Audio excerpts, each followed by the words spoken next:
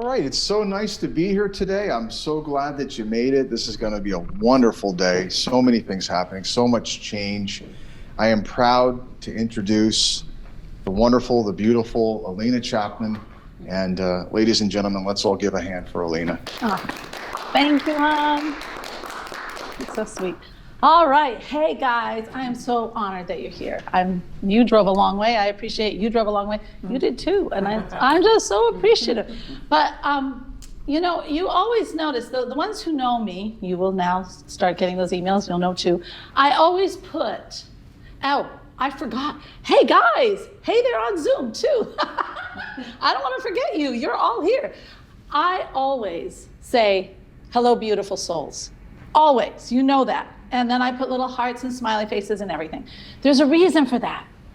The first thing you have to know, you are not a body with a soul or a body with energy. You are that soul, that energy in a body. There's a big difference. Because as you will learn today, it's that energy that is inside you, that soul. You're going to learn, how big it really is. You're going to learn how much it is the thing that affects this whole world we call Earth. You're going to see that this life is truly an illusion. You're going to feel it. This morning, what I'm going to do is I'm going to fill you with all the wonderful, finally quantum physics has caught up with me. Because I knew this. From 2009 to 2015 and a half, I went through a very strong lesson in my growth.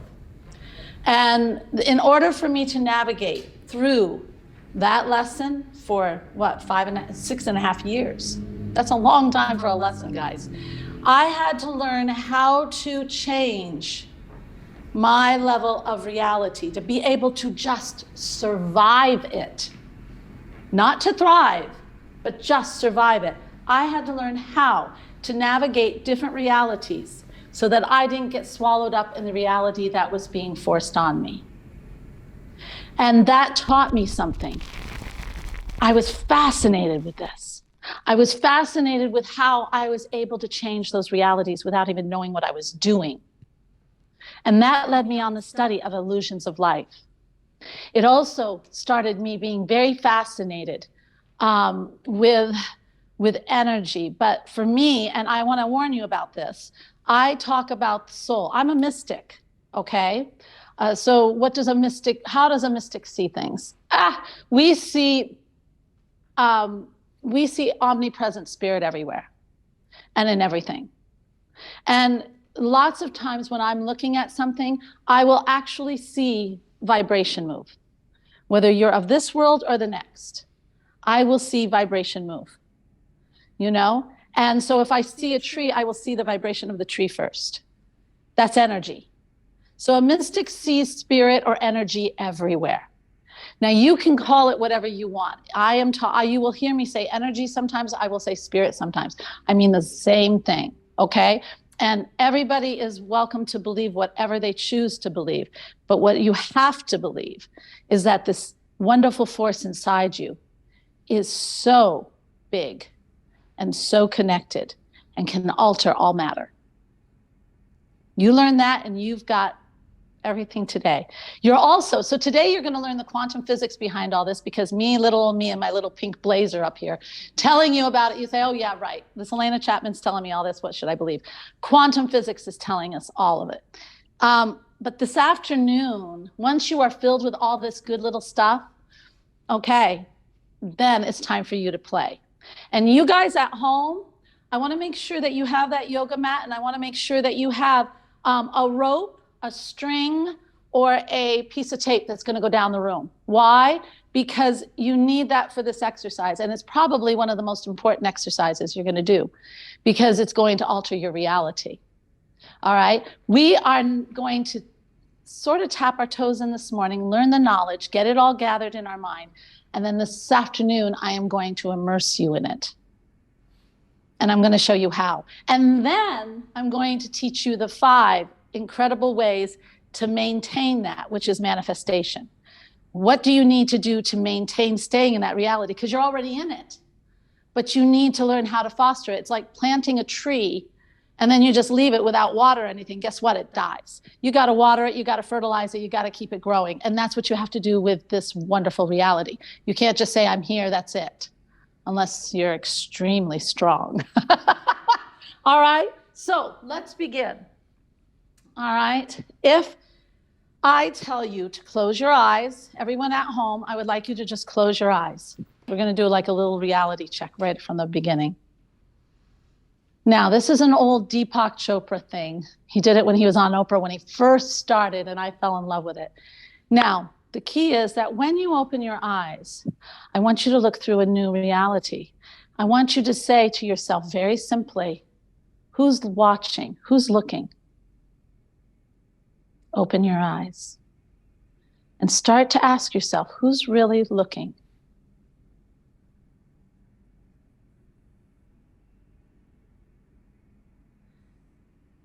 Does anybody dare say what they see, what they feel? Anybody in the comments, are you thinking? Yes. Well, I know that the infinite is watching. And All I know right. the angels are watching. You know And it. guides. All through you. If you start seeing, it feels like somebody else is observing. It seems like there's something bigger within you that's watching. Play with this. Play with it at home. Everything I do today is to help you leave this reality. You've got to open the door. If you don't open the door, you'll be stuck here and you won't get anything out of this. Okay? So play with that today a little bit, because that'll show you, you are not the one who's really looking around here.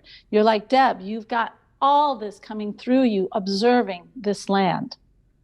All right? Now,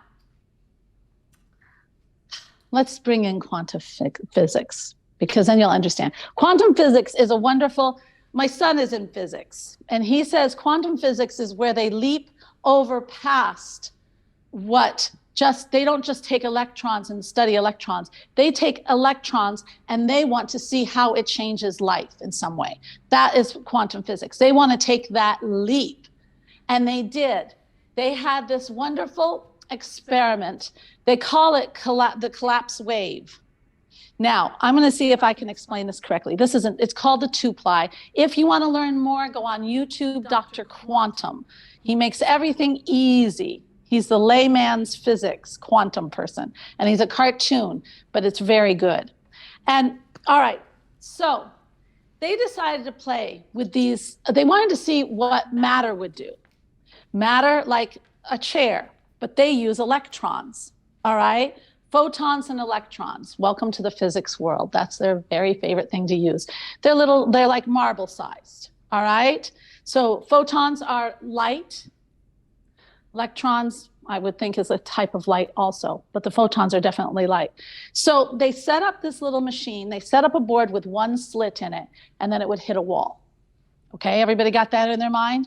Machine, a slit, and like a cardboard, and a wall.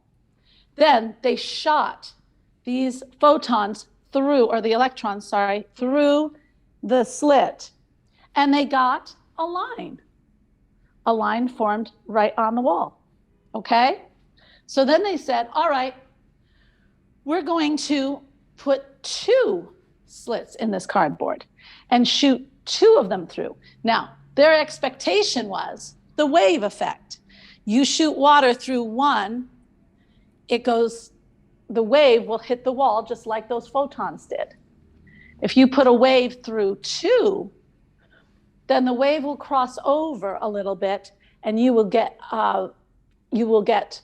2 lines or varied lines, okay? But what happened with the photons? They expected to get 2 lines like you would with the waves. When they put it through, they got lines everywhere. The photons went into 2 separate lines. They should form 2 separate lines. They varied. They got 6 or 7 lines. They call that a collapsed wave. Very simply, what happened was they took that photon.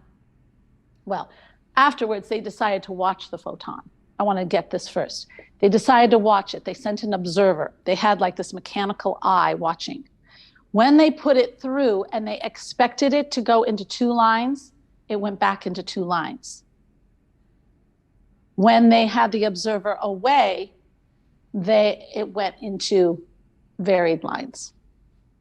Now, here's the really cool thing. So then they took this little photon and they started watching it. Now, energy, photons, electrons, they travel in a wave.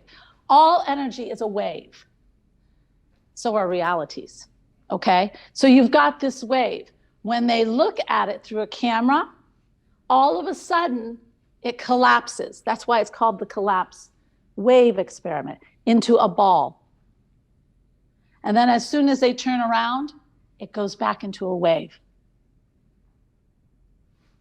It's our preconceived, what this has taught them is that the mind and any kind of matter is totally connected. Your mind and matter are almost one. They are inseparable. Isn't that cool? Now, notice they didn't take their hand out and alter any of that. Notice that they didn't even walk to it. All they did was observe with their mind and their preconceived notions. This is huge, guys. Absolutely huge. So already we've learned we alter matter and we do it with just energy. Now we're going to blow your mind.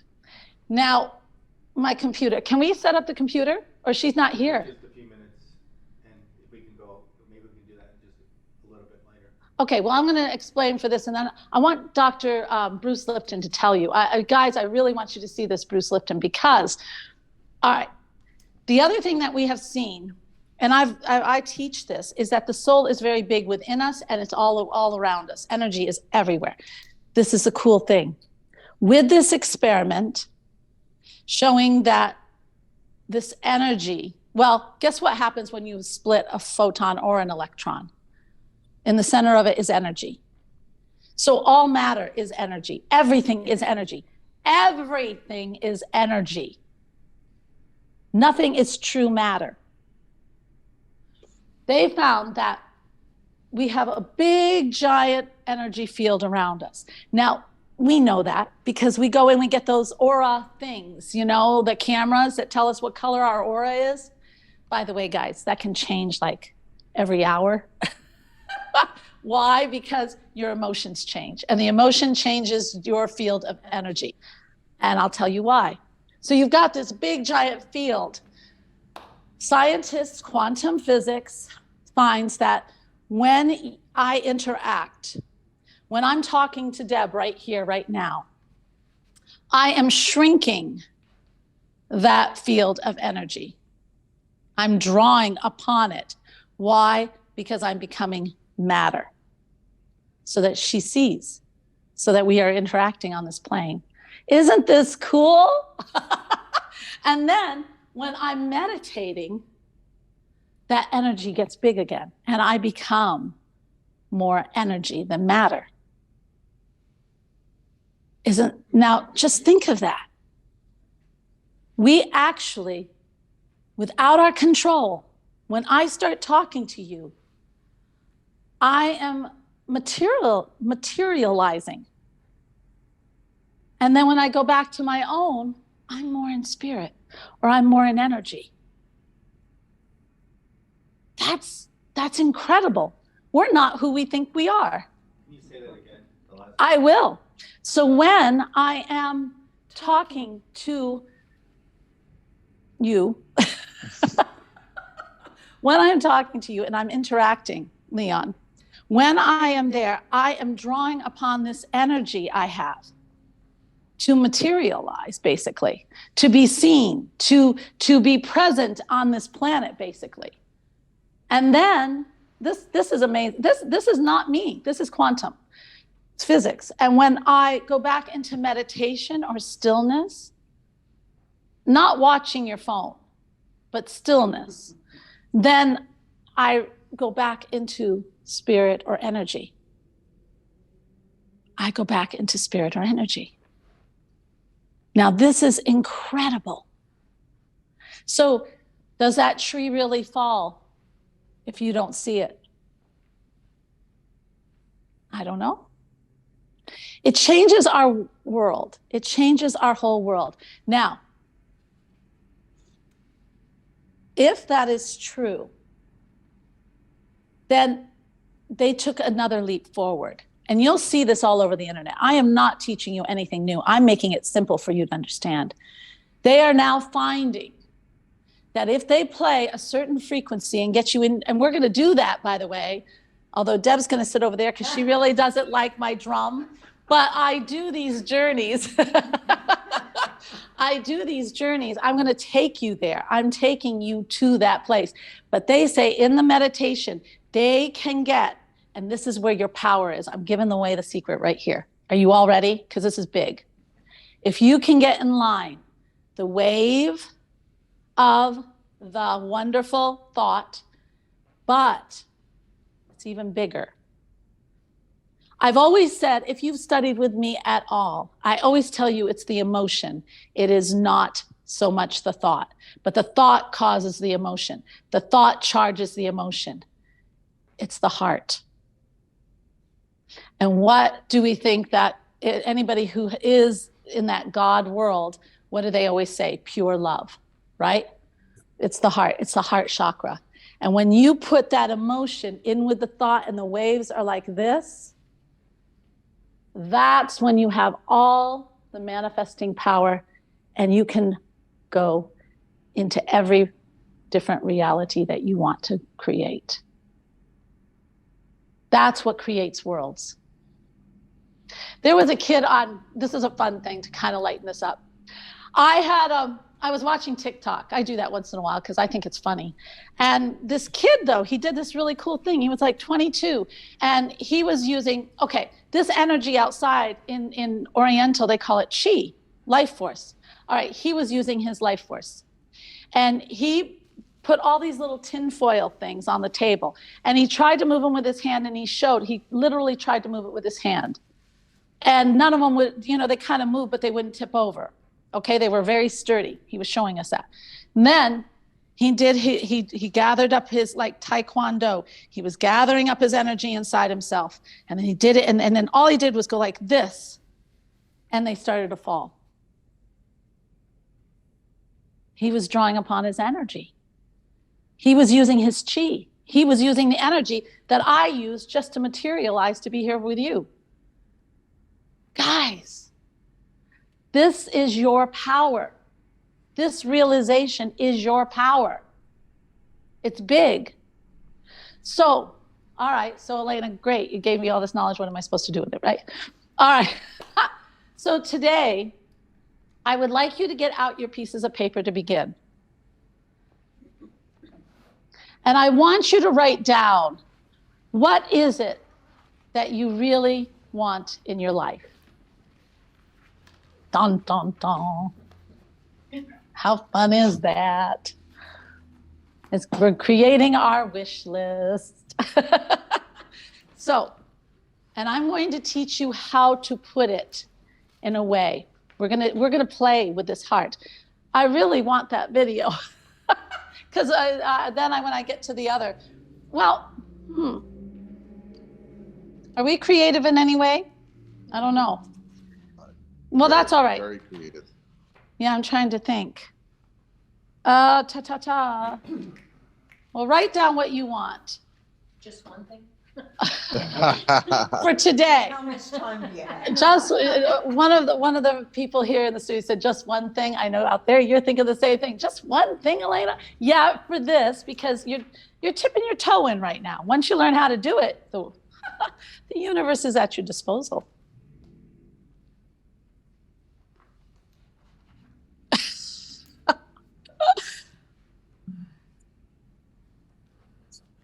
Yeah, I'm giving you a minute.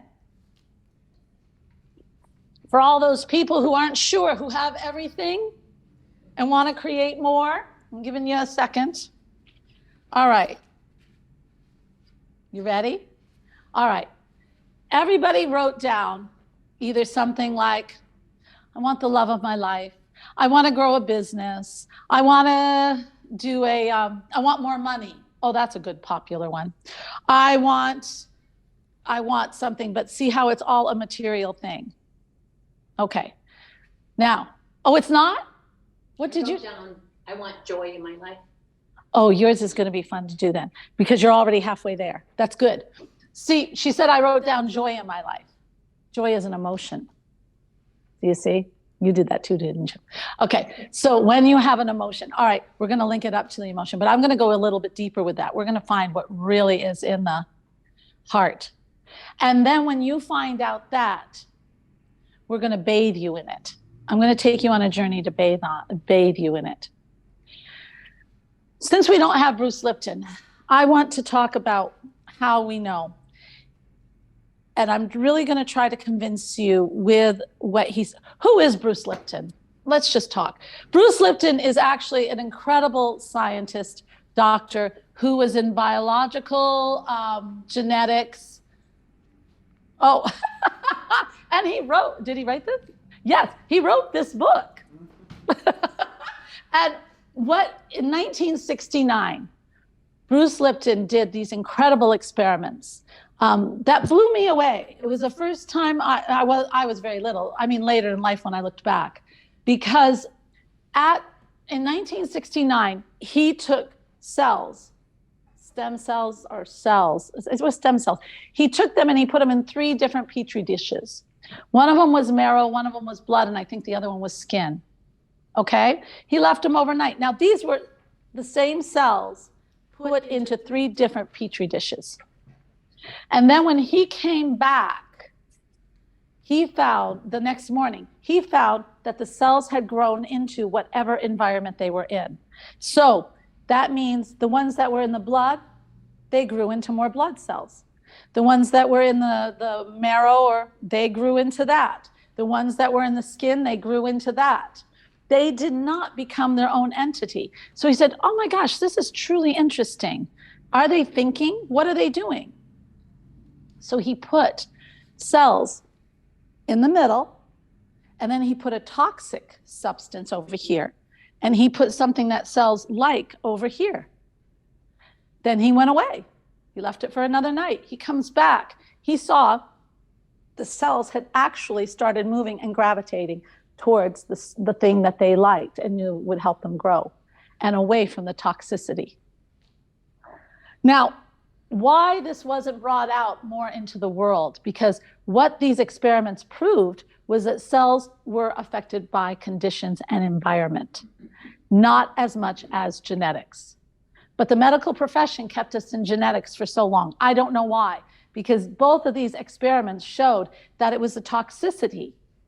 So if you're breathing in air that's really awful, you are affecting your cells in a negative way. You are giving them an environment that is going to cause disease. If you are in worry, fight, or fear all the time, this is big. We wonder why all these people are getting inflammation disease right now. Well, he's telling you, you're in fight or flight all the time. When you were kids or older, or stressful jobs, then you are letting these harmful, they're not harmful in little doses, but constant cortisone and all this stuff feeding into your blood that's not supposed to be there when you're in a wonderful, stable place, to shut down certain organs like the digestive system so that you can run and fight fast and put it into muscles and other things. If you constantly do that, you're altering the cells. You are putting unneeded stuff into the cells. That's why we get adrenal fatigue. That's why our cells start to get cancer. That's a piece of cake.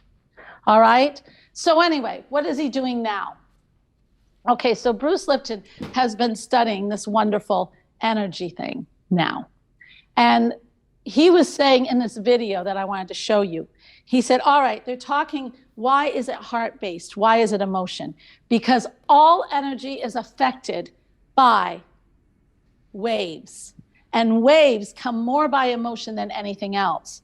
But you've got to understand the magnitude. Why are we all joined together? Why do we say everything is connected? Because all the energy field around us is connected. My energy field is actually touching yours. Your energy field is touching Deb's.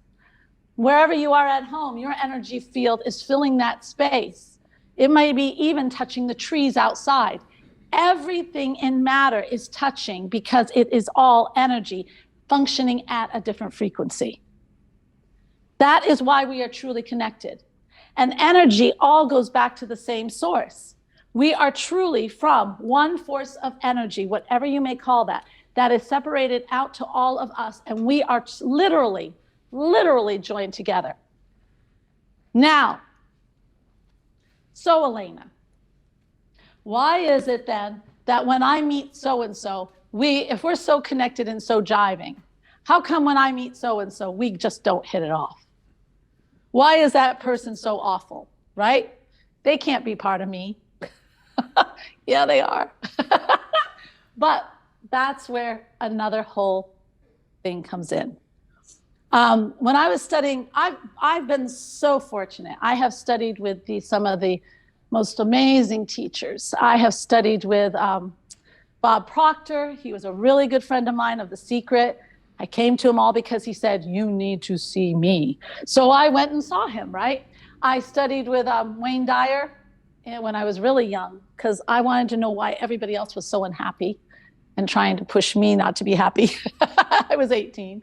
And then and then someone you don't know who I think is probably one of the greatest teachers I ever had was Jeannie Schaup. And if you are from this Fort Wayne area in Indiana, she was a psychologist, psychiatrist, way past her. She was futuristic. And she was bringing in, she understood all of this before quantum. She's the one that opened me up to understanding energy and how we are all connected and how we can help others through that knowledge. And she was just so cool. So with that, the questions were raised. And when I was working, I worked in right relations here in Indiana. So if you weren't nice in court, you came and saw me. On Saturday morning, bright and easy. Yeah, how fun is that? And actually, I couldn't believe the wonderful people that I got to help. And I have to say, when I started to learn, well, let's put it this way. I taught people who were in gangs, who I didn't even see their face for the first month because they would put their hoods over. And I remember one time I actually went over and I looked down under the hood to see who was there in class. And I didn't have any fear. I should have. But then I'm also working with the farmers up in Columbia City, and I'm working with the manufacturing over here. Now, to say the least, did I run into people that were angry? Did I run into people who didn't want what I had to teach? Yes, constantly. But here's the thing you have to realize. And what Bob Proctor teaches, I'm going to twist. I'm going to dare. He teaches that vibration is we can change our vibration. You'll hear that all the time. And those are like waves, right? They're waves. And I always say they're like radio stations. Okay? So if I'm on this A vibration over here, I am on the country music station. So my dogs died, my girlfriend's left, that kind of thing. Country Western, okay? But if I raise up to this vibration, and I'm not going to get Bach on that station, right? Because it's Country Western. That's the vibration in the plane. All right. So then here I have classical. I get my Bach, I get my Beethoven, but I'm not going to get Queen and whatever else, right? I have to go up to this vibration. Get the whole thing? That's what we've talked about with The Secret, law of attraction, everything else. Okay, take a bigger leap. If you're using your heart and you are learning how to just bathe yourself in these emotions, and you understand that you are total energy, and all you have to do is think and add the emotion, get the waves going together, and you can enter not just a good vibration where you're just happy for a minute, but a total different reality. A total different reality. That's what I was doing from 2009 to 2016. And so, if I'm on this reality where I am the teacher bringing you all this cool stuff, okay? And I've got all these people who don't want to be there. So I have a lot of resistance. They are living a different, they're not on my vibration, because that'd be easy to switch. You know, I'm pretty happy. I can get them to switch in a minute. It's even more. They're in a different reality than me. A total different reality. They are not seeing the same material things as I do. They are in a different reality. There's a man out there right now. It's funny. When did I download this? I get a lot of downloads. I downloaded parallel realities. And I think it was like 4 months ago. And then right on social media, I saw this guy who started talking about parallel realities. And he describes it the exact same way that I learned it. We live in different realities. I did an experiment with this. I love to do experiments. I did it on the energy thing, and I did it on this. I got a bunch of people, a few people, 5 people or something. And I gave them, we went outside for a walk, a nature walk. And I said, okay, describe that tree. All 5 people described it differently. Seriously, they saw that tree in a different way. I'd say the bird. All 5 people pointed out different things in that bird that nobody else could see. So I'm telling you, you go into a job one way, you're on one reality. You see that job as wonderful. You go in it as another reality. You are seeing the job in a totally different world. It's not just vibration. It is a parallel reality. It's very big. Okay? All right, so I told you. Now, Bruce Lipton talks about how we are all joined. So when you get that resistance with someone, and you understand that they are in a total different reality, the one thing Bob really had that I like, somebody who is a C vibration or in a C reality, in a reality that has love and understanding, can always look into another reality and help that person up. But it's funny, the person who's in the lower reality, who is very cynical, sees the world as against them, you know, the gang members maybe, okay, they're going to have a harder time looking at me and bringing me into that reality. So there is that level too to it. Okay, I need questions because I don't want to just keep talking and it's going right over your heads. Who has a question? Anybody? Or you're just getting this and I'm just an awesome teacher? Yeah. Yeah. I think what you're saying, if I understand it, with somebody with the like different reality, it could be somebody who goes on a roller coaster and loves a roller coaster. And another person just is terrified of it, but it's the same roller coaster. Well, Is that? Yeah. But to them, that roller coaster, it's not just fear. They are having a totally different experience than another person. Now, if you're stuck on this plane of thinking, you're thinking, well, they just have this phobia on this. No, they're seeing that roller coaster in a totally different reality. They're feeling different even bumps than the other person. Do you see?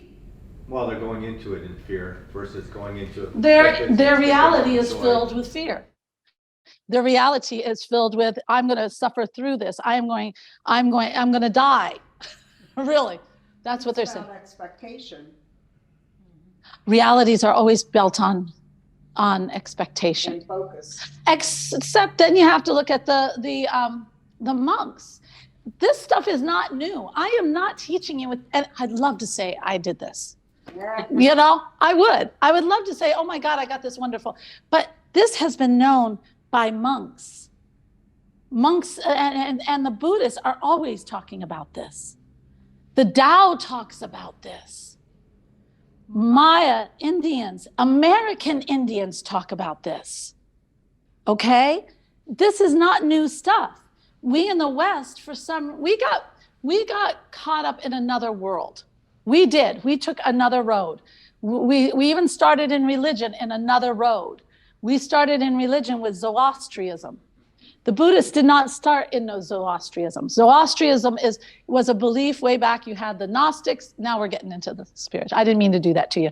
The spiritual, but you had the Gnostics, you had the Essenes, you had the Pharaohs, you had that's it right there. And then you also had the Germanics. And then you also had the Zoroastrianism, which was coming in. The Zoroastrian was good and evil. The others were not. And no and yes. And this is what and rules. And that was what came into our Western world and our religions. The Buddhas kept theirs. Everybody kept theirs. They're living a different world. And the two have clashed forever. Look at what happened in Tibet with the poor monks. You know, they pushed them out. Meanwhile, these guys are literally elevated. They're sitting and they're actually off the ground. You know, they're actually, and they don't feel the pain because they're not there. They left their bodies. They're doing these incredible things, but yet we don't want to believe that reality because we live in this reality. So we make that one evil. Get it? Yeah. I have a question. Oh, sorry. I haven't even looked over here. So if we have all of these different realities and we can manifest our own realities, the expression mind over matter is a very Mind over matter. where we can force ourselves. Yeah, you can say that. Like I was afraid to go on the roller coaster ride, but now I'm no longer afraid to do that. I'm changing my reality by using the power of my mind. And some people are really strong with that, but it's the emotion that matters. Okay? It's the emotion. Now, some people, this is cool. Some people, well, I did this. Not that I'm so superhuman. It was called survival. I had to do something fast. And he's talking about it. I thought it, but then I created the scenario that I wanted from the heart. And that's what you would do automatically. You would think it with your mind, but you're also creating from the heart, the fun, the joy I'm going to feel, and you persevere in that feeling, which then gets the vibration going. Yes. Yeah. So, yeah, I'll tell you, what time is it? We can take a break and we can set up that video with Mr. Lipton. Yeah, we have the cord now. Okay, what time is it? It's 10 o'clock. 10 o'clock. Okay, you know what, guys? We are going to take a little break now. We're going to set up. I want you to hear it from Bruce Lipton's mouth, because he has an incredible way of saying it. He talks like a scientist, which is so fun. And then when you come back, then after that, then I will tell you what brought me to this, the actual what I had to do to change my my reality, like every week, almost.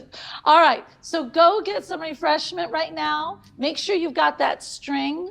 And yeah, we'll see you in about 15 minutes.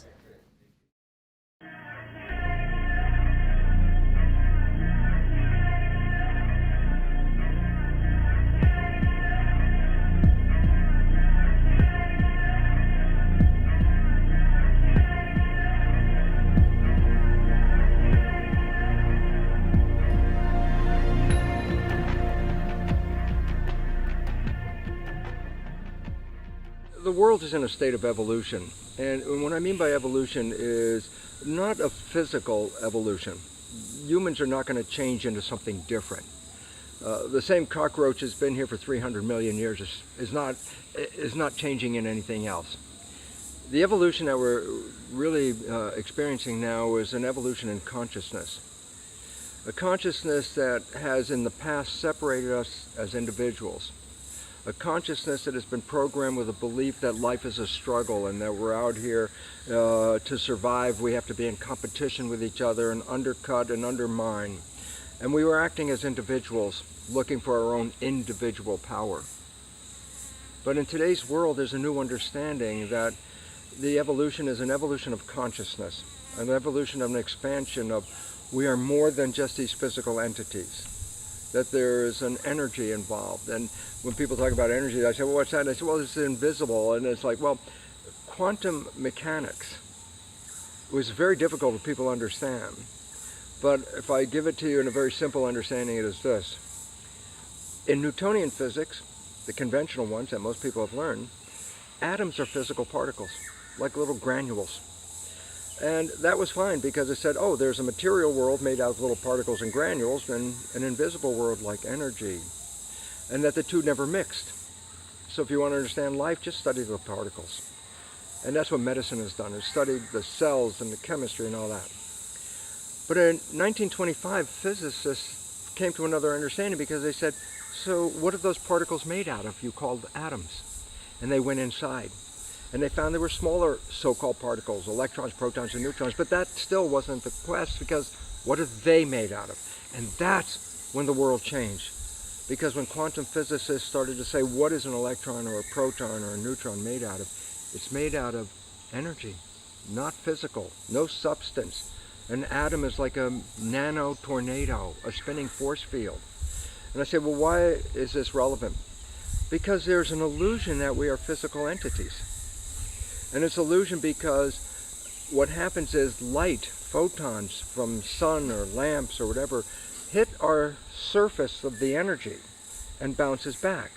So when you see me sitting right here, you're not seeing me, you're seeing a veneer of photons hitting me and bouncing off. And I say, so what's underneath this veneer? And I say, well, that's the quantum physics that says you're an energy field. And I go, so what the heck difference does that make? And I go, well, here's the interesting part. Particles, I can separate. Here's a particle, here's a particle. Let's talk about one particle. And you can do that. But I say, what about energy? I say, well, energy just mixes all together. I'm sitting in a field of energy right now. There's energy from the sun. There's energy from cell phones. There's energy from television broadcasts. There's energy from radio broadcasts. I say, well, what does that mean? I say, I can't separate them. There's no, like particles, one separate from the other.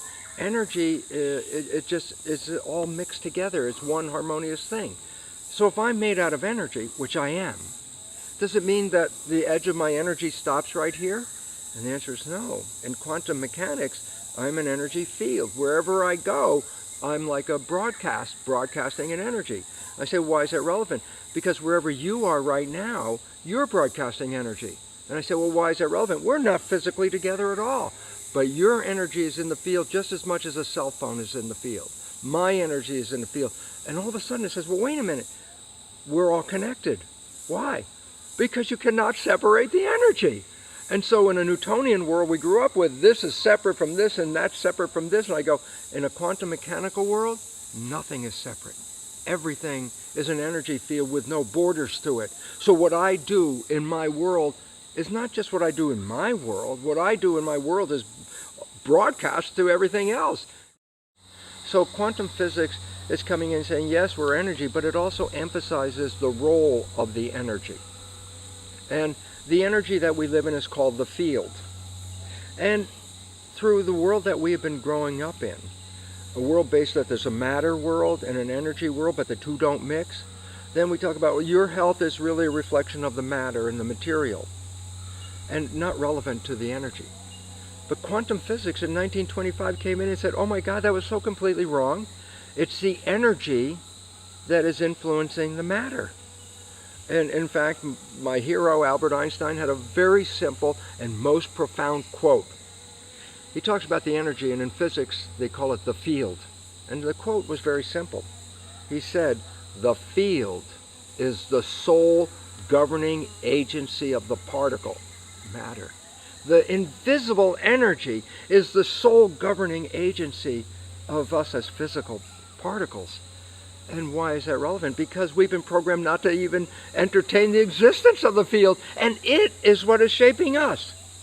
So the wake-up call now is, yeah, listen to people, fine, but feel. Feel it, people. Feel where you are. Feel, is this what I want to do? Do I want to do this or I want to do that? I say, you can ask your head and rationalize anything. But I say, don't ask the question of your head. Ask the question of your heart. Your heart is the monitor of the vibration.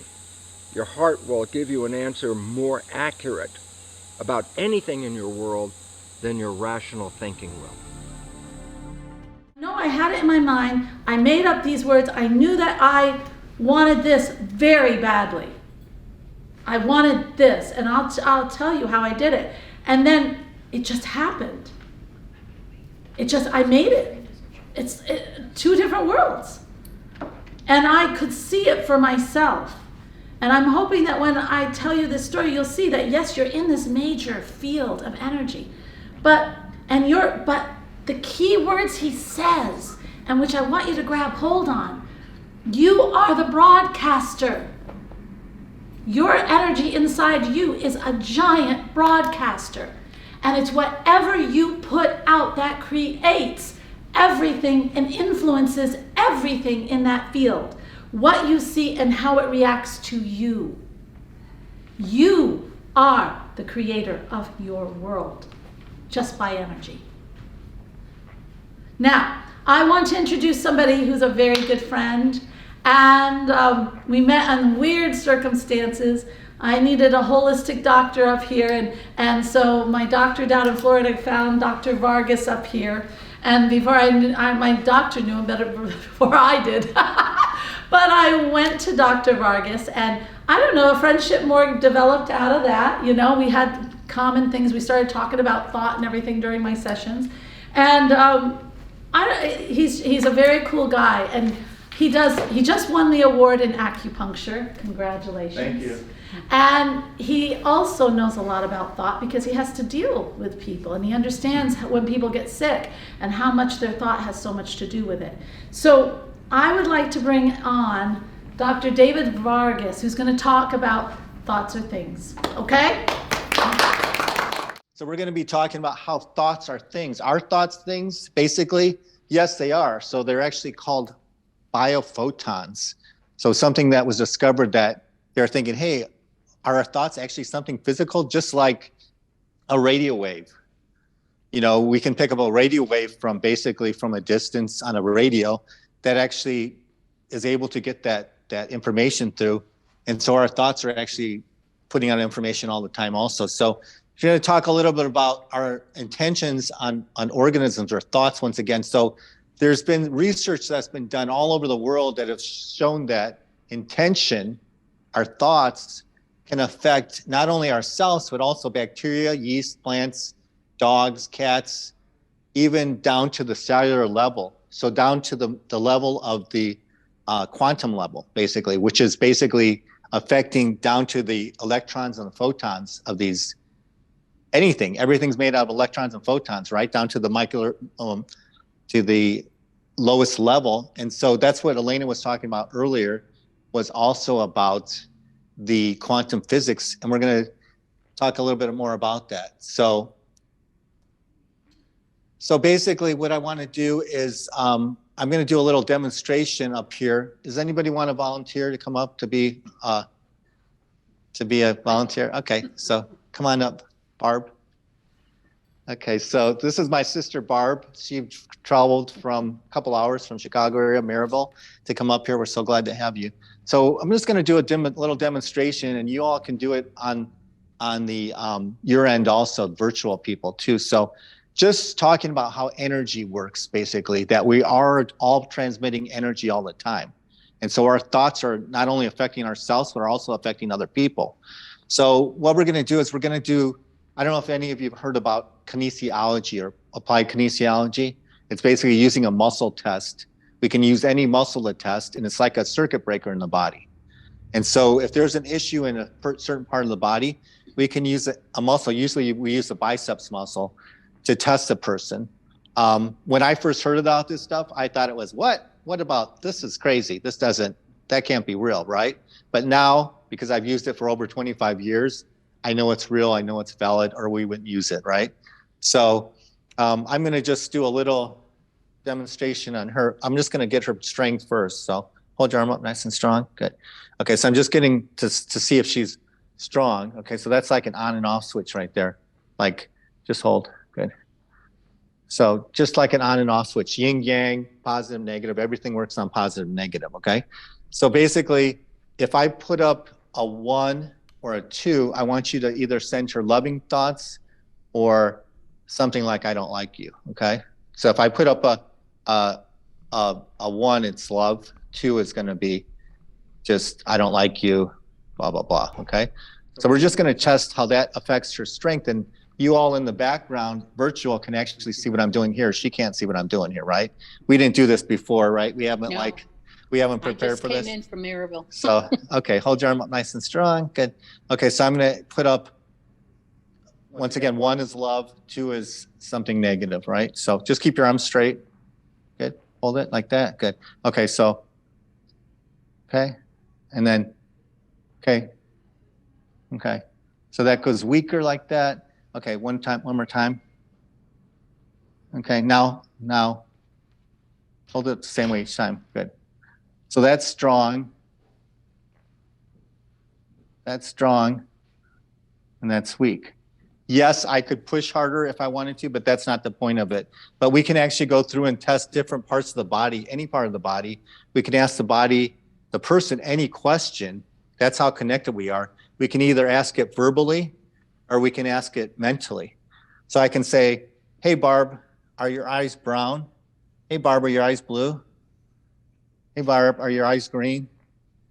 I'm not doing anything, guys. So anyway, Crazy. so basically that's how we do our testing in the office also.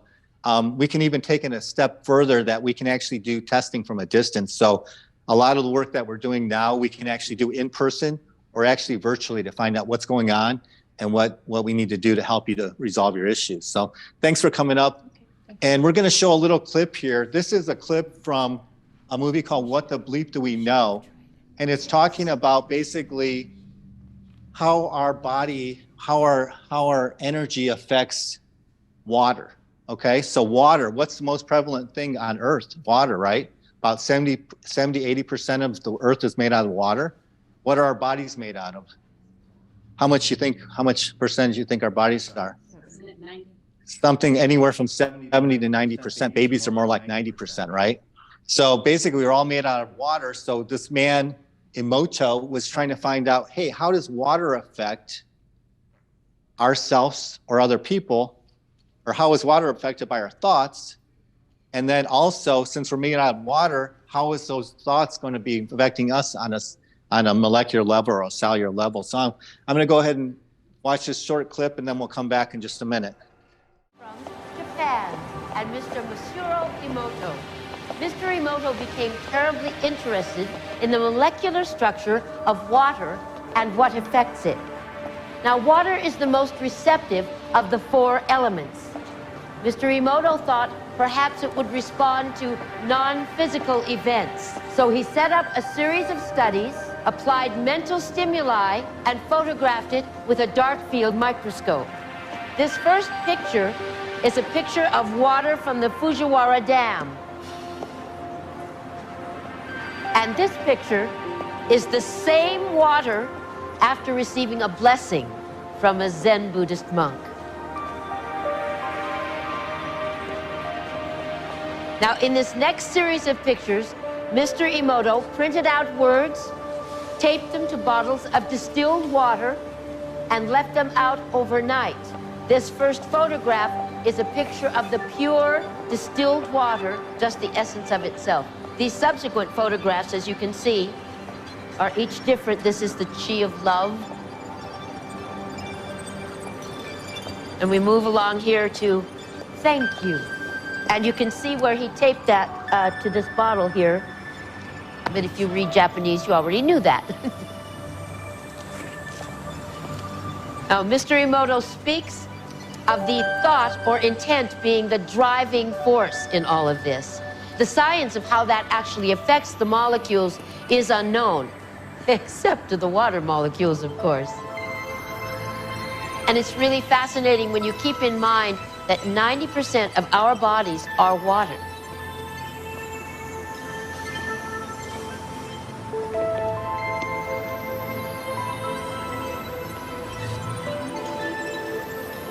Makes you wonder, doesn't it? If thoughts can do that to water, imagine what our thoughts can do to us.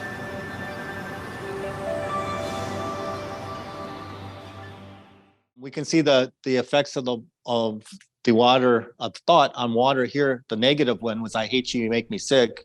And the one on the right is love and gratitude. I mean, what a difference, right? So if we're doing that to ourselves, we're looking in the mirror and we're saying in the morning, hey, you don't look good, I hate you, you look ugly or whatever. How is that affecting our body down to the cellular level? You know, instead of saying, I love you, thank you so much for keeping my digestion going, keeping my breathing going, doing all these other things that happen automatically, your heart beating, okay? Keeping your food digesting and eliminating. These are all things that happen automatically with that inner intelligence, that innate intelligence that basically works all the time, 24 hours a day. It doesn't take a break, right? So what about plants? We were just talking, Alena was just talking about plants, right? Can plants sense our thoughts? Well, there was an experiment that was done, multiple experiments actually. And this is a book that I read years ago called The Secret Life of Plants. Incredible information, research on basically how our thoughts can affect plants, okay? That they actually sense, they have some kind of a sensing type of ability, some kind of maybe consciousness that they're able to sense these things. So one of the stories that I wanted to share is a experiment they did with these kids, these college students. And what they did is they had this plant set up, and early in the day, they had one of the college students go through and burn one of the leaves. And so a few hours later, they all came back through, about 12 of them, and they marched past. First of all, they had this device hooked up to the plant, kind of like a lie detector type thing. It measured the energy of the plant, whether it was stressed or at ease. And so once again, they burned the leaf, the student burned the leaf. Basically, when he burned the leaf, the thing shot up, that it knew it was being harmed or had that consciousness of it wasn't good for it, right? So later in the day, they had all these different college students walk by the plant. And when the one who burned the leaf walked by, it went off the chart. It was able to sense that was some harm, that person had harmed that plant. And so, you know, there was that sense of this isn't good, this isn't a good person, or this person hurt me somehow. So they took it a step further, okay, with thoughts. We're talking about thoughts today. Took it a step further with those thoughts and just had them think about burning the leaf. And it went off the chart. So they're able to sense, and then, you know, the other thing was like they were saying, well, what happens when somebody's coming to chop down a tree? Does the tree shudder, right? Because it actually, they can sense those things that are going on, just like we're able to sense things, even if we're not always aware of it. Another study that I want to talk about is like a study in Washington, D.C. that they did in 1993. And these are all basically facts. They're not just something I'm saying. So a study in Washington, D.C. basically showed that this group said if they brought together a group of people, a certain number of people to meditate at a certain time, that it would drop the crime rate that summer by 25%. The mayor and the police department said, hey, the only way that the crime rate's going to drop by 25% is if we have a foot of snow during the summer, right? And so basically they did their experiment, and the crime rate actually dropped by 25%. So they knew that because they had done that other places before. So it's, once again, these things are valid. These are research. So what about our positive effects? Once again, what about our negative effects that we can have with our thoughts, either for ourselves or other people? So placebo effect, we're going to show this little clip here in just a minute, but the placebo effect, when they test a drug, they're trying to find out, hey, is this drug actually working, or is it just the person's mind that's working? So many times they find that the drug might almost have the same effect as the placebo, or vice versa. That it's so much of it is in the person's mind. We can make any chemicals in our mind, in our brain, in our body. Our body is able to make any of these chemicals basically to do whatever we need to do, whether it's to heal our body or kill our body, right? So we can either use our mind as a healer or as a slayer, which we're going to talk a little bit here more. Let's watch this clip and we'll talk a little bit about it afterwards. I have a PhD in organic chemistry, Now, it's nothing at all to do with organic foods. An organic chemist basically plays the child's Lego game, but we do it with atoms. So people like me end up in the pharmaceutical industry. So I worked for one of the world's largest pharmaceutical companies, developing drugs for cardiovascular disease and for cancer. Although I loved doing what I was doing, I loved the science of it, but what fascinated me more so, I would say, was what happens when you test the drugs. So let's say in a typical trial, you might give 100 people a drug to show that it works. So you've also got to give 100 people a placebo for comparison purposes. And you might get, say, 75 people improving on a drug. But it's not uncommon to get 40, 50, 60, 70, 74, 75, sometimes even also improving on the placebo because they think they're getting a drug. And I thought, whoa, it's amazing. What we see here is belief itself shifts biology. And I don't think that's taught enough in medical schools. So how is it that you can give someone a sugar pill, a saline injection, or perform some false surgery or treatment, and a certain percentage of those people will accept, believe, and surrender to the thought that they're getting the actual substance or treatment, and they begin to program their autonomic nervous system to make their own pharmacy of chemicals that matches the exact same chemical they think they're taking. So the question is it the inert substance that's doing the healing, or is it the body's innate capacity to heal? Just from that, the placebo nocebo effect, I want to tell you a little story that I think you'll find interesting. And it's about a man who basically had, and this is documented also. So there's very many documented cases of, let's just even say somebody had an x-ray and they told them, hey, you have a tumor in your lung and you only have 6 months to live. And they die in 6 months only to find out it was the wrong x-ray, right? But they believed it so much that they complied and they died, right? So another story is basically this man who had these tumors on his body. So he had these tumors all over his body and just covered all over his body, and just a terrible sight and just a terrible feeling for him. And so what he did was he heard of this drug that was said to be able to help him with this problem with the tumors. So he begged his doctor, his oncologist, to give him this drug. The doctor's like, hey, I don't know. And he's like, please, please, please, I think it can help me. So gave him this drug, and basically within a few days, all the tumors were gone. So then what happened was there was a study that came out that said this drug was not as effective as they thought it was. And so a few days later, all his tumors came back again. A few weeks later, there was a study that came out that said, or after that, when the tumors came back, the doctor said, hey, I got this super duper dose of this stuff. And this is the stuff, this is going to get you healed. This is going to work for you. Because he realized his mind was playing a part of it too, right?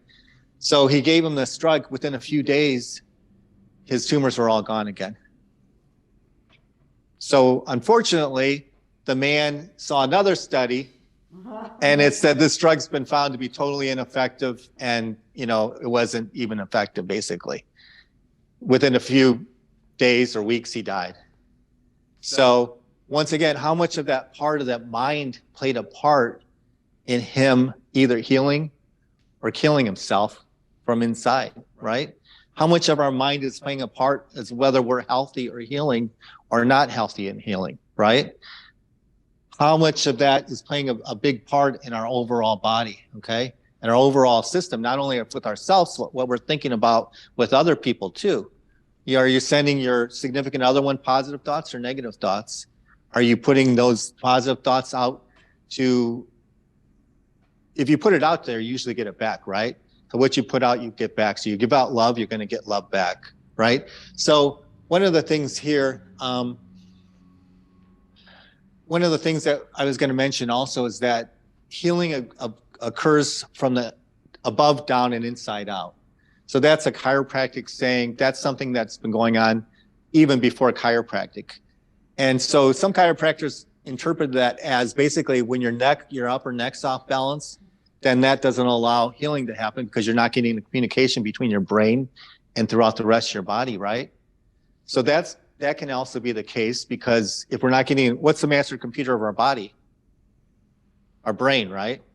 So if our brain is not communicating with different parts of our body because we have these misalignments and imbalances, where almost like static on a cell phone or static on a radio, it's not getting that complete signal.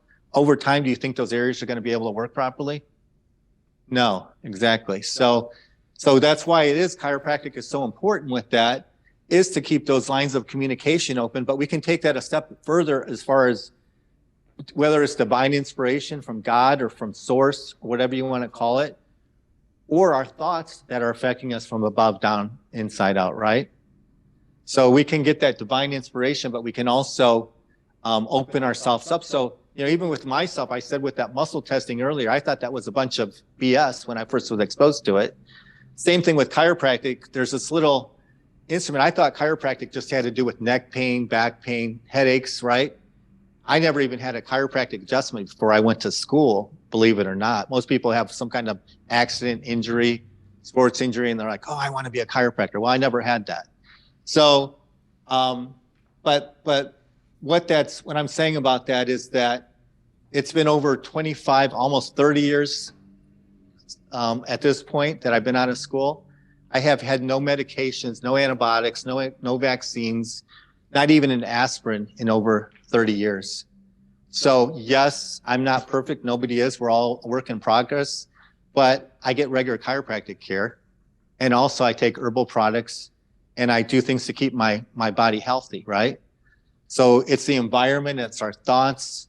And once again, we're all a work in progress, but you know, I think that's a great testimonial to, I haven't had any medications in that much time. You know, I do take a lot of herbal products and supplements and try to eat decent, but once again, nobody's perfect, right? So we're going to show this next clip a little bit. And this goes into a little bit of what Alena was talking about with Bruce Lipton. So it's going to expand on that.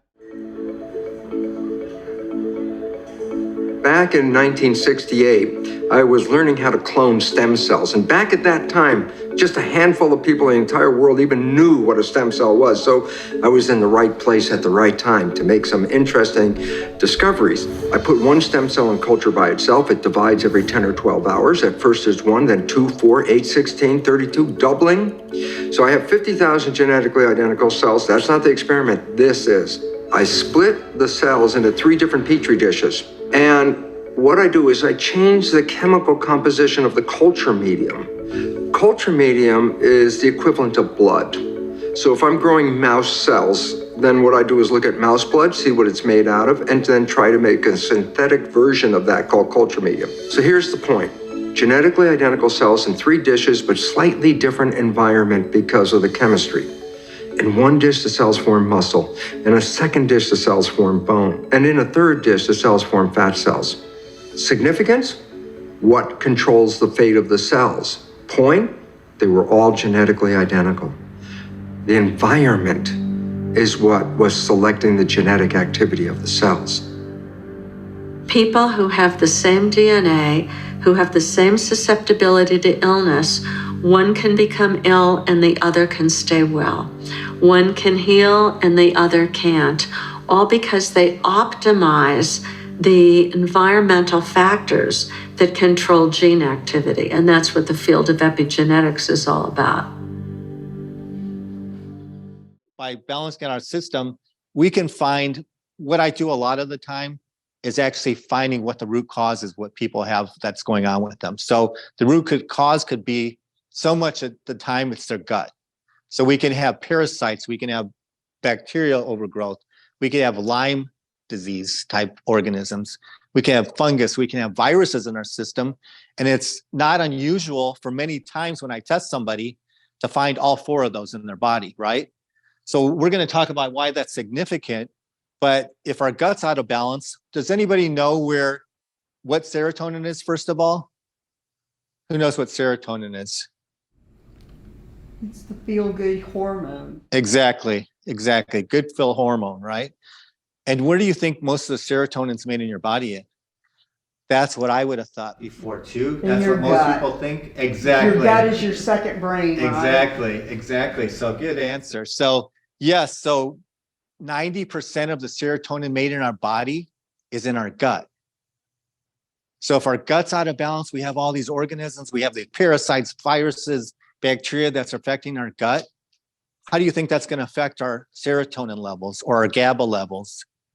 It's going to cause problems, right? That can cause anxiety, cause depression, cause fatigue, cause all kinds of issues. So that's usually the first thing we're looking at is getting rid of the bad stuff out of the person's system before we rebuild it. We're not going to put all this good stuff in the system when we have all these toxins in there. So we got to clean it out first, right? So another study here, little story here that I want to share with you is basically a symbiotic relationship that was between and is still between these cats and mice. Okay. So basically they did this experiment. There's a parasite that basically in order to reproduce has to get back to the cat to reproduce. Okay. So it's in the mouse. In order to get reproduced, somehow it has to get back to the cat. So in order, otherwise the organism can't continue to live, right? So what they found is when they did this experiment that they had these cats and these mice, the mice that had this organism, had this parasite, started exhibiting this risky behavior, started running around and doing things that it normally wouldn't do, like the other mice that didn't have it, that would get it caught by the cat. Now, do you think that the mouse wanted to be killed, wanted to die, and it was doing that because it wanted to die? Probably not, because it has that natural instinct to live, right? But there was something in that cat that was controlling its thoughts and behaviors that was making it get caught by the cat, doing these things that would make it get caught by the cat so it could reproduce, that parasite could reproduce. So it's basically postulated or hypothesized that, hey, can humans do the same thing? Do humans do the same thing? If you have this overgrowth of fungus and bacteria and other things that want to be fed on sugar, do you think your brain's telling you when you go by the cookie counter or go by the cookie cottage or whatever that might be, hey, oh, wow, I wasn't going to buy any of that stuff, but now I bought it because something in me is telling me, hey, I need that sweet, right? I need that sweetness, you know? Also, the other part of things too can be the whole thing with the pancreas. Some people want to get sweets because their life's not sweet. So they try to sweeten up their life by getting more sweets in their body, which then affects their pancreas, can lead to diabetes and other things like that, right? So let's go to the next slide, please. So this is one of the things we deal with a lot here is called leaky gut syndrome or dysbiosis. Can you see okay? Okay, I don't want to stand in your way. So leaky gut syndrome basically is we have this gut lining, okay? And it's only 1 to 2 cells thick. So it's very thin. So when we start getting all these foods and antibiotics and drugs and gluten and other things that are in our diets these days, alcohol and other things like that, it can start causing some perforations in the gut lining there. We can see from here, this is what a normal cell would look like, that it's tight junctions. So things are not going to get through into the bloodstream here. This is when we start having perforations in between there where those junctions are loose and things can start leaking into there, into the bloodstream, which actually then can go to your joints, go to your muscles, go throughout your body and start causing not only inflammation, autoimmune issues, bowel absorption issues, and also mental, emotional issues, right? Because that serotonin is also being made in that gut. So if we're getting all these other things that are in there, then it's not going to be able to produce what it needs to. It's dealing with like more of the inflammation, autoimmunity, more of that. It has to deal with these things. It can't just deal with absorbing the nutrients and flushing out the stuff that needs to get flushed out properly. This stuff is being overloaded into the bloodstream. So we can get these fibromyalgia, chronic fatigue, all kinds of autoimmune things that happen. Actually, an interesting study also has shown that gluten, does anybody know what gluten is? Anybody? That stuff that's in wheat. Yeah. Exactly. So gluten is in wheat, okay? So people say, you know, hey, why is gluten such an issue now? Because, you know, here everybody's trying to be gluten-free, right? Or at least people who are a little bit in the know a little bit more health-wise. A lot of them are trying to avoid gluten and this and that. Why is it that gluten is an issue now when maybe 50 years ago it wasn't an issue? Because there's 50 times more gluten in a slice of bread, 40 to 50 times more gluten because of the way it's processed, the way it's made, the way it's produced than there was 50 years ago. So that's why so many people are having issues with gluten these days, and it's in everything, right? Well, it's not only just gluten. Do you know that we have Roundup in the flour now? So You know, yeah, the stuff that they're putting in and it's not allowed in any other country. exactly. Only in the U.S. Yes. So you're getting a little bit of Roundup with every little piece of bread. Well, not only that, not only with the bread, but it's with all the other most of the other crops too, right? So the Roundup is causing all kinds. There was just the whole big lawsuit, I believe, that they won with Roundup because of all these things it was causing problems with. So, but this goes back to, once again, leaky gut. The gut is such a main part of our body. It affects every other part of the body. So if our gut's off balance, which most people it is these days, then we need to do something to get the gut back in balance, because once again, it affects everything in our body. But what I was going to start saying with the gluten molecule actually mimics the thyroid molecule. To the body, it looks like the thyroid molecule sometimes. So what the body starts doing, if you're getting gluten into the bloodstream, it starts naturally trying to get that gluten out, but then it starts thinking the thyroid molecule is also possibly the gluten molecule. So it can start attacking the thyroid and then once again lead to autoimmune issues with the thyroid, okay? There's all kinds of things like that. Even with, we have all these different areas in our body that's just incredible, like microsystems. So the ear, I do a lot of ear acupuncture. We had, a lot of people have probably seen the hands and the feet with reflexology. So there's all these different ways we can affect the body. And with the eyes, anybody heard of iridology? Okay, so with iridology, a lot of people are like, oh, that's basically a bunch of BS again, right? But it's not. It's basically like a computer screen to our body, and it can show when there's deposits, where there's other things that are out of balance. And then we actually can see when those areas are healing by the changes in the eyes also. So it's really an incredible thing, another tool to be able to use. So a couple other stories I wanted to talk about here was how, once again, how our thoughts can affect things, how our energy can affect things. So this man that I met, Dr. Bingstrom, he is not a medical doctor, but he got involved with this research on, he was working with a psychic, an intuitive person that did healing work. And so what he did was they were going around and doing these experiments with healing mice and other animals, and I believe people too. And so for some reason, the guy who was the original healer said, I don't want to do this anymore. I'm done. I just want to move on and do something else. And he's like, I'm in the middle of this research. What are you talking about?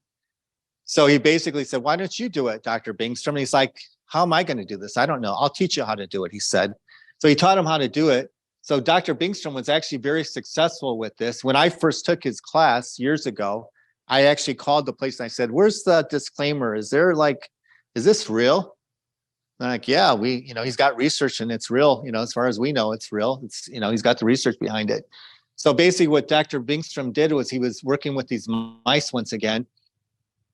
And he would do this technique, not to go into detail right now, but he would do this procedure where he would use his hands and energy and thoughts to induce healing in the mice.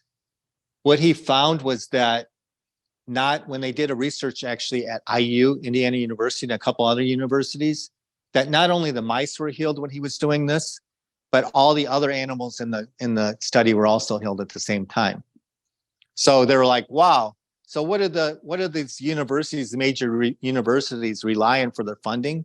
At least IU in particular, drug companies, right? We got Eli Lilly here in Indianapolis. And so basically, they're getting their money. They're not going to cut their money supply off, right? So they're like, hey, that's awesome, that's cool, but we're not interested. There's not money to be made in healing people naturally, right? So anyway, so then further to go with this further with Dr. Bingstrom, he was talking to a famous healer, a famous psychic healer, and they were talking together, and the guy said, okay, tell me what you're doing. How are you doing this? What's the procedure? Give me all the details. He's like, well, we got these mice in a cage. There's metal on each side with the, like screens type of thing. And then on the sides, there's plastic. And so I basically put my hands on the side of the plastic and do my procedure and focus, etc. And that's what I do. And so what the famous psychic healer said was, you can't heal through plastic. Dr. Bingstrom said, nobody told me that. So once again, limiting beliefs with even this guy. Maybe somebody told this healer in the past that you can't heal through plastic. So that was his limiting belief. That's what his belief was, that couldn't be done. But he did it. So once again, even everybody's got their limiting beliefs, right? But yeah, that was real. And this is another real thing that he did. And the research is behind it. So next slide, please. Another famous man here, William Braun, basically tried to figure out basically how you do this. He was actually termed a goodwiller because he did all this research on thoughts and intention and healing. And so he found that we could work on two different levels. One level was basically trying to really heal. And another one was more just a kind of a relaxed state, more like a meditation state, where he was just thinking good thoughts and seeing the end product of that person or the animal being healed. And he found that basically the first one, the motivated, heart-striving world, it wasn't getting the same level of results. But the second, the relaxed, passive, receptive world around them seemed to basically get better, not seem, but it did get better results. So it's basically tapping into that meditation, tapping into that other connection that we have, because we're all connected, right? So everything's connected. We're all connected. And we'll talk about that in just a couple of minutes also, of how that, once again, research. It's not just me saying these things, it's the research behind it. Otherwise, it's like somebody actually going up on stage. When I went to a conference for Joe Dispenza, I've heard all these studies about people being healed and this and that, but it's not real until you actually see somebody or see a real person actually saying, hey, I had breast cancer and I healed myself. Hey, I had this. You have a question from the Zoom. How do you feel about, and I don't know this, EMDR? EMDR, I was just reading about that the other day. There's so many different ways to basically help with this emotional release. There's all kinds of different techniques. There's a chiropractic technique. There's a book that was derived from a chiropractic technique that basically had to do with, we can have emotions stuck in our body. Yes. Okay. So in our different organs, so each different organ has different emotions that are associated with it. So liver would be anger. Okay. So this goes back to Chinese medicine, to acupuncture, which I do acupuncture also. So the liver had to do with anger. The gallbladder has to do with resentment. The heart can have to do with sorrow if you've had a loss. Okay. So those are the negative aspects. The heart can also have to do with joy also and other things too. So that would be the positive aspects. So, but there's a way to actually help and find out if there's a connection there emotionally. So if somebody has a gallbladder issue, we can find out, do a test and find out, an energy test like we just did, and find out, hey, is it just a physical thing, or is there an emotional component with it? Many times things start from some kind of emotional stress, right? And it can get logged in our body. These things can even be back from childhood. So basically, even I've had people that I've done testing on that it's even from when they were in the womb. The fetus is picking up all this information that they actually know scientifically now, that they can hear things, pick up things, etc. So, one of the patients that I worked with recently, we were trying to figure out what was going on with her, and we did this emotional release technique with her, and we found out that it actually went back to when she was in the womb, and that her mother was 15 years old when she got pregnant. The father was 16 or 17, so they didn't want to have a kid. So they were like thinking, what are we going to do with this? How are we going to handle this? Do you think that baby was taking in that information that I'm not wanted? Why am I coming into this life? They don't want me here, So once again, we can be taking in all that information that was causing issues with her emotionally and physically. So as we did the release on her, basically, she said she just got a sense of peace, a sense of well-being, and just feeling so much better. So, so the technique that you talked about, it's like I believe it's eye desensitization, something or not. I don't know the exact name, but yeah, that's a valid technique too. So there's all kinds of different ways to help with that, and to once again to get to these emotional connections, so we can actually release the connection, so the body can heal. Okay. Same thing going in. I can go into much more detail, but we have something called Bach flower remedies. Once again, another type of thing that I thought when I first saw it, it's just the essence of the flower. I thought, what the heck is, this, anyway, it works because we use them all the time now, but they work on an energy level. So you're not going to smell a scent from these. It's not essential oils. It's actually the energy from the flower that actually affects us on different ways and promotes healing in different areas of our body. So next slide, please. So basically, once again, he was just talking about basically, be careful what we intend, our wishes or our intentions, because they create our reality. Okay. He was, once again, we can either put a protective layer around our body, like a bubble of goodwill and protection to protect us against these negative influences or thoughts too, and energy, or not, right? So be careful what you wish for, he said, because each of us can make it come true. Next slide, please. Okay, this is the last little clip here we're going to show, and we'll be finishing up in just a few minutes here. So, how could my prayer, how could my meditation, how could my loving thoughts of gratitude and appreciation possibly impact the healing of another person in the room with me or halfway around the world? And the answer is that we are deeply connected through a phenomenon that is known as entanglement.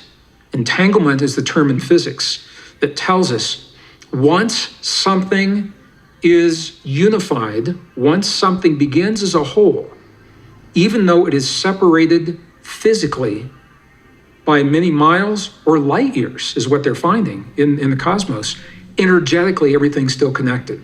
Why is that important? Because if we go back far enough in time, there was a point in time when you, me, and the earth were all connected before what is called the Big Bang, the big release of energy. When that happened, physically, particles began to separate. Energetically, the particles remain connected. We are part of this earth, and we are part of one another. And that empowers you, and it empowers me to participate in the healing of our bodies and those of our loved ones in ways that science is only beginning to understand. all right. So basically, once again, just telling how we're all connected, how we're all intertwined, how our thoughts can not only affect ourselves. We looked at that earlier with ourselves and the water, but this is not a new thing. Some people think this is like, new age stuff, right? It's things that have been talked about for ages from basically masters of consciousness. So, what is one of the things that Jesus said? These things I do and greater things than you. You think he was talking about building a building or building some house because he's a carpenter? Probably not, right? I think he was thinking much deeper than that. So even some of the other things that he had said was, be not conformed to this world, but ye transformed by the renewing of your mind. Pray believing that you have received and you will receive, and nothing shall be impossible unto you, okay? So it wasn't just Jesus. What about Buddha? Our thoughts create our world, right? It's not just a Christianity thing, it's a worldwide thing, right? And then what did Gandhi say? Be the change you want to see in the world. So if we start thinking positive thoughts, positive energy, not only for ourselves, starting with ourselves, but also for our loved ones or other people that we're around, how is that going to affect our world? We can get to a tipping point that the good overcomes the evil, right? We got so much evil, so much negative energy going on right now. We're not going to let them win, basically. We can get enough people together to think positive thoughts, think of what we want instead of being in constant fear, then we can actually make changes in the world. So be the change you want to make in the world, okay? One of my favorite authors here is Marianne Williamson. It's right here. Oh. So Marianne Williamson basically said a lot of people think this was Nelson Mandela's inaugural speech, but it actually was her, from her book here called A Return to Love, which is an awesome book. If you ever get a chance to read it, it's awesome. It talks about everything has to do with love and coming from a place of love. But she says our deepest fear is not that we're inadequate. Our deepest fear is that that we are powerful beyond our measure. It's our light, not our darkness, that most frightens us. We ask ourselves, who am I to be brilliant, gorgeous, talented, fabulous? Actually, who are you not to be? You're a child of God. Your playing small doesn't serve the world. There's nothing enlightened about shrinking so that people won't feel insecure around you. We are meant to shine as children do. We were born to manifest the glory of God that is in each one of us. It's not just in some of us, it's in everyone. And as we let our own light shine, we unconsciously give others permission to do the same. As we're liberated from our own fear, our presence automatically liberates others. And so, just kind of let that sink in a little bit. I'm going to ask actually Barb to read a little quote from this book. This is just a continuance of this, as it starts off, as our hearts open. Mm-hmm. As we open our hearts more and more, we're moved in the directions in which we're supposed to go. Our gifts well up inside of us and extend of their own accord. We accomplish effortlessly. How could Leonardo da Vinci not have painted? How could Shakespeare not have written? In Letters to a Young Poet, Rilke tells a young writer to write only if he has to. We are to do what there is a deep psychological and emotional imperative for us to do. That's our point of power, the source of our brilliance. Our power is not rationally or willfully called forth. It's a divine dispensation, an act of grace. So I love that quote. It's basically we're all to do what we're here to do, what you love to do, and taking that further once again from a point of love, right? So just thank you all for being here. I appreciate your time and your attention. I wanted to just say one last thing is that we do have, my website is drdavidvargas.com, Dr. David Vargas with a V.com. And basically we have a lot of success videos on there. We're doing a lot of virtual work now also with people. We can work with you anywhere in the United States or throughout the world and do testing from a distance, lab testing we do also if necessary. So anyway, thank you so much. And I'm going to give it back to Alena here. Thank you. Thank you. He is totally right about healing. And I'll tell you, it is so much what you want it to be, because, and even, it's not only humans, because I have 2 dogs. I have a little one that is like this little Napoleon who wants to wander all over the world. He's driving me nuts. And both of I'm in geriatrics at my house, okay? Everybody's old. The dogs are old. The cat is old. I got geriatrics everywhere. So anyway, I have this big dog, my big red dog, Ralphie. And he's starting to get hind leg. They're getting paralyzed. Now, here's the experiment. My little one won't let me do anything. He's Napoleon. He's going to do what he wants. Well, he's sick, okay? But he won't let me do anything. Like people I know. Just like people I know, right? So off he goes, wandering lands, and he's sick, and oh God, constant stuff. But the big dog, Ralphie, my big red dog, he's having problems. Now, this is what I was doing. When he was trying to go upstairs, he would have trouble with his hind legs, and I would say, come on, you can do it. And I would praise him and everything every time he did it. Well, it created something. It created more hardship. Believe it or not, more hardship. Because I was giving him a reward for the hardship. Do you understand? And because he got so much attention from me when he had hardship. So I changed tactics. And I said, Ralphie, let's do healing time. Come on, baby, let's do healing time. And I get him all excited, and then he'd sit down with me, and I just pet him so easy. I said, oh, honey, it's time to just calm. It's time to just calm. And then I do the Reiki, and I would just put my hands right on the hips, and I would just give him loving energy. And I say, honey, you are so strong. You can conquer anything. You are so strong. And I have been slowly seeing him all of a sudden. And then when he gets up the stairs, I don't say anything, but I just keep healing him. Now I am starting to see my 15-year-old golden doodle.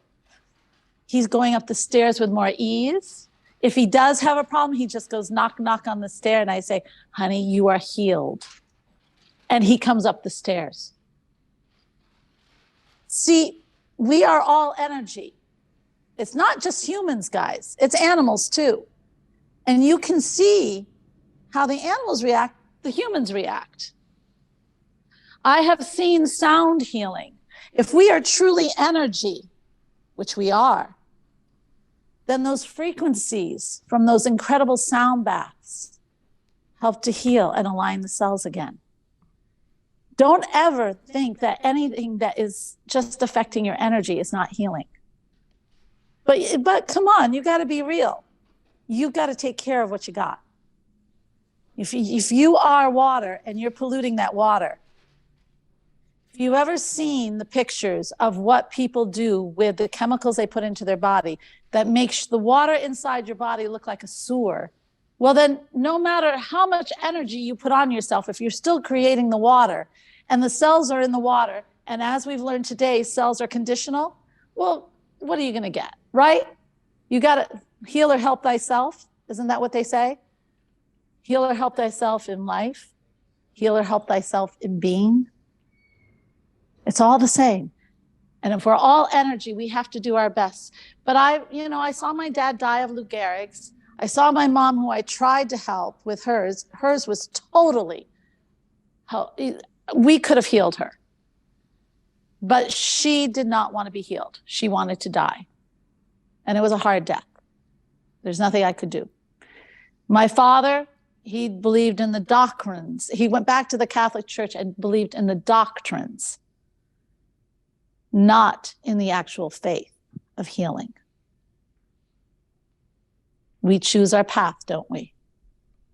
All right, so we're learning all this powerful stuff and healing, but it's also healing our life. And that vibration, the vibration, if you can get into understanding the energy and the vibration in your life. I'm going to go real quick and I'm going to tell you the story and then we're going to go to lunch. But when you're at lunch, actually I might save the story. What time is it? 11:35. Okay. All right. So I'm going to bring you after lunch. I'm going to get you into that wonderful theta. So don't eat a lot of food because then you'll go to sleep on me. Don't do that. But I'm going to get you into that theta, and I'm actually we are going to suddenly, I'm taking you there. I'm taking you to your reality. Okay? First we're going to do a little thing where we're going to find out what your wonderful wants truly are. We'll talk a little bit, and then I am going to get you into that reality with those thoughts and those beliefs from your heart. What we have to understand is everything comes from the heart. The more you can open up that heart chakra, the more the healing will come, the more of pure intention will come, the more that other negativity you don't even have to worry about. You don't have to put the light around you because you are of pure love, and pure love comes with pure understanding. When you come from pure understanding, nothing negative can touch you. It is really totally a transformation. And because you're energy, you can do it. You just have to be there.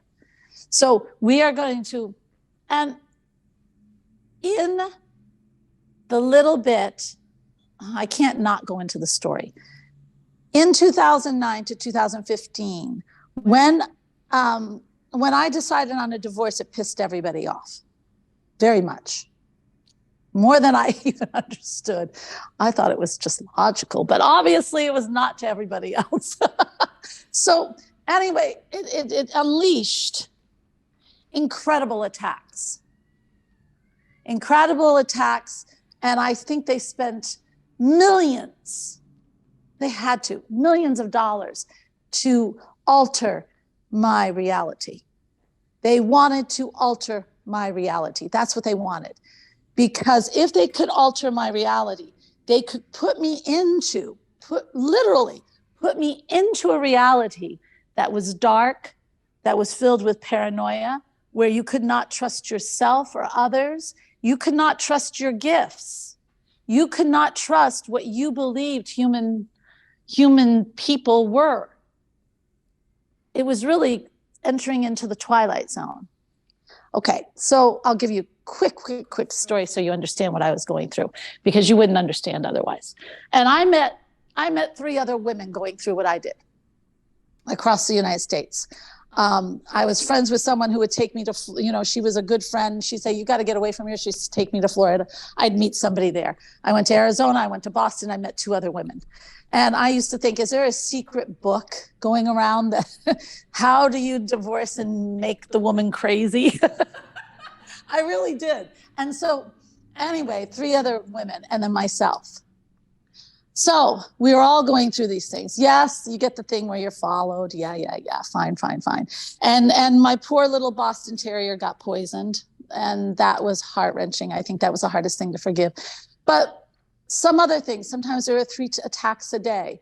And one time I had won a case just to allow things to, I always was fighting for the children. And one of the cases was to be able to count money that usually isn't counted, but it was the only way we were living on for support. That's all I wanted to do. I just wanted to open up support because they didn't want to pay support. So, all right, we won. We went to the Indiana State Supreme Court. That's how far that case went. And I won, and I was so excited. And I said, okay, I was so excited. I told my lawyer, I'm buying you cookies. I bought cookies from the cookie cottage. And I brought them to all that sugar. And I brought it to the lawyer's office. I left my phone in the car because we knew that was a problem. And I went inside and we celebrated. I come out and I look at my phone. It's 911. And they're calling me like 6 times. And I'm saying, what's going on? So I call back 911 and they say, are you all right? I said, yes. I said, I'm fine. Why? Now, this sounds odd, but this is the kind of shit that I got every day. And I said, why? And they said, are you sure you're all right? I said, yes. And they said, we just got a call from someone who said you were in great danger. I said, no, I'm fine. They go, well, where are you? They didn't believe me. I said, I'm right here. I just went into my lawyer's office. I didn't bring the phone. I'm sorry. I'm here now. And they said, okay. And I said, well, who called in? Well, it had been my friend who was assistant prosecuting attorney. She was my friend, and I was telling her the good news when I was driving there. Well, when I hung up, so I called her, and she says, you're okay? I said, yeah, I'm fine. What's going on? And she goes, you called me. I said, no, I didn't. She said, yes, you did. It was your phone. I said, no, I did not call you. I was in with and she said, I said, well, what did I say? And she said, you said help, and it was your voice. You said, help, I'm in trouble. I said, hon, I didn't call you. And see, that's Twilight Zone crap. Do you see? That's the kind of stuff I was living through. Serious. Then it got worse. She said, oh, I called the school. I said, you did what? She goes, I thought you were dying. And I said, okay. So I have to immediately change everything, drive to the school because my kids are on lockdown. They locked down the school. I walk into the school. I'm the one that's having these attacks, and yet the principals are crying. So I have to be the sane one. And I have to go in and I have to get everybody else calm. Do you see? Now, I'd love to say those kinds of things happened once a week, but they didn't. I'm telling you, somebody wrote a book. I could tell you such incredible Twilight Zone stories. All right, so 2009 to 2010, 2011. 2009, I was a nutcase. I mean, I was looking at, I didn't know what was happening, right? 2010, I started meeting these other women. I'll give you a really fast forward, really quick, because I'm trying to show you how these realities work. I kept hearing these other women. Do you know what happened? 4 women, I'm one of them. 2 of them lost everything. I mean, everything, the kids, the dog, the house, the money, everything. I think one went back and she was working as a waitress. No money, no nothing. One of them committed herself. And I think she's still there. So it wasn't fun and games. So 2009, I was in chaos. I didn't know what to do. It was too much. And some of my biggest realizations in nature and universe coming together, showing me that this energy is all one. I have stories of that I knew that I didn't have to suffer because I had everything with me. You know, universe was trying to say, Alena, there's more to this. You got to learn this lesson. You got to understand that your energy. You got to understand you can conquer this. And then all of a sudden in 2010, 2011, I understand we were so much energy. And I started to say to myself, you know what? Why do I have to stay in this energy? And I can't stay in this energy. This is not what I want for my kids. So I sat down in my bed one night and I took out a piece of paper and I wrote down, what do I want my kids to remember from this? Because my kids were 9, 7, and 5.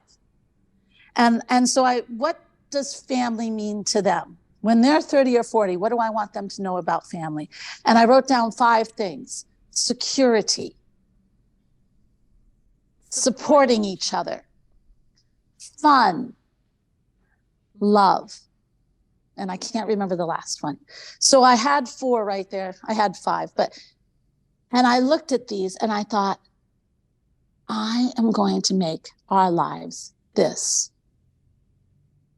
I'm going to put all my focus on this. Now, you can say, okay, Alena, you thought of that, but it wasn't just thought. It was a vibration because I felt it in my heart. I wanted my kids not to suffer through this stuff. I wanted my kids to understand that we were a unit, that we were a family. So it's all feeling. And I started to do things. Then I started walking out. I started to put little notes in their backpack. I started to bathe myself in that own light, which I'm going to do with you this afternoon, of that feeling I wanted to feel for my kids. And every morning I would bathe my light in that light of security, love, togetherness. I would put notes in their knapsack. I would put little candies and fun things. I would have pizza parties. Every time something happened, I would make it something fun. I built our world in a totally different way. Now, before I knew it, we were in a totally different reality. What did it do for me? Did the attacks stop? Hell no. They did not stop. But this is the thing. I wasn't there anymore. The things that were happening were not affecting me. Do you see? Because I am in another reality. I'd still take care of them, but no more was I panicking. No more was I getting hurt in some way. I found myself just being proactive to build the safety, but not lost in the drama of the awful people that were doing these things to me. I ended up journaling. I wrote my first book. It became an international bestseller. That was right there. And in the end, understanding the energy and understanding the reality I was in, I was able to forgive everything before the last decision was made on that divorce. And that was one of the most important lessons of letting go and understanding surrender and trusting God or energy or whatever you want to call it. Because we were in a really long, another wonderful visit to the Supreme Court of Indiana. And they probably know my name. But whatever. So anyway, there we are. And I got this proceeding going. And it's finally to the thing where I want some support for my kids. And it's a long wait. And I had just visited Bob Proctor for the first time. This is the first time I met him. And I wanted to meet him. I wanted to get up there and talk to him. And most importantly, I wanted to look accomplished. I wanted to make sense. I wanted to just present myself in the best light. Usually you don't get to meet Bob Proctor when the first time you meet him, but I worked as many angles as I could, and I got to sit down in front of him. And I thought I was going to be so composed. But as soon as I sat down with him, oh my God, I just unloaded the whole saga. And he looked at me and he said, let it go. That's all he said. And I said, let it go, after 5 years of this. And he said, let it go totally now. I said, don't even concern it at all. He said, don't even concern it at all. He said, if you don't win, what does it matter? You can do it. And I thought, yeah, I can. And I thought, all right. So as soon as I said it the last time, letting go, even though I was living in the other reality, this last little pressure had put weight on me. I felt it all leave. And I thought, I am going to totally trust this new reality. I'm going to totally trust everything now. I'm not going to concern myself with even these court proceedings. It's gone. And I felt it just lift from me. You don't think that the things that you carry don't weigh on you? It's energy. It's freaking energy. So the stuff that you let bother you bogs you down. And I felt it lift like 50 pounds. And I started to giggle because it was lightness. And I called the lawyers and they said, let's go, let it go. It was a Sunday. So then they called me back and said, you can't do that. It's already in the proceedings. And I thought, okay, I'm at a place where I can let this go. And I did. And I said, for the betterment of all. And then I went on my own, betterment of all. And I went on my own vibration.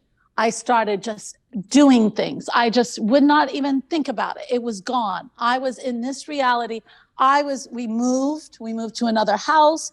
I was planning stuff. I was very involved with the kids. I was writing the book. I was living life. And guess what? I lost.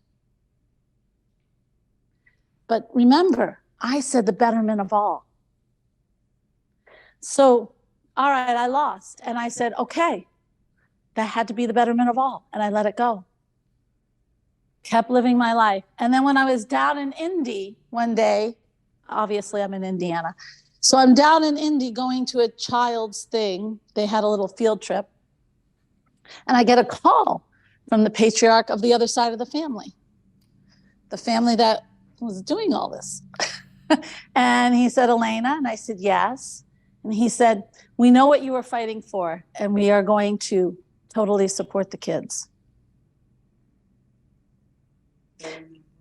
Yeah. You see, this is the thing. I said betterment for all. If I had won, that would have created more hostility, right? If I had won, then more anger. But because I had let go and I had gone on my own avenue, my own reality, that allowed me to forgive, to not act harshly, it allowed them to heal. And so all of a sudden, it was truly the benefit for all. If you can get yourself totally on the reality that you want, you trust, you know that energy is everywhere, you know it's from a divine source, open to it. When you start to do that, then everything works out the way it's supposed to work out. This afternoon, I am going to take you into the place that you can start to feel from the heart. Because in the heart is the feelings that are going to activate your reality. When you start to bathe in that, you will start to feel the reality you want to be in, the life you want to lead. But you got to really feel it. You got to know what that heart says. Now, and for all of you at home, I would like you to put a piece of tape or that rope or that string and split your room in half, or between two chairs, or split the sofa, whatever it is, wherever you are. But I need you to have a division, because you're going to enter your own reality. And when you cross over that line, you will be in your reality and you will stay in that reality. And then I'm going to teach you how to maintain it and keep it. But first, I got to get you to feel it. So we are all going to go to lunch. I hope you enjoyed that story, because me being in those, like I told you, there were 3 or 4 realities I had to learn how to do. By the time 2016 came, yeah, I understood how I could change realities very easily and very fast. So now it's your turn. Have a wonderful lunch. Keep yourself calm, because we need you calm, but not asleep. All right? I love you all. I'll see you in 1 hour. Namaste. So welcome back. Welcome, welcome. I hope everybody had a wonderful lunch. I hope you didn't eat too much. We kind of did. But anyway, now we want sleepy time. Don't. In fact, get yourselves moving somehow. Either stand up and do something, I don't know, but get yourselves moving. And I'm going to talk a little bit about what we're going to do next, okay?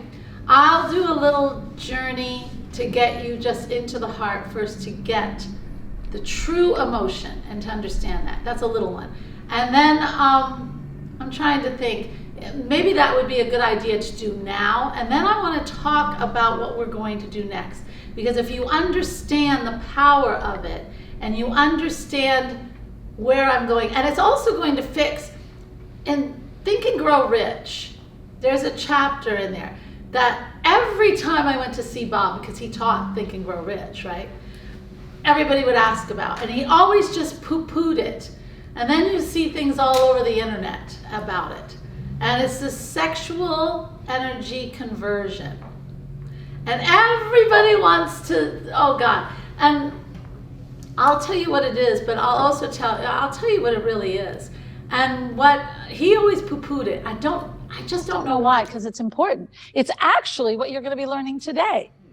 Okay? Because I don't know why everything always has to be, they didn't get it. They just didn't want to deal with it because it said sexual. Oh my God. So we're all adults here, at least as far as I know.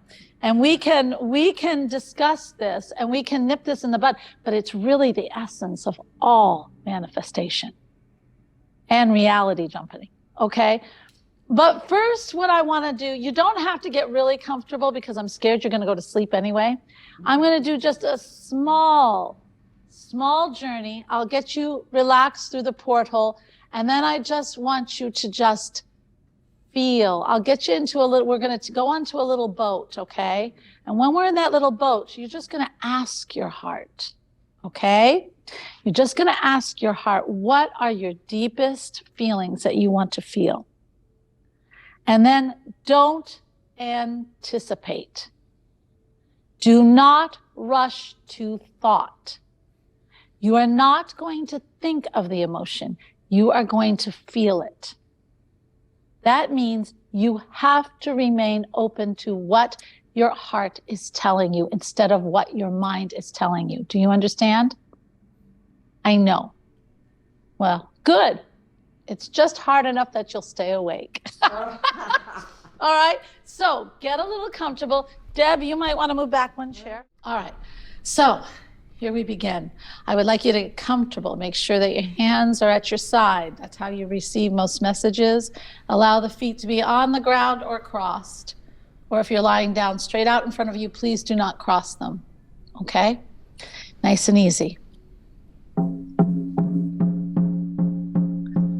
Okay, what I would like us to do is take a deep breath in. And then as you let the breath out, I would like it to just fall out gently like a little waterfall.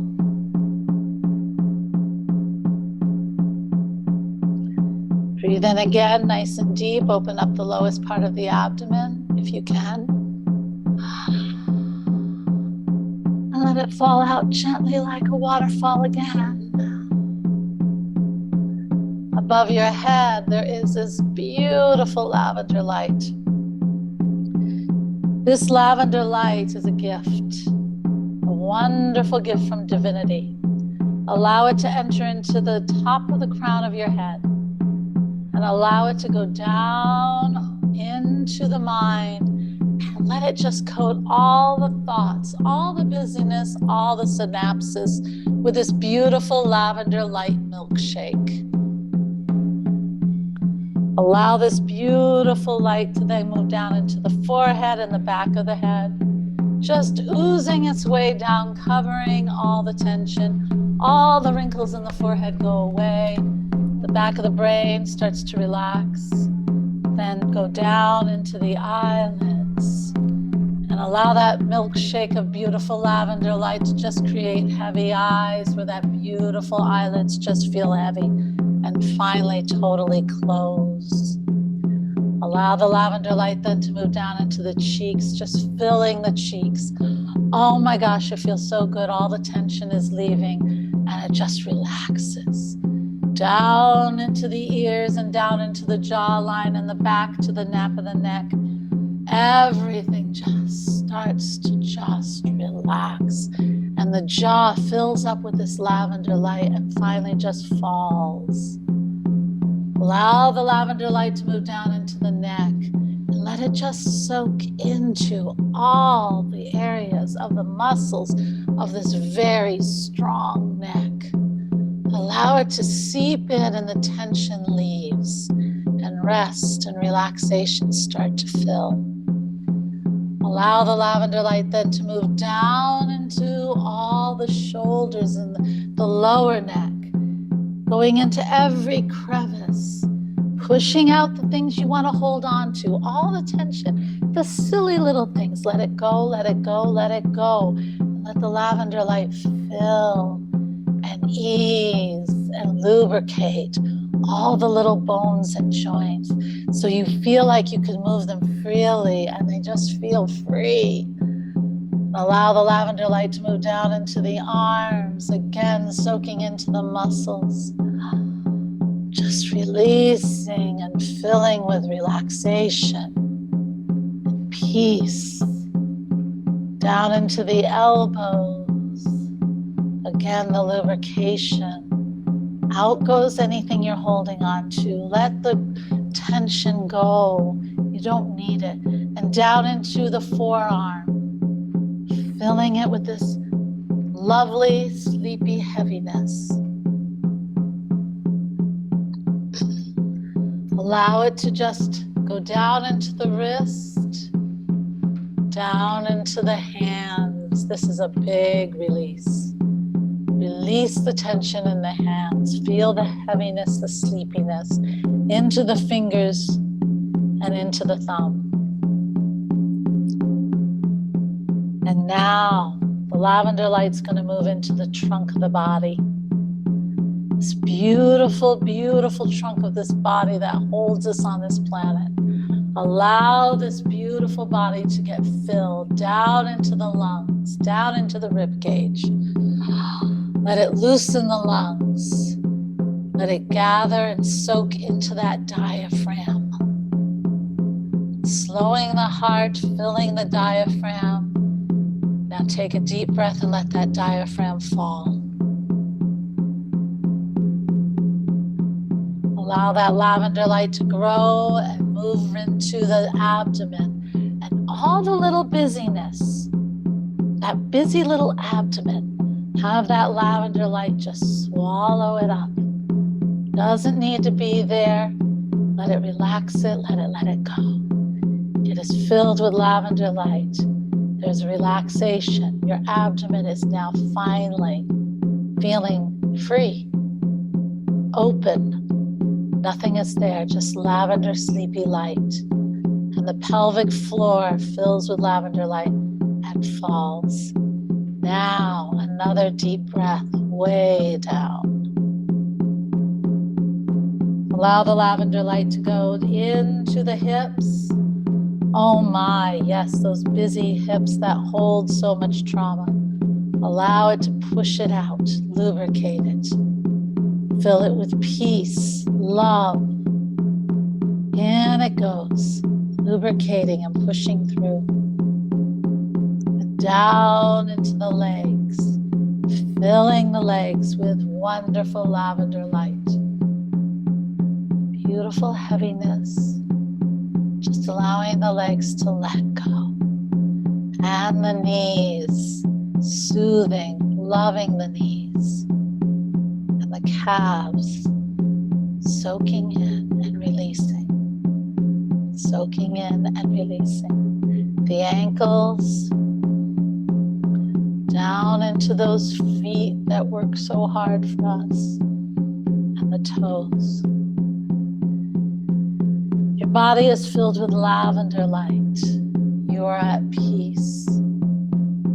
Everything feels good. Take a deep breath and come with me on a fun little journey.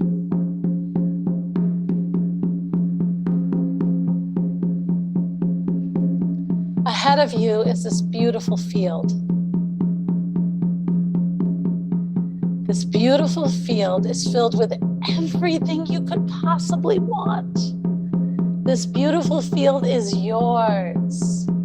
There are 10 steps through this field. Be present. What do you see? Here we go.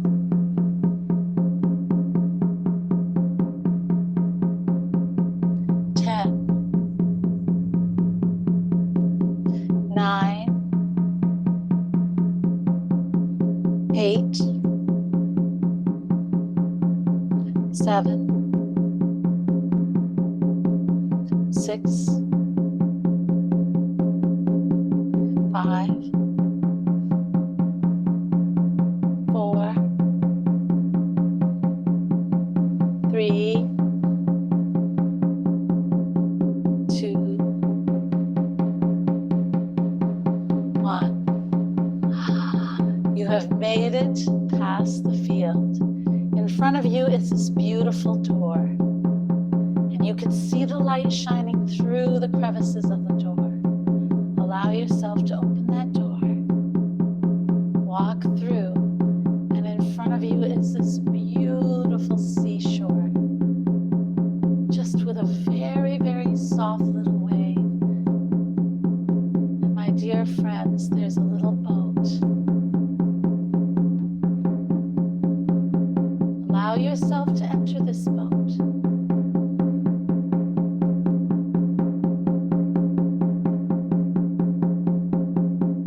Use your paddles, and we are going to do 10 strokes out into the water on little waves.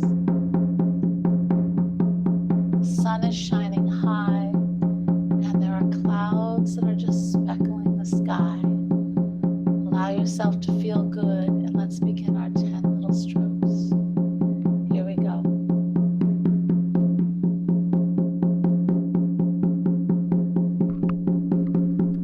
10,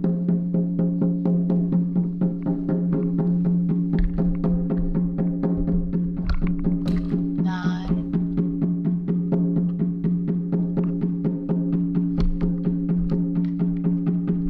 8,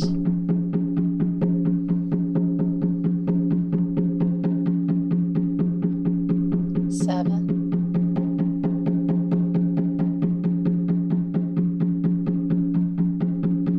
6,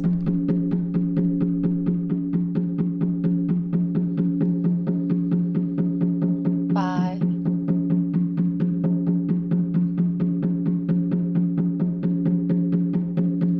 4,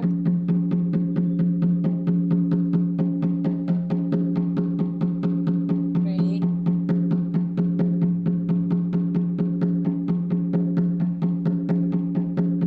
2,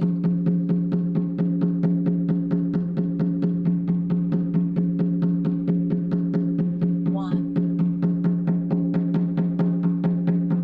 Put your wonderful oars aside and allow yourself to just feel water lap up on the boat. Allow yourself to feel the sun. Allow yourself to feel the breeze. It's a beautiful day.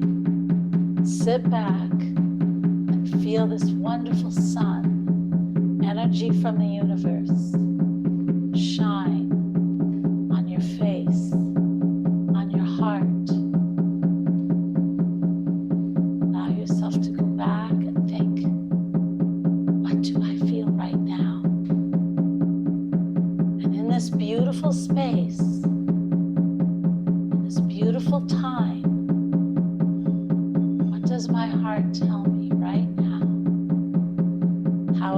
live and what I want. Enjoy.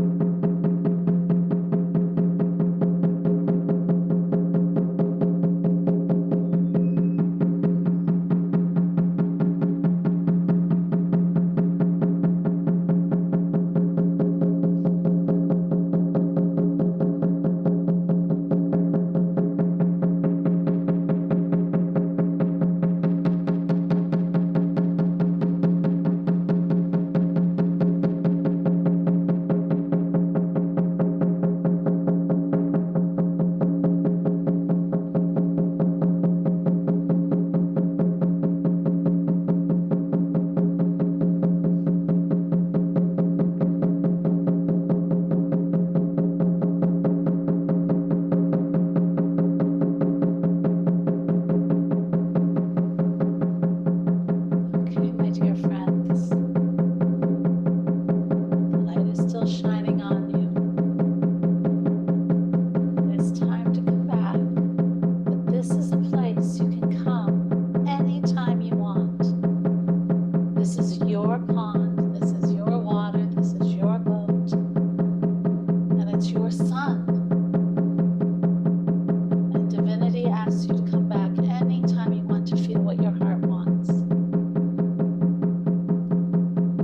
Let's row ourselves back to the shore with 10 beautiful strokes.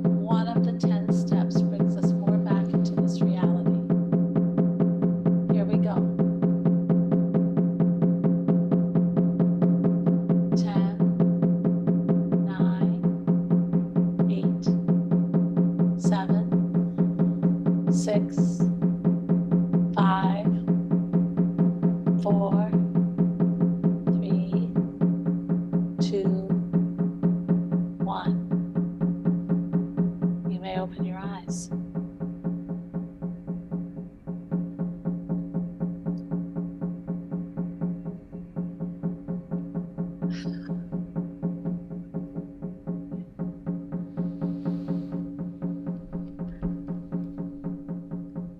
Are we all starting to awaken?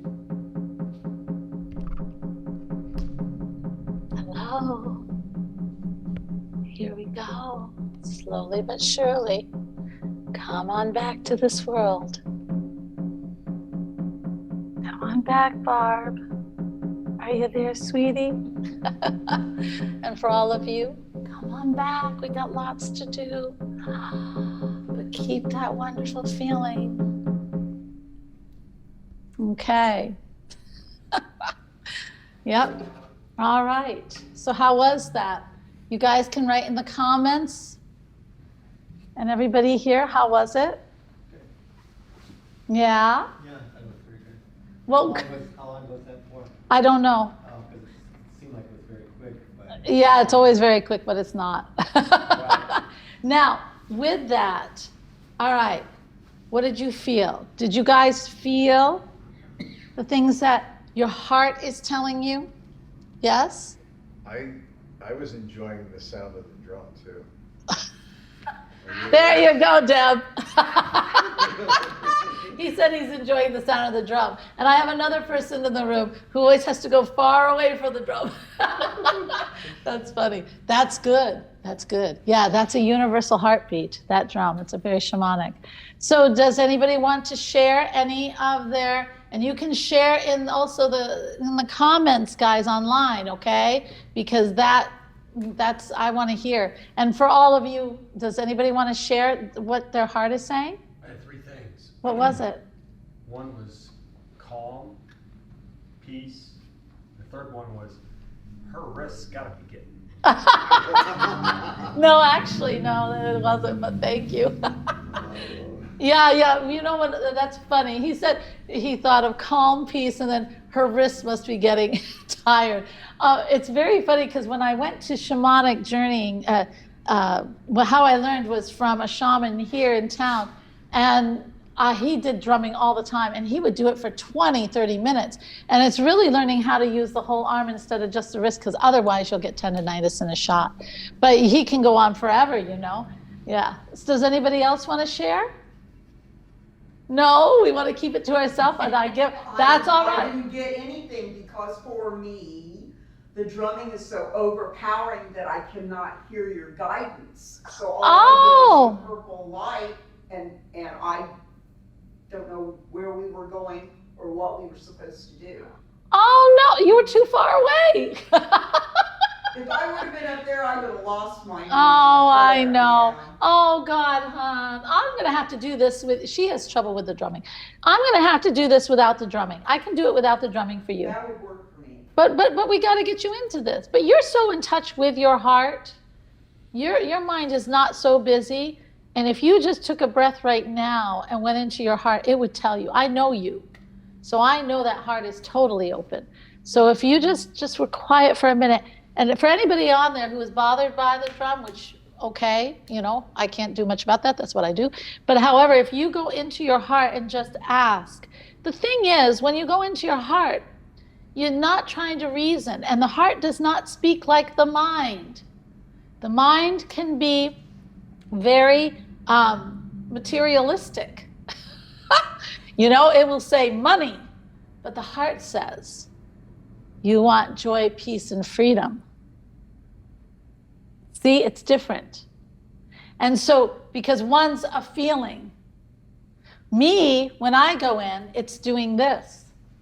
It's teaching, it's filling rooms or Zooms, and it's filling and giving this out. And what I feel is immense love. And that's one of the main things I love. And the other thing is my kids and my dogs, that happiness, that joy, that ever-present abundance in every part of life. My heart wants that. And so that's, you know, but it's in feelings. So we were supposed to find out what our heart wants. Exactly. Okay. I think I know what my heart wants anyway, but. Yeah, I know. Okay. All right. I think what you did is you created a wonderful meditative state of being. And then you're asking to marry that to like Jan says, like a red balloon, let the balloon go. Because when I go to sleep at night, I have to review the whole day and what I'm gonna do tomorrow. And I can't get everybody to shut up there, and it takes me forever to fall asleep. So she's got me meditating. Oh, that's good. Meditating's good. Mm-hmm. And that's what you were doing. Yes, yeah. Well, right now what I was trying to get you to do is open your heart. Right. Yeah. And with that, but quickly, for those of you who have trouble going to bed, bedtime is sacred. Okay? It's sacred. That's where all your serious messages from your subconscious mind, from divinity, from other planets, from everything comes in your sleep. That's where you can travel. That's where you can learn things about yourself that you didn't know. But if you cloud yourself up with thoughts, you're already prejudicing yourself where you're going to go and what you're going to do, and it's usually not a good night's sleep. So really, if you want, you've got to treat that like a sacred moment. You have got to create the moment of sleep. And that is by, what do you do before bed? How do you create that calm? Me, I love a bath. And I love my candles. And I do not allow my phone in my bath. I do not allow the noise from the dogs in my bath. I like it dark with the candles, and I am at peace in that beautiful warm water. And then from there, I go into the bed, and I either listen to meditation, I write my gratitudes, and then I allow myself to curl up into bed. And I don't break that. Oh, and I do have my turmeric milk too. I do that before the bath. And that is my regime, okay? Now, if I break that regime, does it hurt me? No, because now I've learned through that regime how to get myself into that state. And I can do it quicker and quicker and quicker. But for a lot of us, we have to build that routine to even get to the place where we can feel where we are to sleep. And it's, just to add one more comment, I actually have the fan running for that noise. Yeah, people like that. Noise is the drum. Like the drum, yeah. And if that's not on, and it's like, yeah, quiet, it's too like, quiet. I won't shut up in my head. I'm Right, just reviewing right. my whole life and today and this. Yeah. Well, you're slowly Am I the forming only your one that goes regime. through it? You're slowly forming it. That's good. And you have to find your own, but you have to keep it sacred. You really do. Because it's in that sacredness that then all of a sudden you get yourself, you know the end result, and it will come, you know? It's very important. I think I was just getting there when you stopped drumming. I'm so like, sorry. No, I'm just saying, it takes me longer. That's okay. I was yawning and then I started getting into a different kind of, I would say like a little foggy area, you know, where my mind was finally. Quiet? Yeah. Oh my gosh. Well, I do hope, I'd love to do it longer. I didn't do it as long as I have needed. shamanic drumming, like a CD at home. Yeah. Like that. I would love you. Yeah, and it's on repeat. So, but, all right.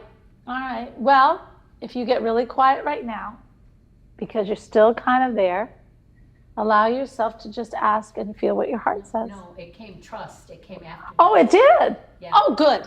After. All right, then I'm happy. Trust is good. All right. Okay, we'll come back to your chairs because it's hard for me to look over here and here. So I want to include everybody. Sorry. We'll come back to that. There are some comments. Oh, there are? Can I hear the comments? Do you want to read them? Well, I can. Or you can read them or whatever. Let's see what they say. Hi, I'm going to read your comments. Sound. Oh, sound. Angela needs sound. I felt peace. The message was to be by the water. The Tanya, yes. Yes. Well, because the water is, you know, Natanya, the water is totally peace. And for you as a healer yourself, it's to refurbish, right? So that you can give to others. Yeah. Amber, I felt anxiety as you counted the rows out, but didn't seem to feel much out. This is Amber. Okay, so the counting. So the counting creates anxiety for you. The counting is only to get you on the path. Now, change that counting around, because every meditation in so many ways, that counting, each step, each time I count a number, allow yourself to get deeper. If you train yourself to get deeper and get deeper and get deeper. And you know that little field, it's very, well, you went on a shamanic journey. That field is a portal. It's the portal between this world and the next. So I'm actually trying to bring you, well, not trying, I'm bringing you into that other world, that other reality. So when you go slow and you feel like you're getting deeper and deeper, then when you cross the portal and we go even deeper, then you can truly let go, if you can hear me. And you can go deeper and deeper and deeper so that you are totally at theta and everything can come to you. So instead of because I think your mind goes to the counting, think deeper and deeper and deeper and take deep breaths, deeper breaths, deeper breaths. Okay? I hope that helps. Does anybody else? Let me look. How do I move this thing? Oh, there's more. I want to, Angela, hello, sweetie. I want to grow my business more so I can't help others more. So I can help. I think, is that a typo? I saw myself in a building, an actual brick building. I hope you don't mind me reading this. Well, I don't think so. And mortar. While I was helping out everyone on the right, I had a dog rescue farm. Really? Look at you, Miss Vision Girl. I love this. But all the while, with my husband by my side and his, this little icon thing's in the wall, draining and toxic job. Okay, keep the husband, get rid of the toxic job. Because that's telling you you have toxicity and you don't want it, but you want the husband. So yeah, but guess what? And if he's feeling that he has the toxic job, the more you get calm, the more you start to elevate, because I know you two are very close and you're such a cute couple, that when he will learn from you. Yeah? But you're starting to learn this stuff. And so when you breathe and you let it go, and you breathe and you let it go, and you have this vision. And we're going to be talking in a minute about you stepping into this. And I told you I would meet with you and show you how I want him away from his job. She did more. Yes, I know you do. But God, I love you guys. You always surprise me and amaze me. I hear you. I hear you. But it's going to be it's by example. You telling him will not do it. You showing him another reality will do it. Okay? Okay. I hope that helps. Are you writing anything else? No. All right, I'm going to give this back. Very cute. Yes? Everybody's different, but for me, if you really want to get deep, you see yourself going downstairs. Yeah, that's the next one. Oh. And that works because that brings you inside yourself. Yeah, I know. And I do that. I was trying to keep you more surface on this one for not so long. But yeah, the next one we're going down. Okay, now, let's talk a little bit beforehand. And Deb, were you able in that little time to ask yourself what I think you already know anyway? I didn't, because I'm pretty sure I already know, because Okay. I wrote it down. Okay. I'm not going to question you. I know you know yourself. That's pretty. All right, so let's talk a little bit. All right. I already told you the story and how I switched realities. Deb does the same thing in a little bit different way. And she calls it the ABCs of Deb. The ABCs of Deb. Now, we were out at lunch, because we like lunch. And she was telling me how after her husband died, she and her marriage was loving but had some issues. And so she had some things in her life that, well, actually, Deb, you were at where I was. I mean, different circumstances, but both had trauma. And we had both said, well, we cannot survive like this, right? Right. And so it's funny how the universe works. The universe came to me and said, okay, you've got to focus on something else. And it just brought you into a place of saying, this is what I'm going to allow, this is what I'm not. Do you want to talk about it a little? Well, sure. You got to come up here because they can't see you. Oh, they have to see me. Of course they have to see you. I thought it really described what I had gone through. I wrote, we choose what we allow into our lives. What I allow into my life must contribute to the ABCs of Deb. A is amusement, B is bliss, and the C's are comfort and convenience. If it doesn't bring any of those into my life, it does not come into my life. I don't worry. I try to not get angry. Sometimes I do because I'm human. But I find that this helps to keep me calm and on the right track. And let me see this. See, now, and listen, amusement, bliss, comfort, convenience. And she thinks it's a decision, and it is a decision, don't get me wrong. But that's her heart. Mm-hmm. This is what her heart is saying. I am only going to do this. This is where I thrive. This is where I can live life to its fullest. Yours is trust. I know exactly where that's coming from. And it is important for you to build that trust. That was a surprise to me, though. Was it? It wasn't to me. I thought, you know what I said?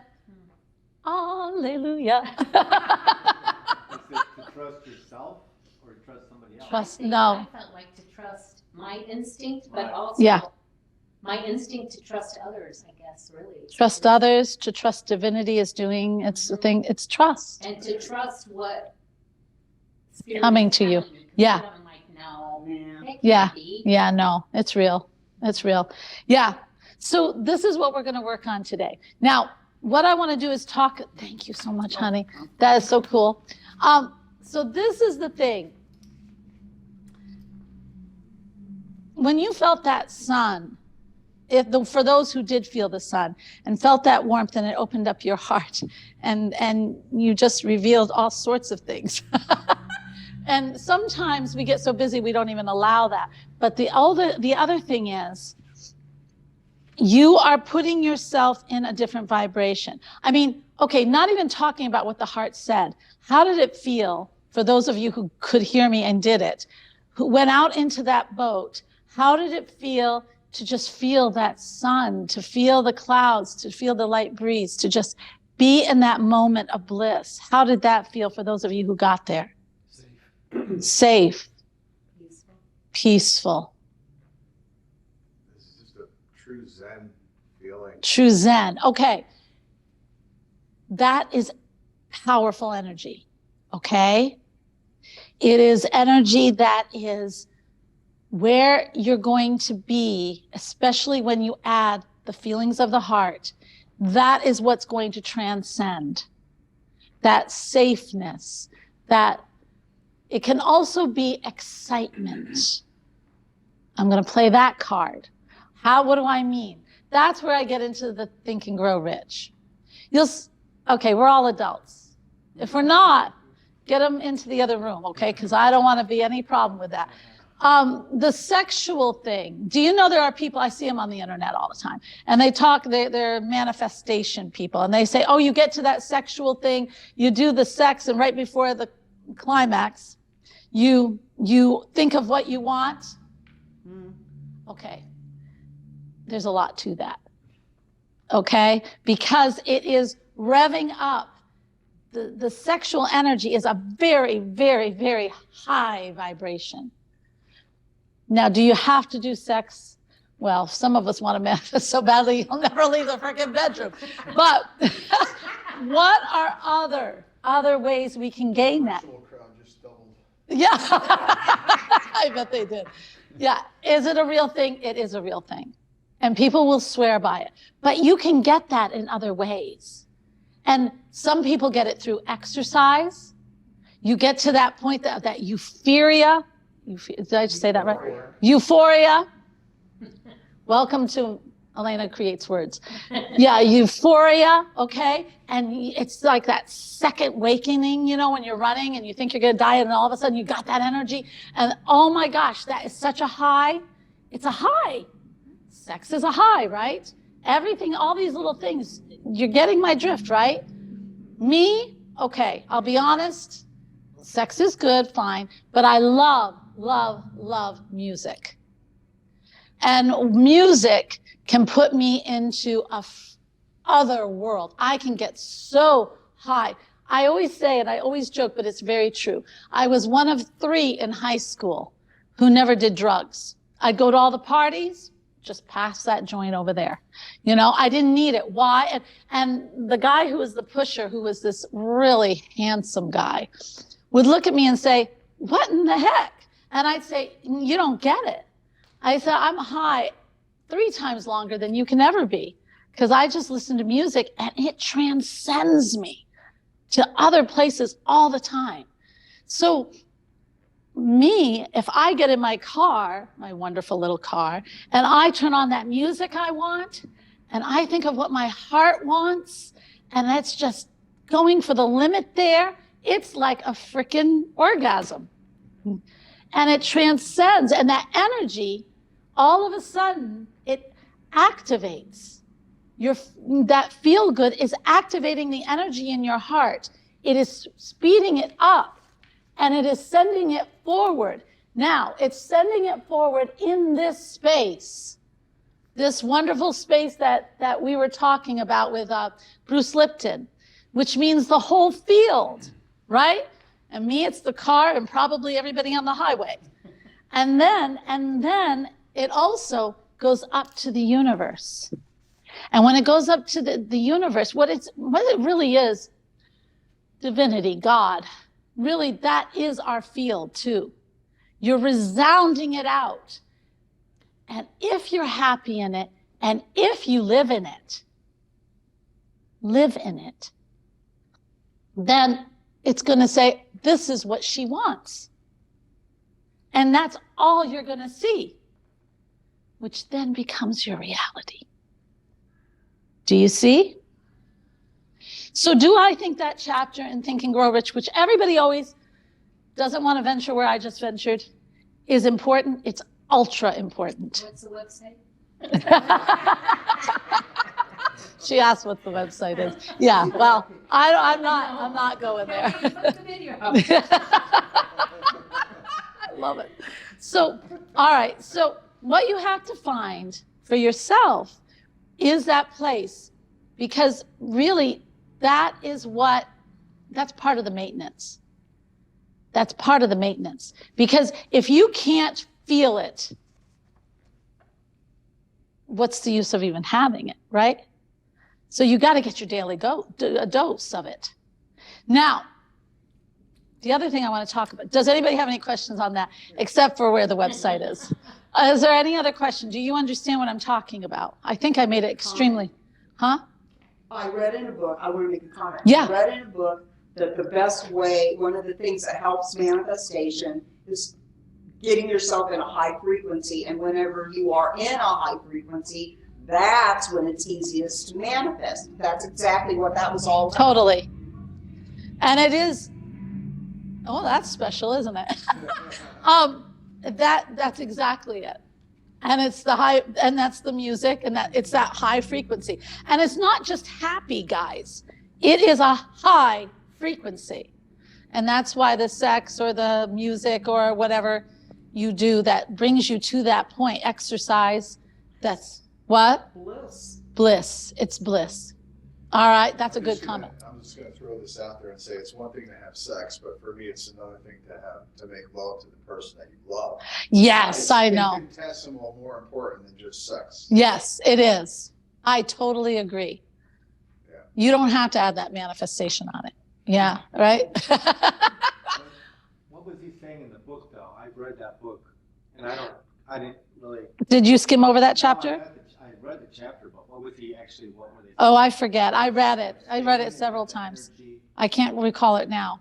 Because I've kind of graduated from it. That's when you know what I mean. But yes, that is. To use that energy for other things, but.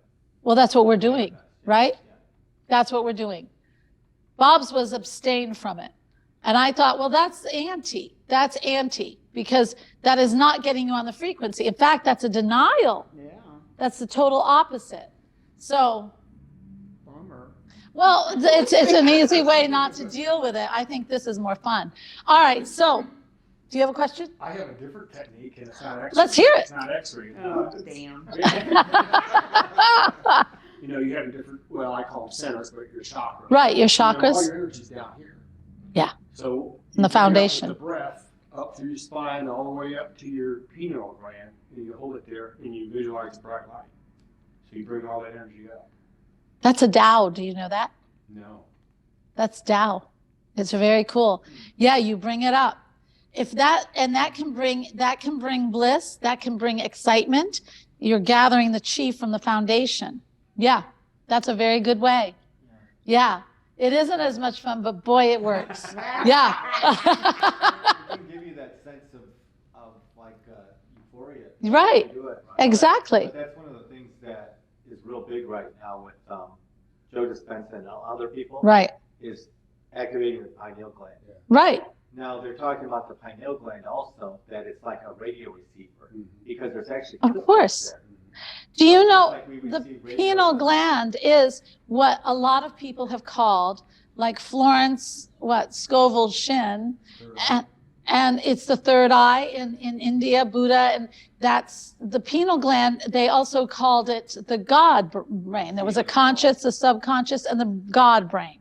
And so it is the seed to the soul. It is the soul. It is, but do you have to concentrate on that to reach God or divinity or anything? Not necessarily. It opens. It is not your focus of concentration. In fact, if you're just concentrating on opening that, well, you're doing that every time you go on any kind of vision. Like when I brought you on that boat and you're feeling that sun, which is the light, and it's opening the heart, that's opening the pineal gland. Where I take you now is opening the pineal gland. Pineal gland happens, it's like when Mary Magdalene asked Yeshua or Jesus, and this is in the Gospel of Mary, so you're not going to find it in the Bible, sorry. And she said, I just had a vision and I saw you there. Were you really there? And Yeshua said, trust. It is real. Trust.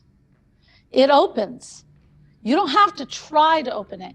You just have to let go. If it's so funny, we focus so hard on all these different parts, making it happen. And the opposite is true. Everything I've been trying to show you is letting it happen. It's letting it happen that you naturally, as an energetic being, open up everything. You just have to trust. That faith Trust. Jesus said, your faith has healed you. Exactly. It wasn't. And the people who didn't have faith, he said, it's because you don't have faith. Exactly. You weren't healed. Right. So, but it's tacking into that, just letting it. Almost like just, okay, it's going to happen. Exactly. And I noticed when I do things like that, I'm just kind of not really trying to really totally focus on it, but just like, oh, it's going to happen. Yeah. And it happens more that way. It's more of the gentle, just kind of, hey, just assuming or having the patience. That leads us right into the next. That's very good. I just think about the search for joy and to live a blissful life all the time. That's your heart. And the challenges we have are the television, the news, Debbie Downers, people complain, like all of these obstacles. And I think about somebody that, like, you're on a shipwreck, you're a kid, and you're like the Swiss Family Robinson, and you don't have the television, you don't have all those distractions. Like, you could live this blissful maybe. because you wouldn't know all of these Yeah. distractions. And for you, and I know that you search for this, and ask yourself before you go to bed, and your beautiful, lovely person is saying, okay, let's meditate. Ask yourself, wonder, because that's what I'm hearing for you. It's the wonder of everything. When you enter into the wonder of stuff, and that'll bring the bliss, that'll bring the simplicity. Don't mind what other people are doing. You will be so amazed by the wonder. And then I dare you to start to take the action. And that means going outside and looking under that rock. That means doing the action to just, when you go by a pond, sit and see, is any little creature watching me? And talk to it. Yeah, this is wonder. And as far as everybody else, they're in a different, let yourself enter into a different reality. You're not their reality, but it's yours. However, if you accomplish this reality, think of what you can bring to others. That's right. You can spread that. So don't worry about the other stuff. You just do it. Okay? I was talking about society. Like, I know. Yeah, but we can't worry about them because they're all in a different reality. I think it's about finding your inner child. Right.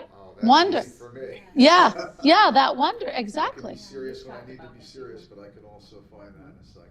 I think mine is music too, because yesterday, Dave told me there's a Woodstock revival or festival here this weekend. Is there? And It was actually last night. dang it. Anyway, tie-dye shirts and all that. So. I started, I was Fun. like in my teens when Woodstock, I was too young Yeah. to go to it, but Yeah, I me- remember the music. And I remember, and I was listening to this yesterday during lunch, Crystal Blue Persuasion. Yeah. Those kind of. Yeah. Tommy James and the Shine, that kind of music. I came back from lunch, my kids had a test. I was like high. I was like. You were high. Isn't that great? Yeah. I felt it. They were so energetic for the test. Yes. That I'm like, Oh my God. Maybe You should got play it. music before you give You your should- kids tests. That would be it. I wonder if they would be into my Or music. even just Why before not? you lecture. But it's not, they are feeding off your energy that you are broadcasting. They don't have to listen to your music. But I bet Keep they that as enjoy it. your special thing because they might not appreciate it and it will ruin it for you. Allow that to be what energizes. What they need is your energy. Do you see what I'm saying? Because a lot of them don't have it and you know it because you do special needs. So if you've got this beautiful energy and special needs always feeds off energy. They do. And then you're giving good. You just raise them up. I felt it. Let it. So I would say every time you go in there, put on a good song and do a little jazz, let yourself feel it and then just bring it into the room. And don't beat yourself up on the days that you don't have that. That's just not the day. But I live on a high with my music. I have to have a dose of it every day. Oh my God, it's You need fantastic. to listen to on the way to work. It might give you more. Yeah, on the way. Way here too. I was translate like, to them.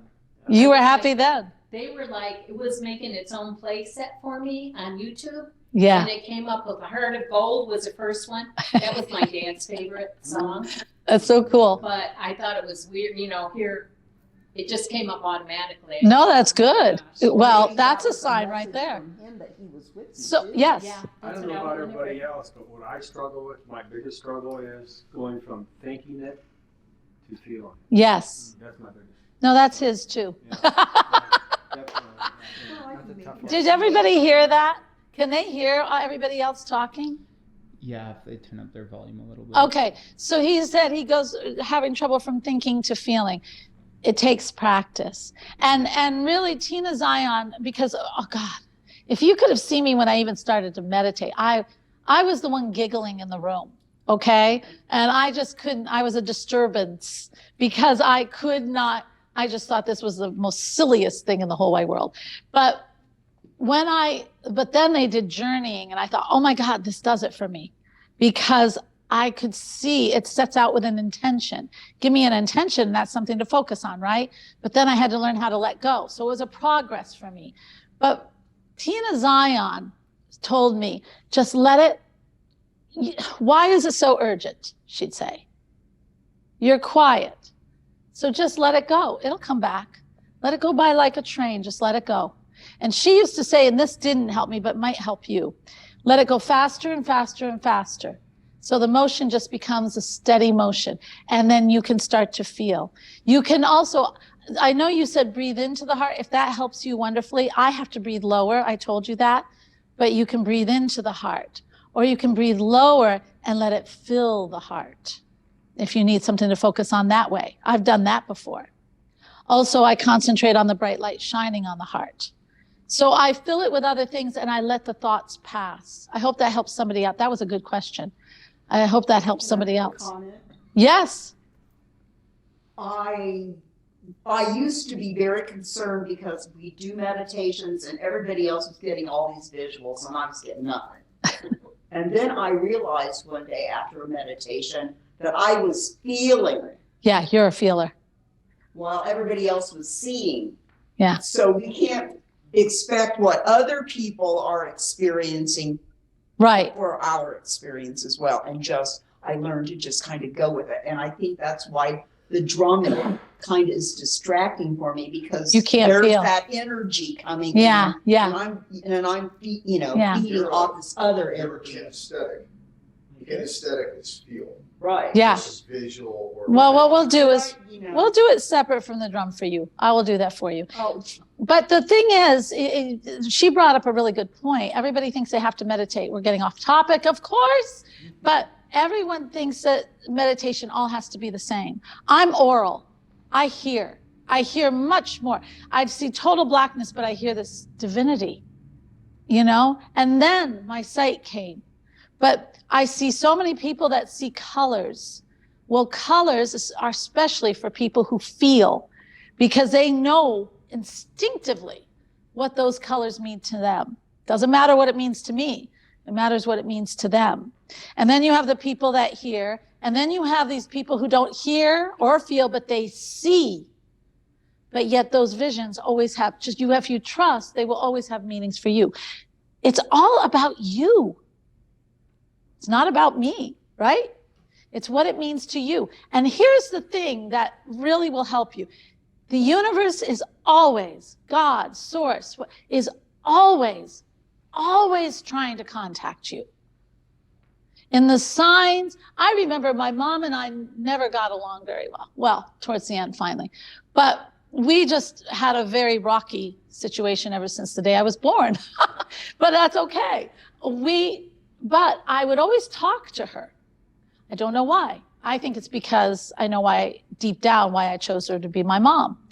And one time, she'd be herself.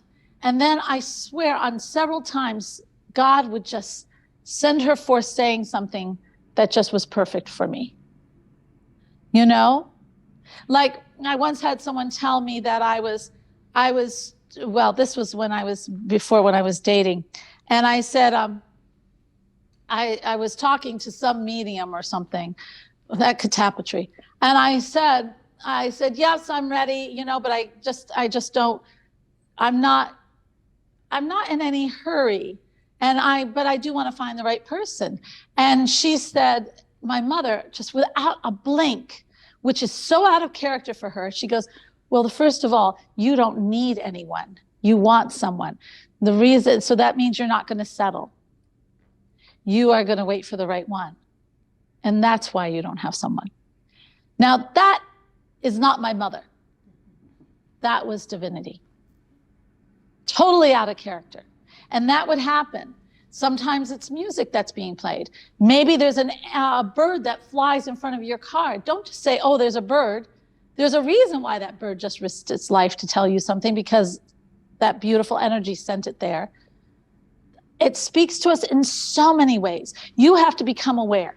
You have to open up. And I'll tell you, when you do, the world is just this wondrous thing. And listen and see what it means for you, okay? And just like in your meditations. All right.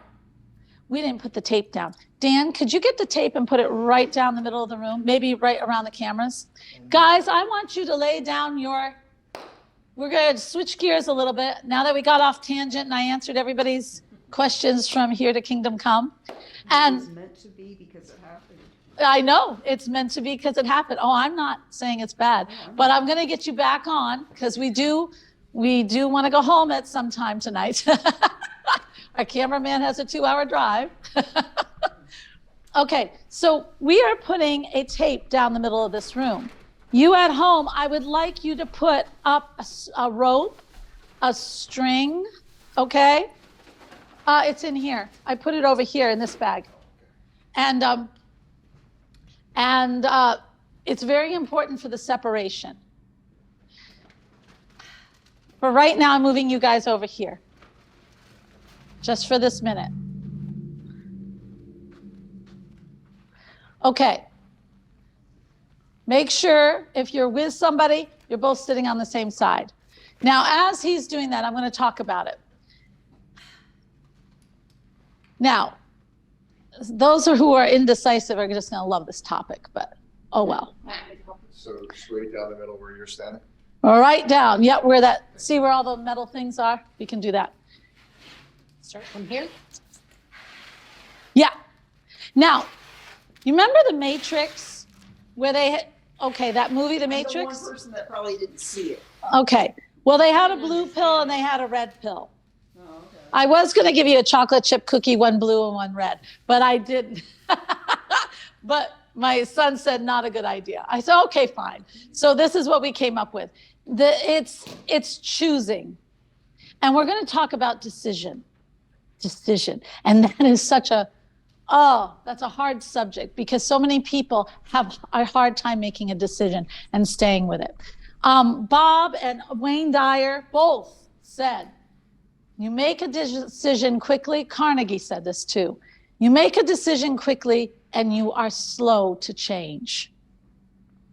You got to make that your golden rule. Because if you waffle back and forth, you are sending mixed messages to your heart. Yes, I want that. No, I don't want that. Oh, do I want that? I'm questioning you again, heart. And heart can't answer because you're all in your head, right? So everything is going like this out into the field of energy. So you get this back, all right? Making decision hard and fast. Now, this I've seen this happen. There was one time in my life, a couple times, one time in my life, I only had $200 in my pocket. That's it. And I was disowned because I didn't move back to Vermont. So nobody would help me in the family. I had $200 and nowhere to go. And I was homeless. Isn't that cool? So I saw this homeless woman, and then being me, I gave her $20 of my $200 because I didn't even think. But she needed it, right? And so I gave it to her. But then I think the universe put her there then, because then I looked at her and I thought, well, and quite frankly, this is what I said, shit, I could be her. I could be her like tomorrow.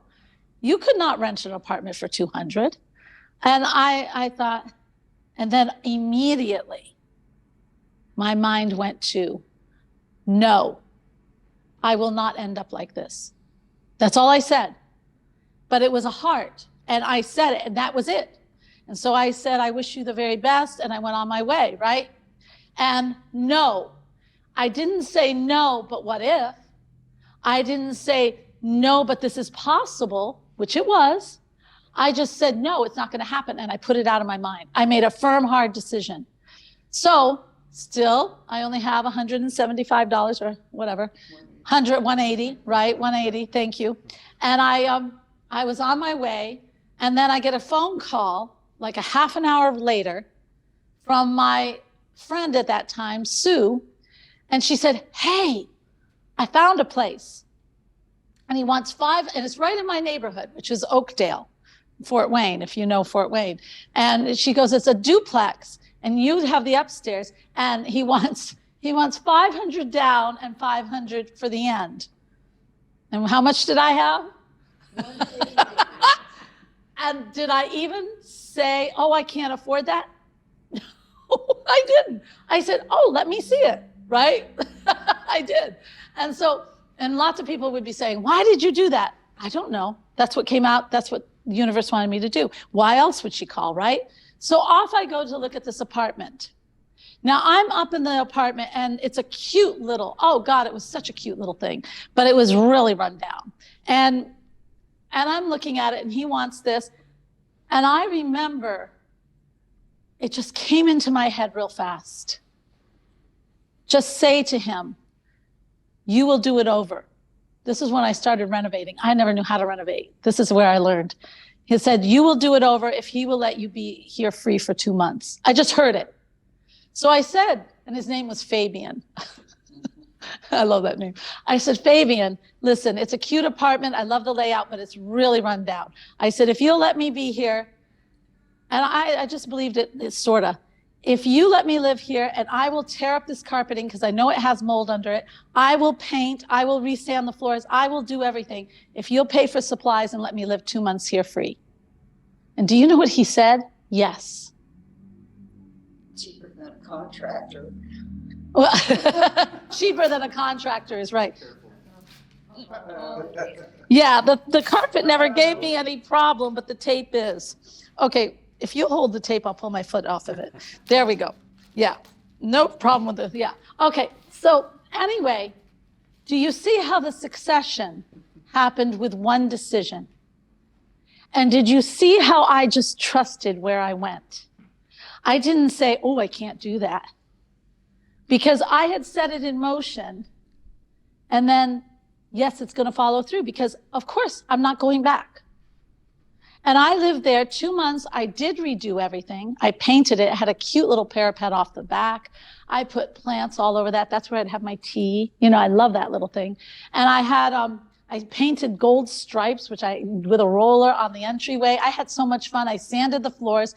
That was not so much fun. But I did all this stuff and I made it my own. Meanwhile, 2 months to get a job. What did I do? I looked for a job that would pay me a lot of money in a short amount of time. It was hard work. I worked for CAC. Was that my field? No, but I got money in my pocket to get started. And CAC paid me very well, and for some reason I did very well with it, Citizens Action Coalition. So I'm out there going door to door. Lots of really interesting life growth lessons in that. But I made it. And then when the school started up, I was hired right away by 2 universities to work in. So see, if you follow the decision you make firm, usually it's what you will put up with, will you won't. And then you just let it happen and follow sequences as they appear to you. The universe will guide you. Why? Because you led with your heart, you put it out into the broadcast, and it has to come back as your reality. I cannot fail. Do you see? And that is how you live. But if you go in there and say, oh, I don't know if I can trust this. He wants 500 here and 500 there. I don't know if I should go see it. You're lost. Stop it. I'm serious. Stop it. You're your own worst enemy. Just stop it. So, decisions are made fast, and they are made without going back easily.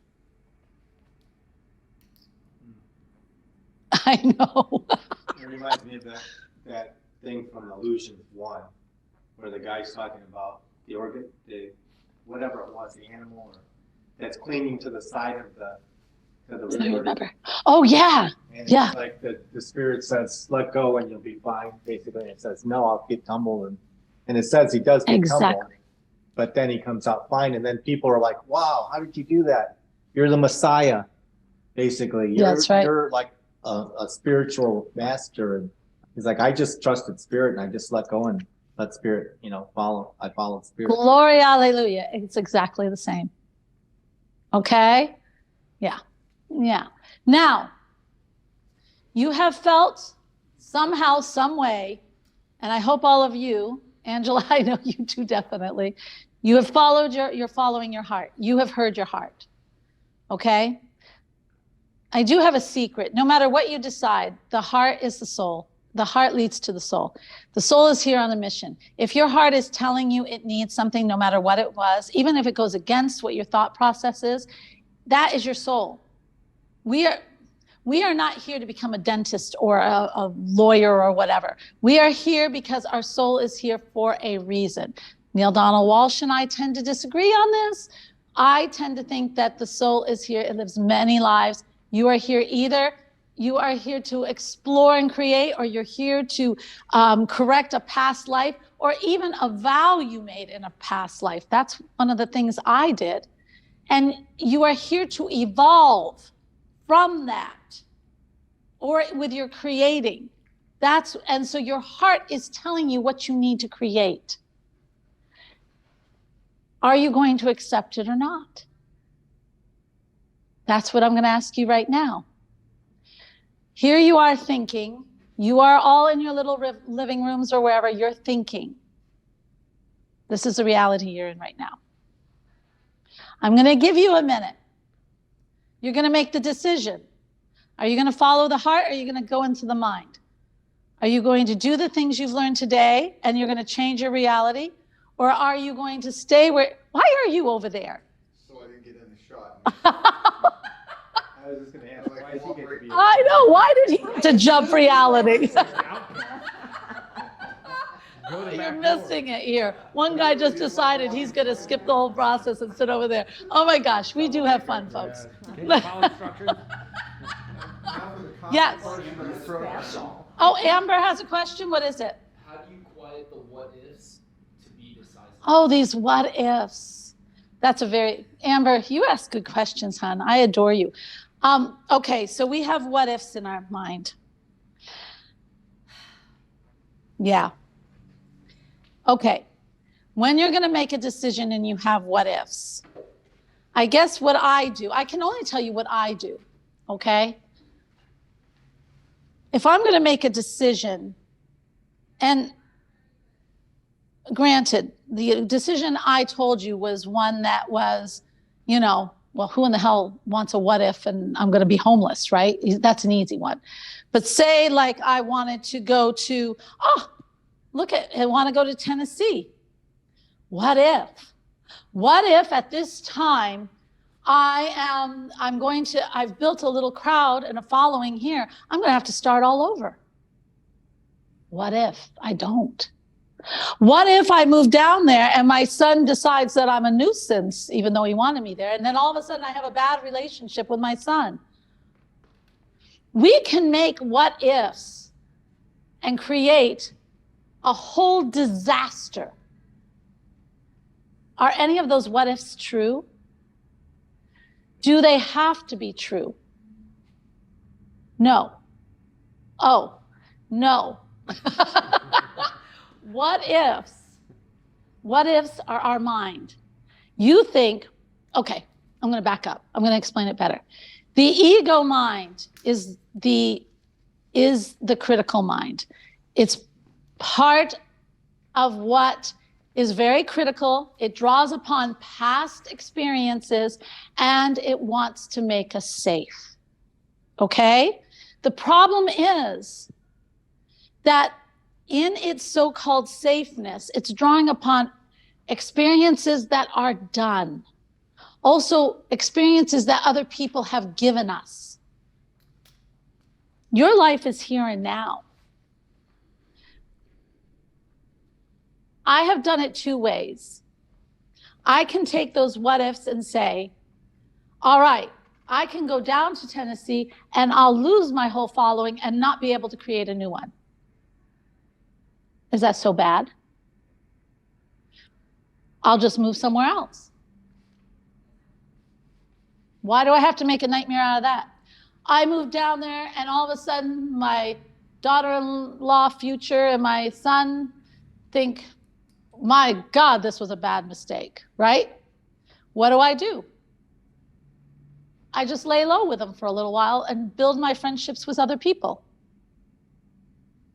Anything you can say what if to, you can justify in the positive. If you make it a rule that whatever you say is a what if, and then you turn it into the positive, that's what you have to do with what ifs, if you want to do it logically. And for me, that's kind of how I have to be.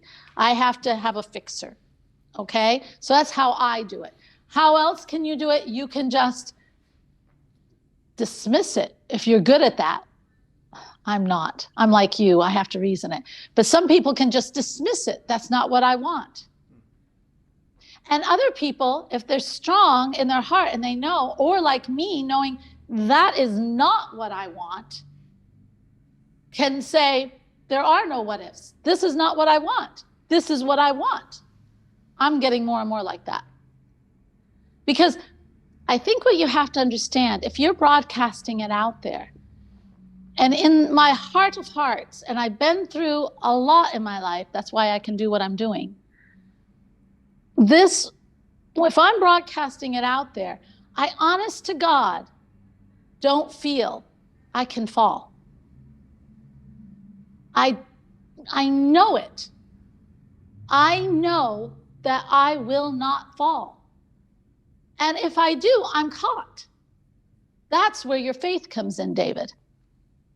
That reminds me of those. Have you read the book Byron Katie, the four questions, or Loving What Is? Oh, yes. A long time ago. In my life, which I still need to apply, but basically it starts off, is this true? Do you know that the second one is, do you know that this is true? So you're the four questions, right? You're asking yourself. And then, okay, so like, if it was a relationship, I always had a good relationship with my son. And even if he doesn't work out with her, I'll most likely still have a good relationship with him.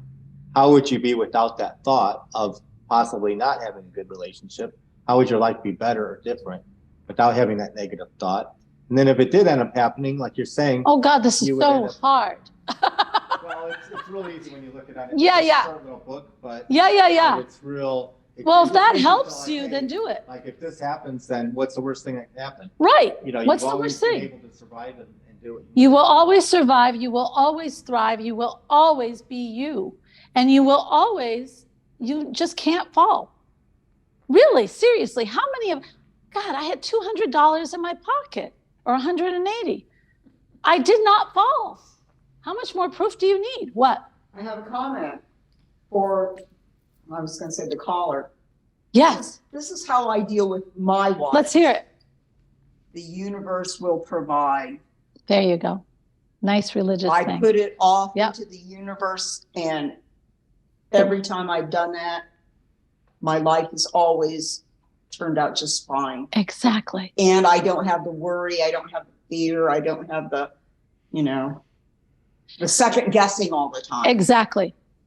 And both of those because I trust that the are universe trust. has always got something better planned for me. Yeah. Yes. That faith. Faith. And trust. Yeah, Amber, that's what it is. And it is, and I think for you, if you are getting too many what ifs and you find that you're indecisive, but my gosh, hon, if that beautiful heart is calling for it, that's you. And that is your beautiful inner beauty, your soul, that is saying, hey, Amber, I'm telling you what I need. Or what I don't need. Or what I don't need. What the life I want to have, I'm telling you.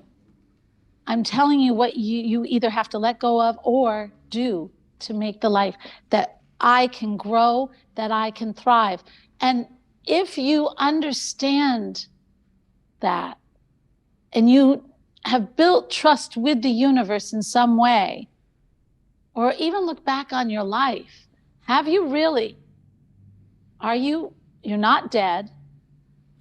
You're not in a place of total, absolute hopelessness. How well are you living now? You have always been provided for in some way, somehow. So if you can gather up and start to trust, but most of all, trust that heart. I mean, it's telling you. That's you. If you can't trust the heart, then that intuition that is always with you trying to tell you is misled. The things you see out here, you won't believe. The whole universe will be cut off from you. It has to start with the heart. Okay? Does she comment? She's listening. What if is fear-based? What if is And fear-based? If you allow fear to run your life, you will always live in fear. Well, and fear is the opposite of love, guys. So the heart is love, and the critical mind is fear. I guess it's your choice. What are you going to follow? Right? She said yes. Thank you very much. I'm glad. I hope that helped. Oh, thank you. I hope it helps. You can always, comment on. God, I'm on all social media, Amber. And if you also you can always go to alenachapman.com in the comments. And I mean, this is after the event. And if you have questions, and put it in there, and I get it. Okay, and I'll do my best. So, all right, now, dun dun dun. It's the decision. Now, I'm telling you, you're here. The heart is saying, what do you want? Are you going to do it? Okay. You're going to cross over. Now, here's the thing. There's no turning back. From this point on, you are going to live in the heart. If you want peace, you're not going to accept anything less. If you want love, you want trust, then every time doubt comes in, you're not going to allow it in. Okay? You want wonder, you're not going to let anybody or anything interrupt it, period. That's it. You're done with that reality. Okay.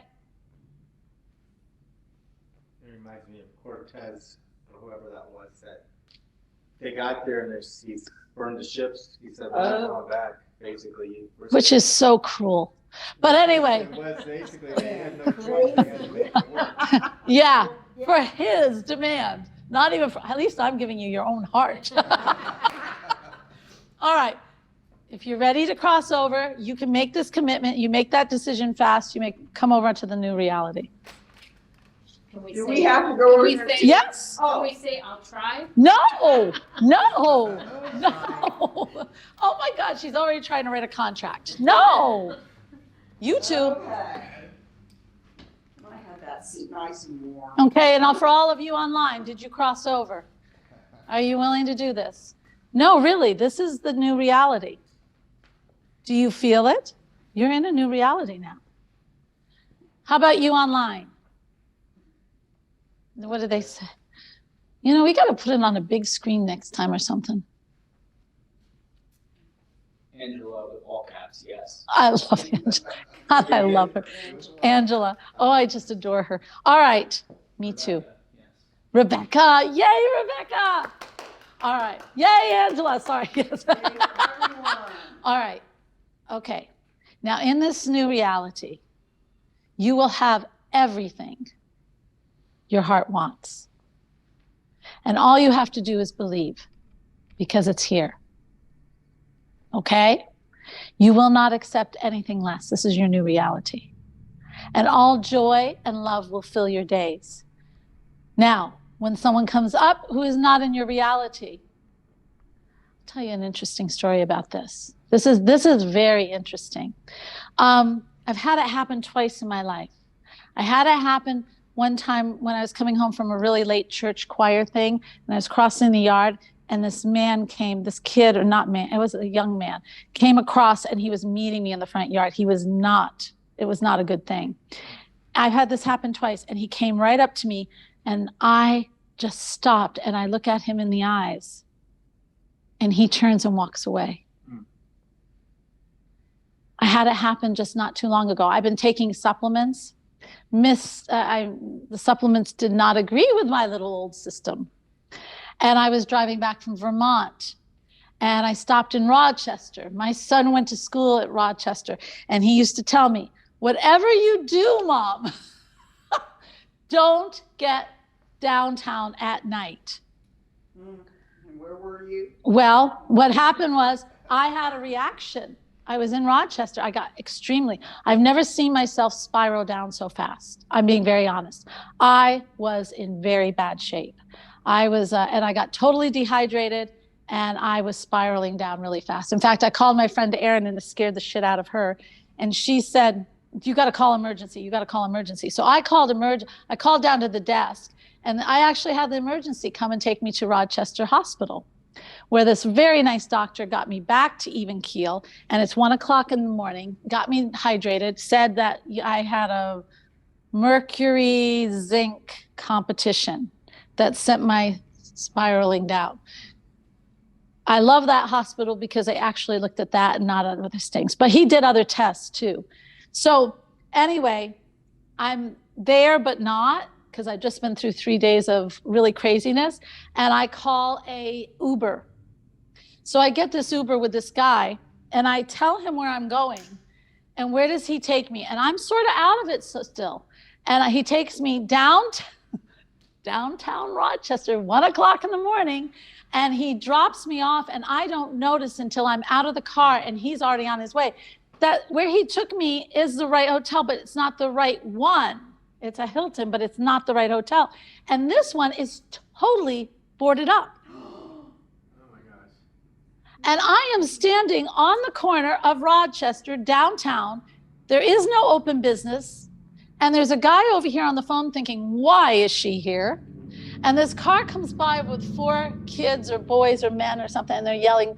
I thought, oh my God, they think I'm a prostitute. And I'm sitting there going, oh my God. And my phone won't get reception because of the buildings. So I'm thinking, okay, this is not good. Then to add to the matters, I can't make this stuff up, guys. I really should just write about my experiences. But anyway, so then these two guys are on their bikes.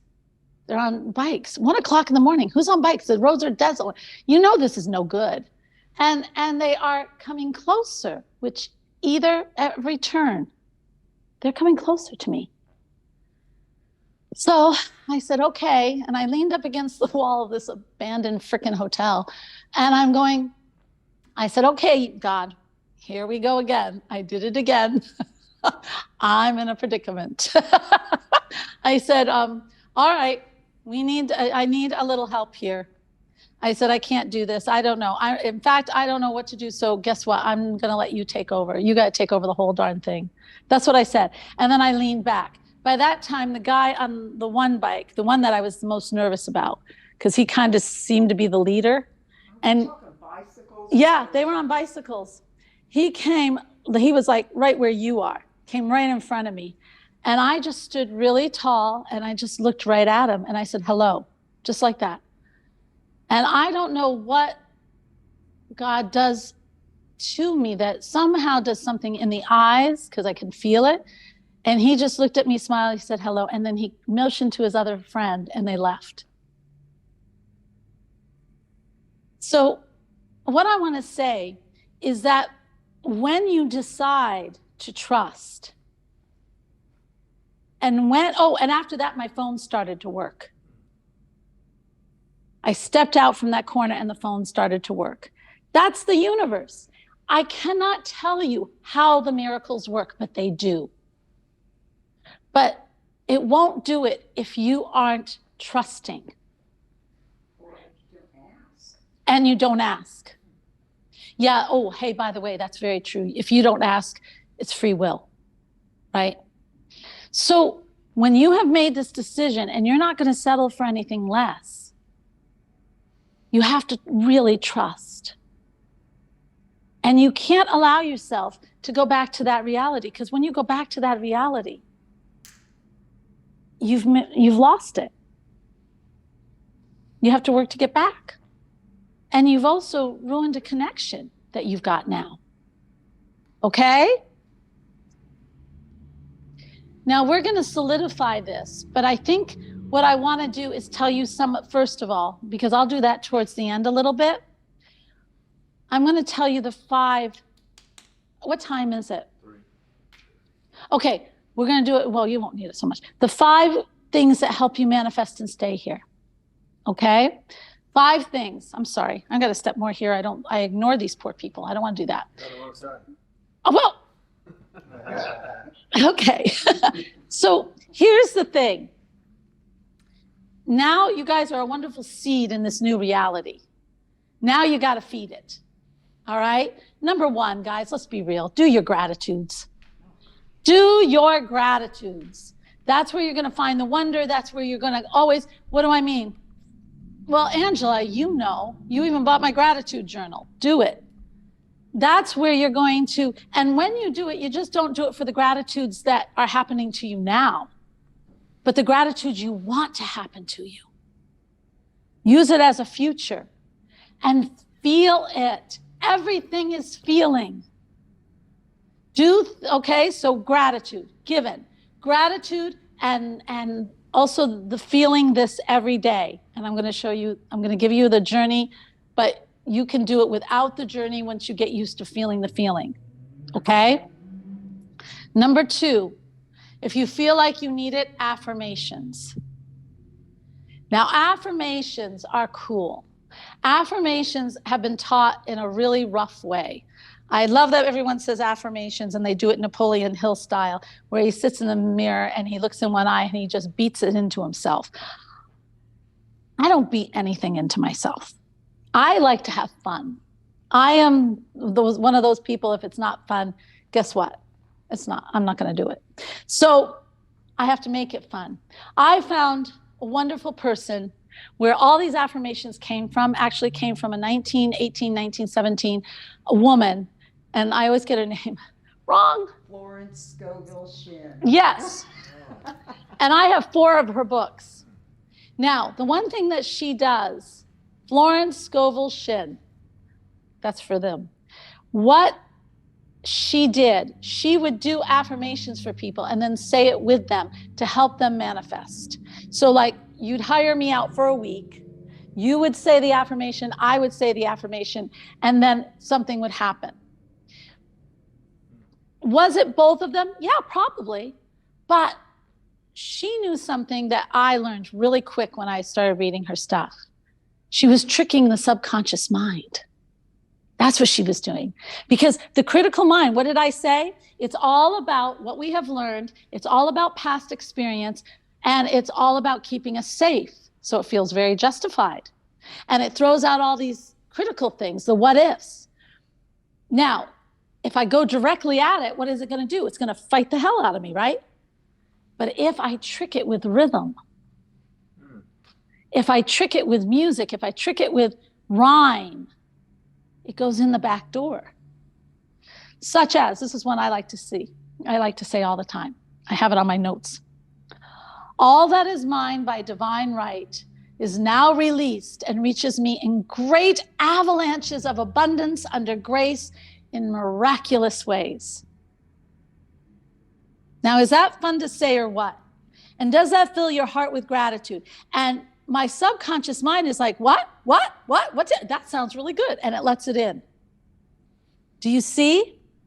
Do it in rhyme. If you want abundance, do something like that. And you've got to understand, divine right, it is yours. Well, it seems when you do that, when you did that, it brought you into a state of that, feeling that. Exactly. That's the thing, to feel it. Exactly.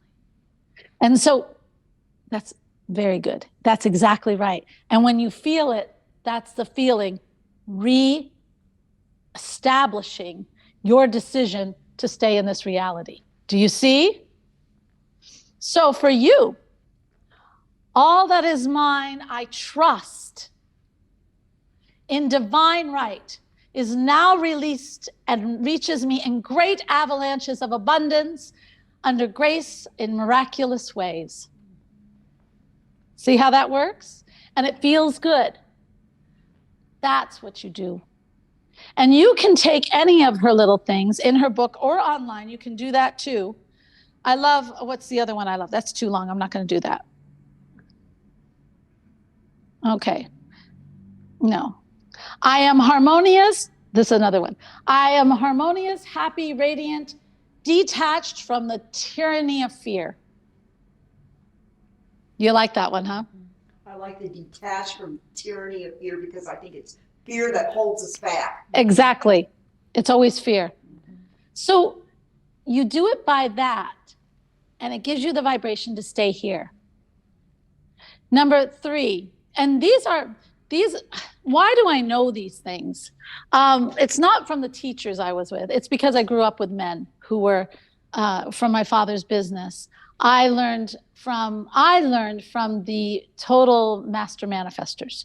They were the men who were building businesses, losing them, building them, losing them. Didn't have a care in the world. They just made millions and then they'd lose and then they'd get it. They didn't worry about it. They've done it before, they can do it again. They did it once, they can do it again, and it's one hell of a ride. That's how they thought of it. They were fun. One thing they always did is they were always optimistic because they trusted. They had faith. I could do it again. They didn't have what ifs. I did it, I can do it again. They did affirmations. They didn't have fear. Partly because they didn't do it again. Number 2, it wasn't what they were going to allow. And the fear took away from what they wanted. I once had when COVID started, I was sitting at a table with a friend, and this guy came in that we know. He's a nice guy, he's a friend. He sat down and he goes, "We're going into a lockdown." I said, "I know. That's why we're having lunch." And he goes, "I wonder what I can do." And he goes, "You know what? I'm going to open one of my factories and start making masks." Just like that. And he made $1 million. Right, exactly. He did, but that's not what he was thinking. That's the other thing. They don't think of the money. They really don't. It's the adventure. It is also, how can I serve?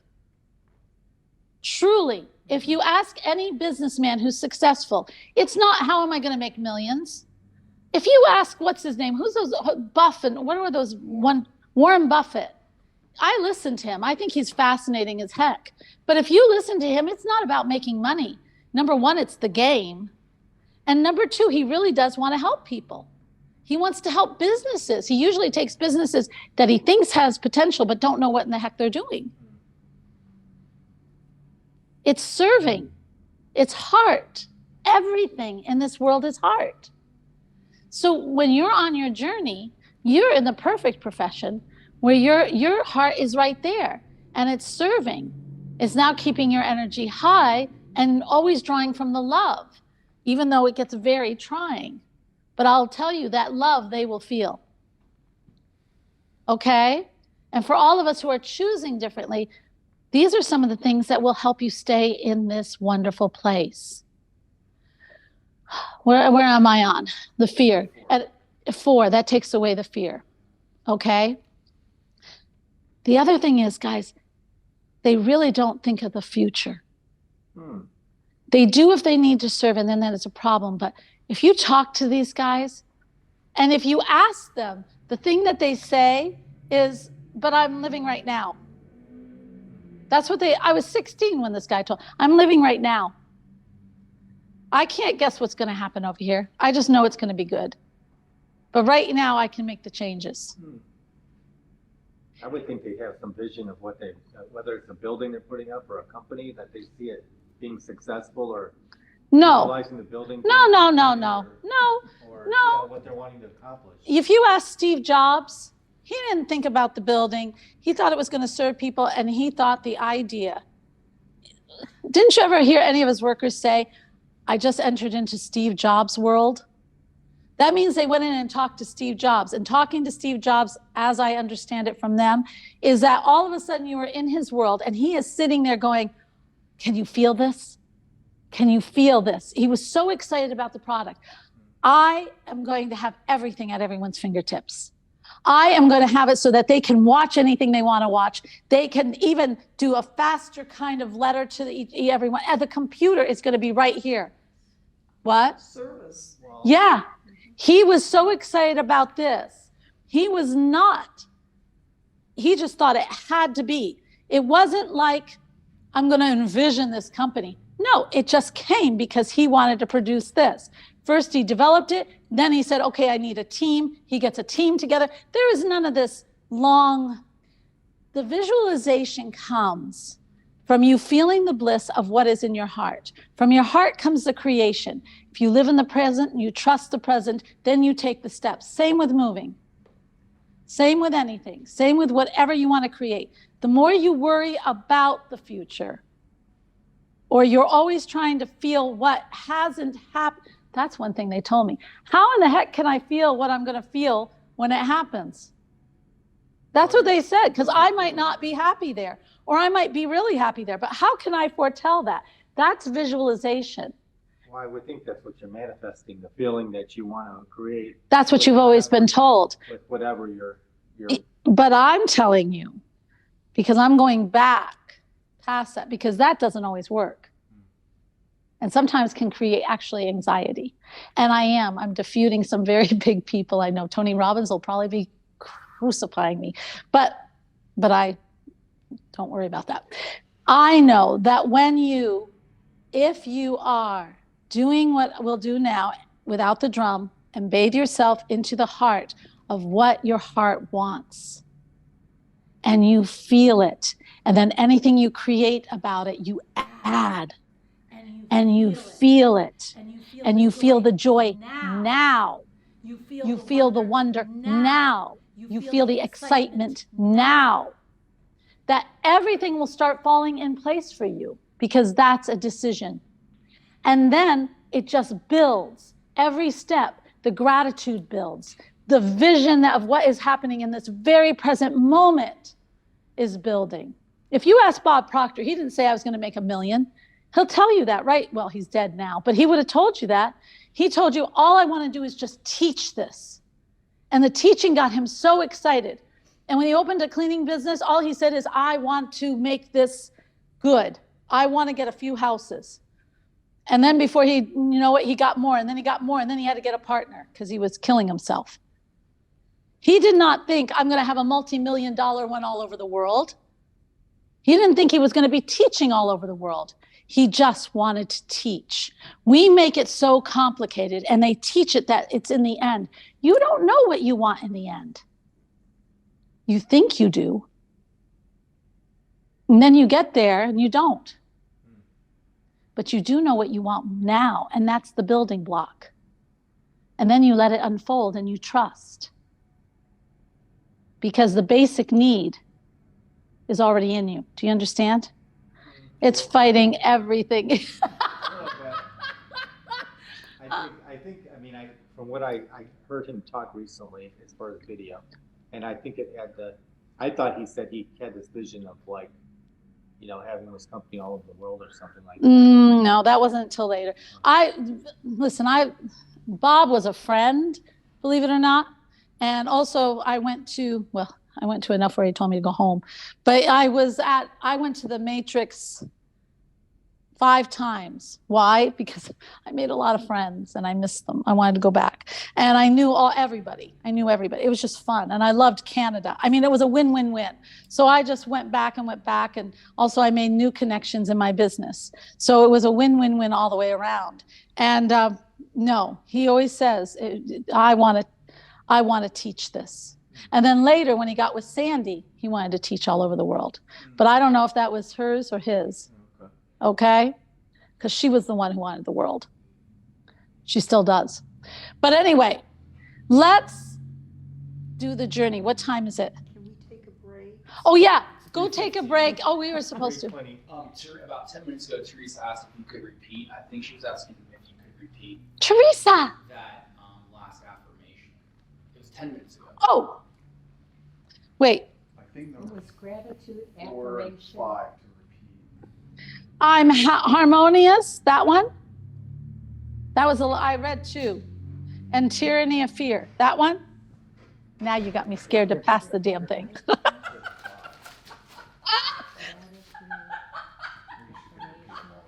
Thank you.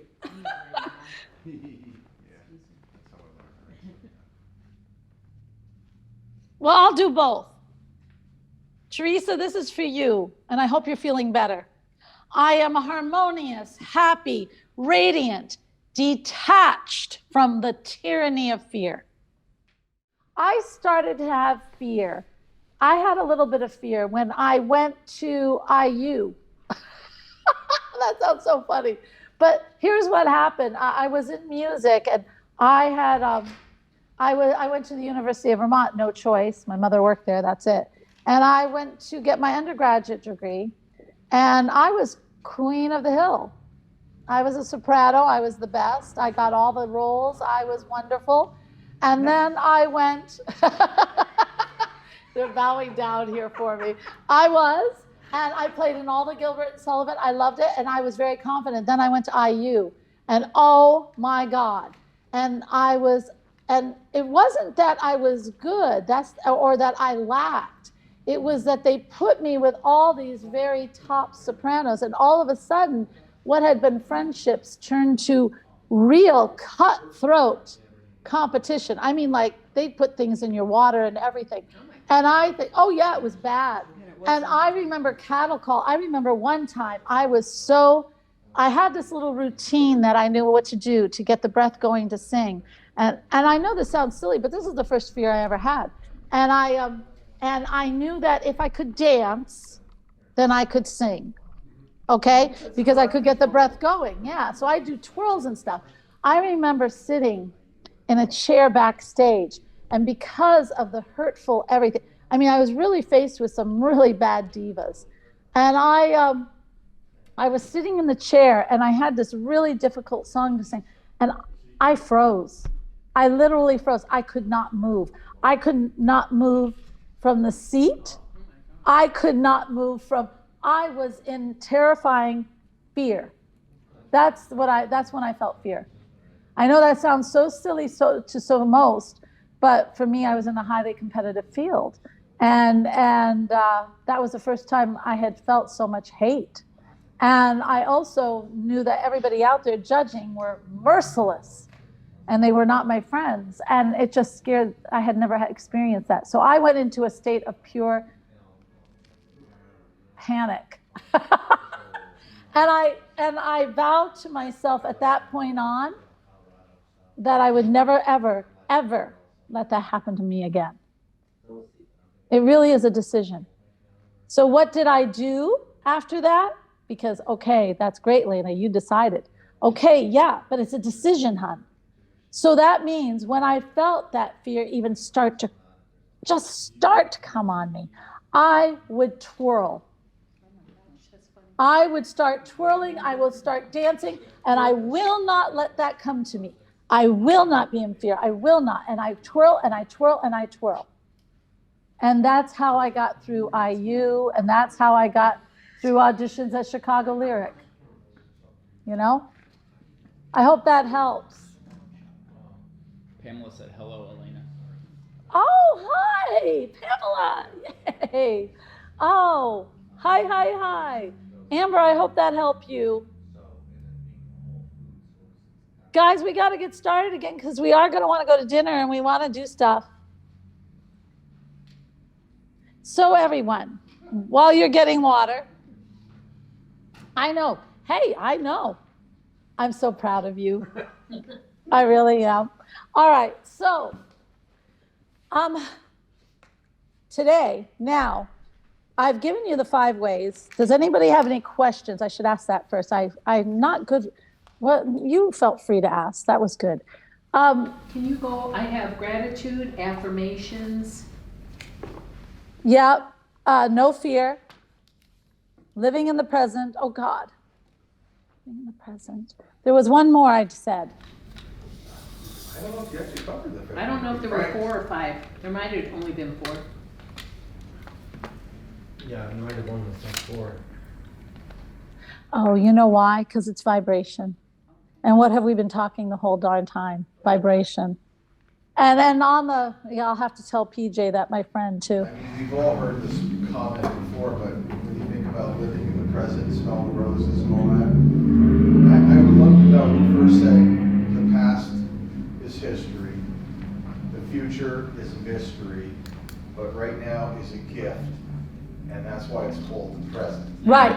Oh. Dude, that's awesome. Yeah, isn't that cool? But guys, do you, of course, you did it again. All right, so did you hear him? Did you guys hear him? The past is what? The past is history. Is history, right. The future is a mystery. The future is a mystery. Okay, now here's this thing. Oh, I got the special mic for those at home. Oh, go ahead. This is a keeper. The past is history. Alena's making me laugh. The future is a mystery, but right now is a gift, and that's why it's called the present. That's true. I love that. I have that actually. I have that framed. I love that so much. Okay, but here's the thing you want to really know. Hon, why did you go there? She keeps having to look around you, so she wants to move. If you're doing all these your reality jumping, you want to hear something pretty cool. Reality is, when you choose a reality, it's like snapshots. Do you know that? Meaning, and we're sidetracking again. This is, if you are jumping into another reality, it's like when you make that decision, you're like jumping into a picture. And then that's where your life goes. I was doing this interview with this guy from the UK. I really got a call because he had a problem with health. And I had, what was his name? Tom Segal, Steve Segal? I don't know, but he's a medium, and he's like had a show here, and he was on there. And then this other Tim, who was a producer. And then there's me. And so there I am. And I'm talking to them. And the guy who was our host had a medical issue. And so he was asking Tom or Steve to tell him how it was going to turn out, the medium. He's telling him, how is it going to turn out? And I'm sitting there very quietly thinking, you can ask him all you want, but as soon as you step out of here, and you do something different, you just negated everything he said because you chose another reality. Do you see? And so I decided to play a game because it's only radio, right? So I said, so Tom, if this guy, whatever his name was, if he steps out and he just trusts what you say, but he starts drinking soda or doing this and just doing his own thing, is he going to still be all right? And he goes, no, because I can only tell from where he is at this moment. Big. You see? Because he's on one reality, and so he can project him on that one reality. When you go get a card reading, it's on that one reality. But as soon as you skip over, which is like a still picture until you start moving, I think that's incredibly fascinating. When you jump over, that negates it. Isn't that cool? That darn free will keeps getting in the way. So, it's not only your free will, it's everybody else. And so the past, guys, the only way that the past exists is in your own memory. It is not there anymore. It's gone. And the future, well, take a breath, sweetie, because it changes every minute. So why do we have to think of the future? Why do we have to think of the past? The present is the present. It is the gift. And the more that you're in the present, the more you see the signals from spirit, the more you can control how you feel in the spirit. You can get high on music or whatever, exercise in the spirit. And if you really need the pot, that's up to you. And it's all what you need to be happy in the present that will form your future. That's it. So do it. I'm serious. Don't let others get in your way. Do not let your mind get in the way. Just make it, this is going to be a fun day. I'm going to make it so, period. Okay? Now, okay, and the vibration thing we talked about all day. Hell, we even dealt with Think and Grow Rich and did the Forbiddable. So I think you got enough on vibration. All right, so okay, two things I want to say. We're going to do a wonderful, what I'm going to do with you in this journey. And Deb, I don't know what to do with you. I think you're going to have to put up with my drama.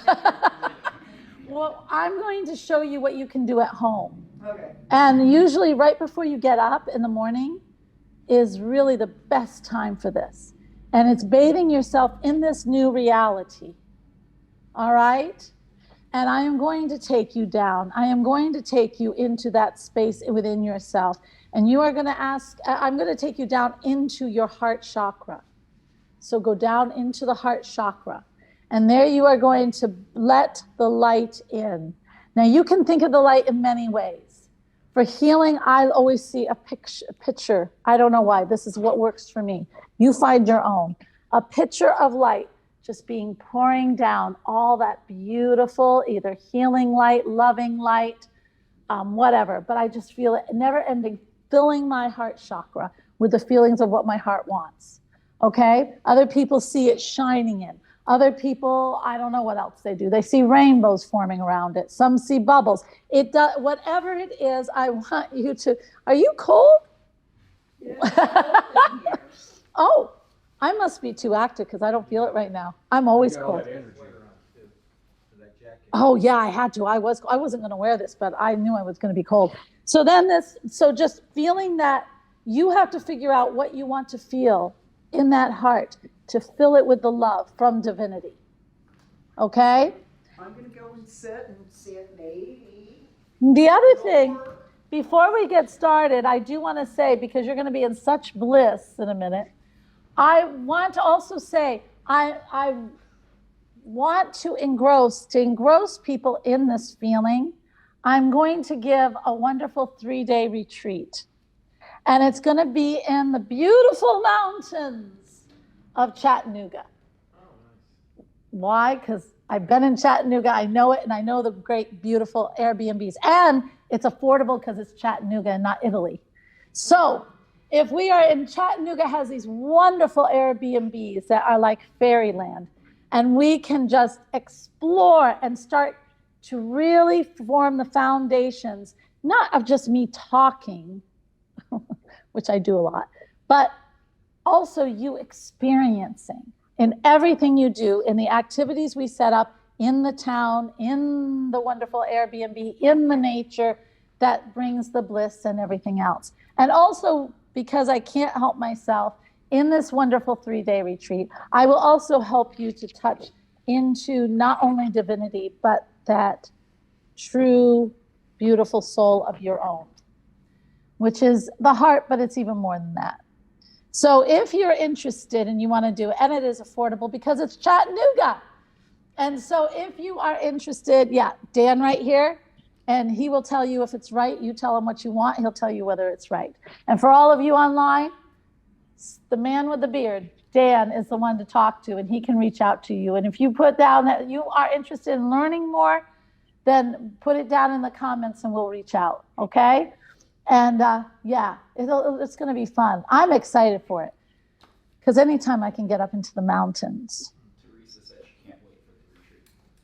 Teresa, we got to get you well, sugar. We're going to spend a lot of time outside, though, doing a little bit of exploring and enjoying nature. He says it.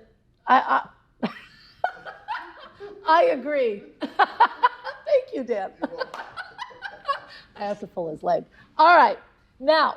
Do you have a date set for that? We do. It's going What to is be in it? May. Yeah, it's in May.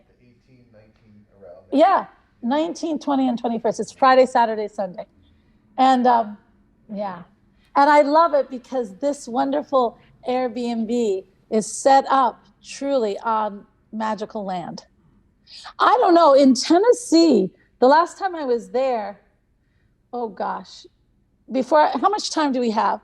About an hour. Do you want to hear something fun? Yeah. A fun story? Okay, well, I told you I'm a mystic. I'm a soul nurturer and a mystic. And I mean it. So when I go to land, I bless the whole darn world. I put a beautiful magical bubble around it. I see the mother tree. I feed the mother tree. I ground it. I do all this, right? Okay. All right. Well, I went to Tennessee. It was very late at night. I was very tired. It's a 9-hour drive. I get to my little place, which my son got for me, which was really sweet, or picked out for me. And I see the mother tree. I see that, oh God, she was so drained of energy. You know what the mother tree is? It's the first big tree. And that tree is responsible for all the other trees because they're interconnective, right? Has anybody heard about this? And so if other trees are sick, she will send out more energy to that other tree. They are all connected under the ground. So the mother tree I see there, and she's a red oak, and she looks very drained.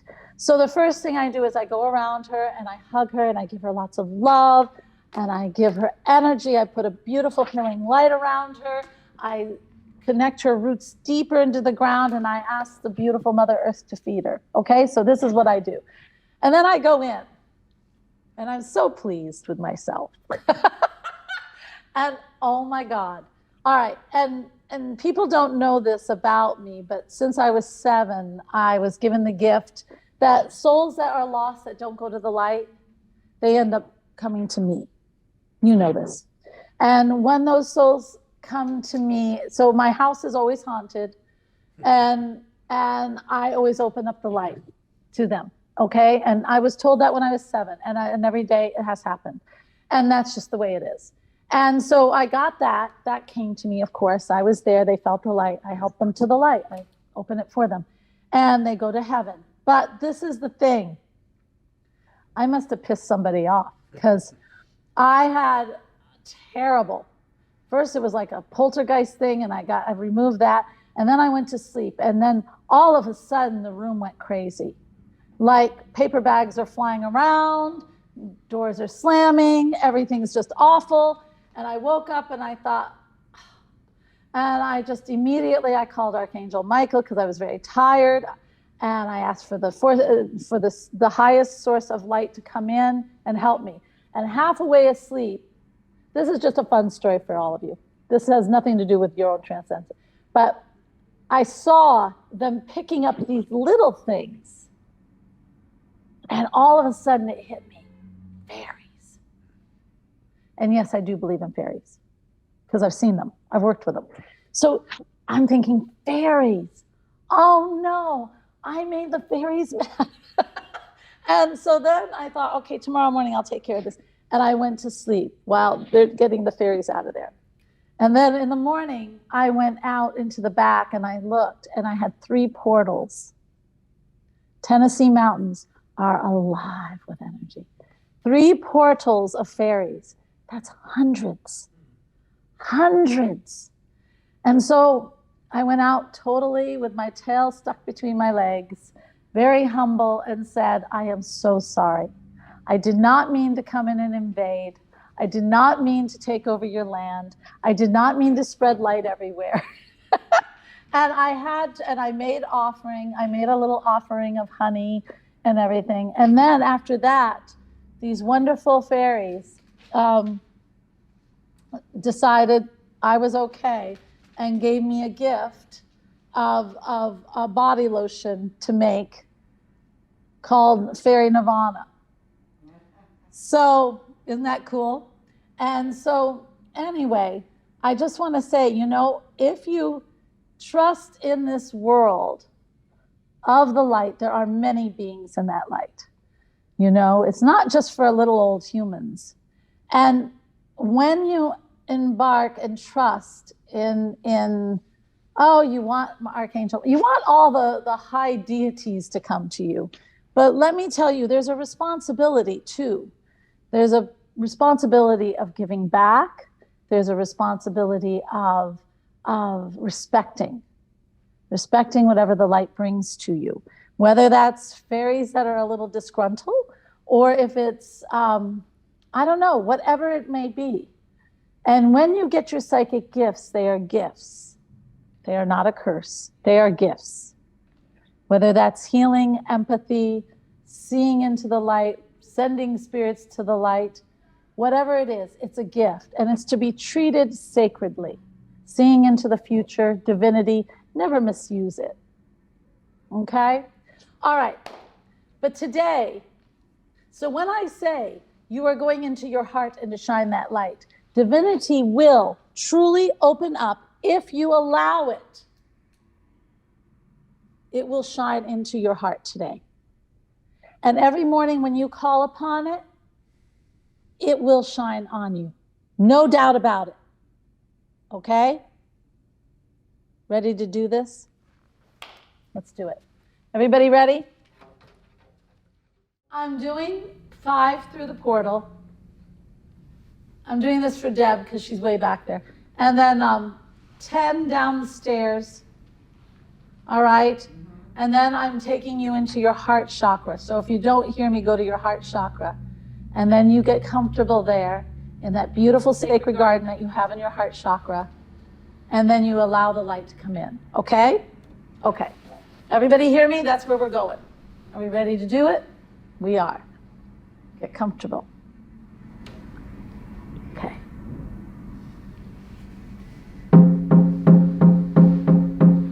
All right, guys. For all of you out there, because it's the end of the day and your body is in a lull anyway, I am going to do the lavender light a little bit quicker and in a little different way. I would like you to take one deep breath, and when you let it out, I want you to let out the toxins from your body. Here we go. Breathe in.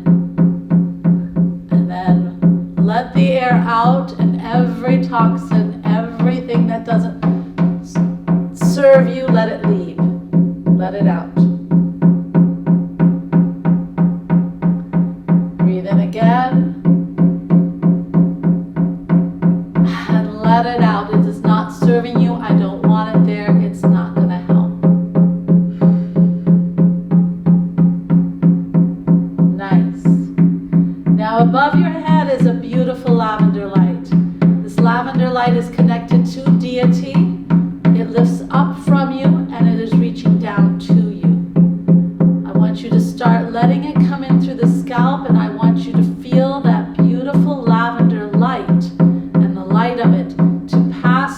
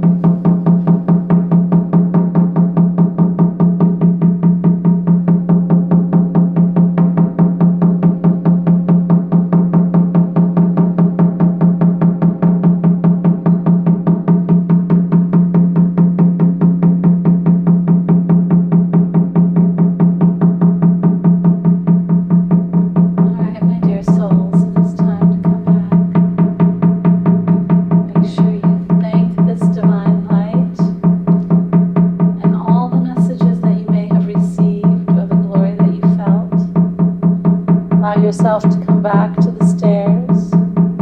You're going to climb back up. Here we go. 1, 2, 3, 4, 5, 6, 7, 8, 9, 10. And if you turn to your left, we will walk through the portal. 1, 2, 3, 4. Start to wiggle your toes. 5, 6. Keep your deep breath. 7, 8, 9, 10. You may open your eyes when you are ready.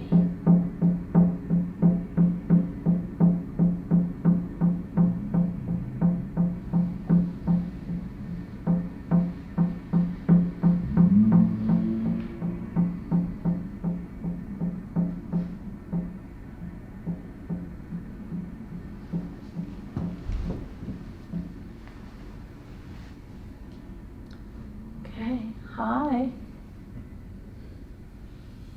Hi, everybody. Okay, how did it go? Did you feel it? Did it nourish it? Did you get there, Deb? I kind of made it my own, That's okay. and I just kept filling my heart with love and happiness and joy, and it felt good. And it felt good. And it brought you to that place of, it just raised you.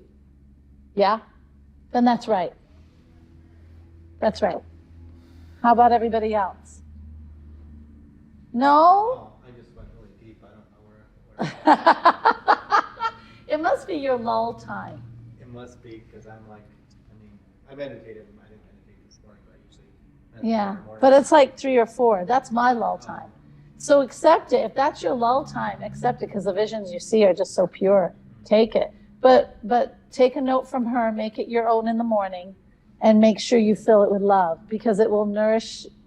When you are doing this and you feel all those wonderful things that your heart wants, okay, then when you walk out the door, you're living in that new reality, because you're focused on what is in your heart. So if you are focused on joy and you walk out, you're going to do the things of joy. If you walk out and you want trust, you're going to walk out that door feeling trust, and you're going to nurture the trust in everything you do. You see, this is an activation for you to start to act in that wonderful place. And this wonderful thing that you do in filling the heart is to help you to reach the vibration of that. Do you see? And when you feed the vibration, you act on it, that's when that's when you click into the new reality.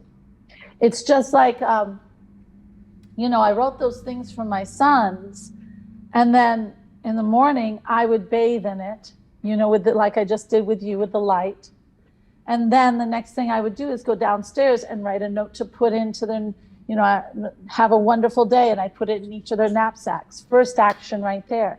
Next action is planning something fun, or building something, something in their lives, looking for a house that would keep us nice and safe, or whatever it is that I was doing, everything to act on the reality I wanted to live in.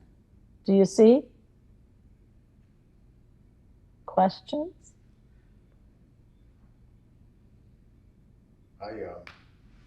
You know this from when we were talking on the phone, but for 3.5 weeks we had some amazing contractors at the house working on the outside of the house. Yeah, it's beautiful now. Amazing fieldstone veneer on 3/4 of the front of the house, and it's like a castle now. Yeah. And they finished, and they left, and it was like, oh, where are you going? But on this little exercise just now, as I was going down the stairs and all that all of a sudden I popped out the front, and Jan and I were like, that's where I was just now. We were looking at the result of it. It's just amazing. So that's what I was doing. That's good. And how did it make you feel? Great. That's a good place. Really wonderful about it. Yeah. And so that brings you into your reality of wonder, happiness, and bliss. And just I can't wait to What's share wrong with that? with the people that I love that come over, friends and family. Awesome. See, yeah, I'll guide you there, but it's up to you, whatever is in your heart to create, whatever it is needed to bathe in that light. Because only you can do that, you know. I can just lead the way and get you started. It's up to you to create it. Same with you out there. Yeah? Okay. How did you do? Pretty well, or did you fall asleep? I got lost. You got lost? Probably fell asleep. Well, it's probably your lull time too. That's all right. But you hear what they're saying, and I know you can recreate it. And then everybody out there, I don't know, how did you all do? I hope you did well. I'm sorry to make you run back there. There's got to be a better system. It's all good. Yeah, it works. Teresa said, heart received bright light and felt growing and bright blue light. On the way back, bright blue light was being sent out. Teresa, blue light. Blue light has a meaning for you. Generally, it means clarity and clearness, but there's probably a special meaning that's just for you too. Okay? So, and that's very apropos for where you are in your life.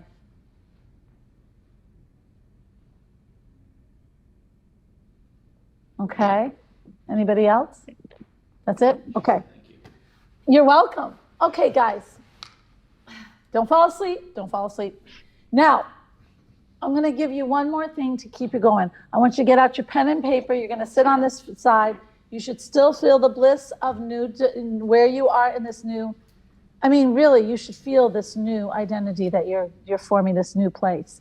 Now, I would like you to plan your day tomorrow. I'm giving you a heads up. I want you to write out your day.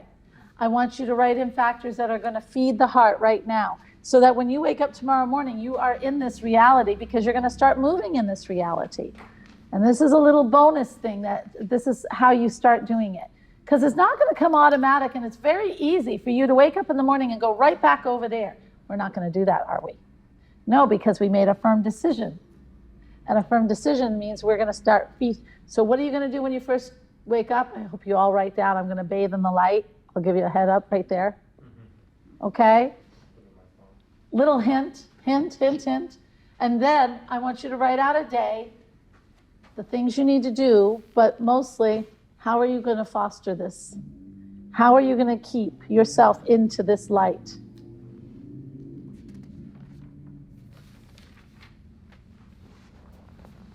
And you at home too.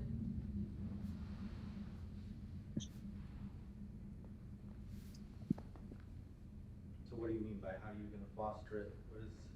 Okay, like I said when let me see. You said some people will go to something and be inspired and all these things, and then they go home to their world and go back to their old habits. You go back to your old habits. You go back to the, how do you stay in it? So okay, Amber, hon, I'm going to use you as an example. Can I? I hope. All right, Amber has a choice. Sorry, Amber, but I think it's going to help. And so Amber, she's got the what if going. Now, if we didn't get rid of that today, if she, you know, she's going to do the opposite. Like Amber, if you're writing this down, you're going to write down whatever is going to stop the what ifs, to keep that firm decision. So what are you going to do to feed the vision of this new reality? What are you going to do? Well, the bathing is a good start, but maybe you will, I forgot what it is. I don't know what your heart was saying, so I'm taking a guess. But negating it, I'm going to do whatever is going to feed my heart all day long and negates the what ifs. Okay, I'm trying to think of something simpler than the kids. What else have I done? Oh gosh, do I make a new decision? Okay, when my heart was calling out for me to write, I was doing this thing. I'm telling you, you write while I tell you. I'm just trying to give you examples. When I was, I didn't know what I wanted to do with my life. And so music, I loved music, but I didn't like the bureaucracy of the universities a lot of times. And so I decided, okay, I'm going to do what's fun until I trip upon what I like. And so every day I get up and say, what is fun? And then I do it. All right, so I'm already feeding the fun that I love so much in my life. New reality right there. That's a new reality. But then all of a sudden I got this urge to write. And so I drop my kids off at school and I start the first day and I go to the coffee shop and I start writing in a journal. Love it so much. I do it the next day. I do it the next day. I'm creating a new reality because my heart's calling for it and I love it. And I am not saying, well, I really have to go home and vacuum. I don't know why I would say that anyway. I'd rather go to the coffee shop and write. So off I go to the coffee shop and I write again, and I do it again, and I do it again, and I keep writing, and I'm just loving this. And the new reality is starting to form. And then I go to Bob Proctor, and he says, oh my God, your journal is a book. And I said, a book? A book? A real book? New reality, do I want it? Sounds pretty darn good, right? So I say, well, if this is a book, that's pretty cool. And then he says, okay, I want you to meet Peggy McCall, who helps you write books and everything. So off he goes. And she says, do you have a domain name?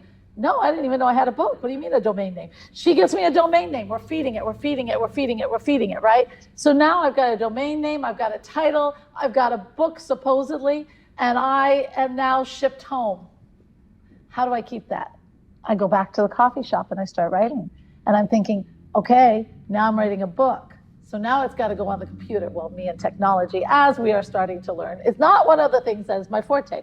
So I'm sitting in the coffee shop cursing the computer because that's what I do, because it's not doing what I want.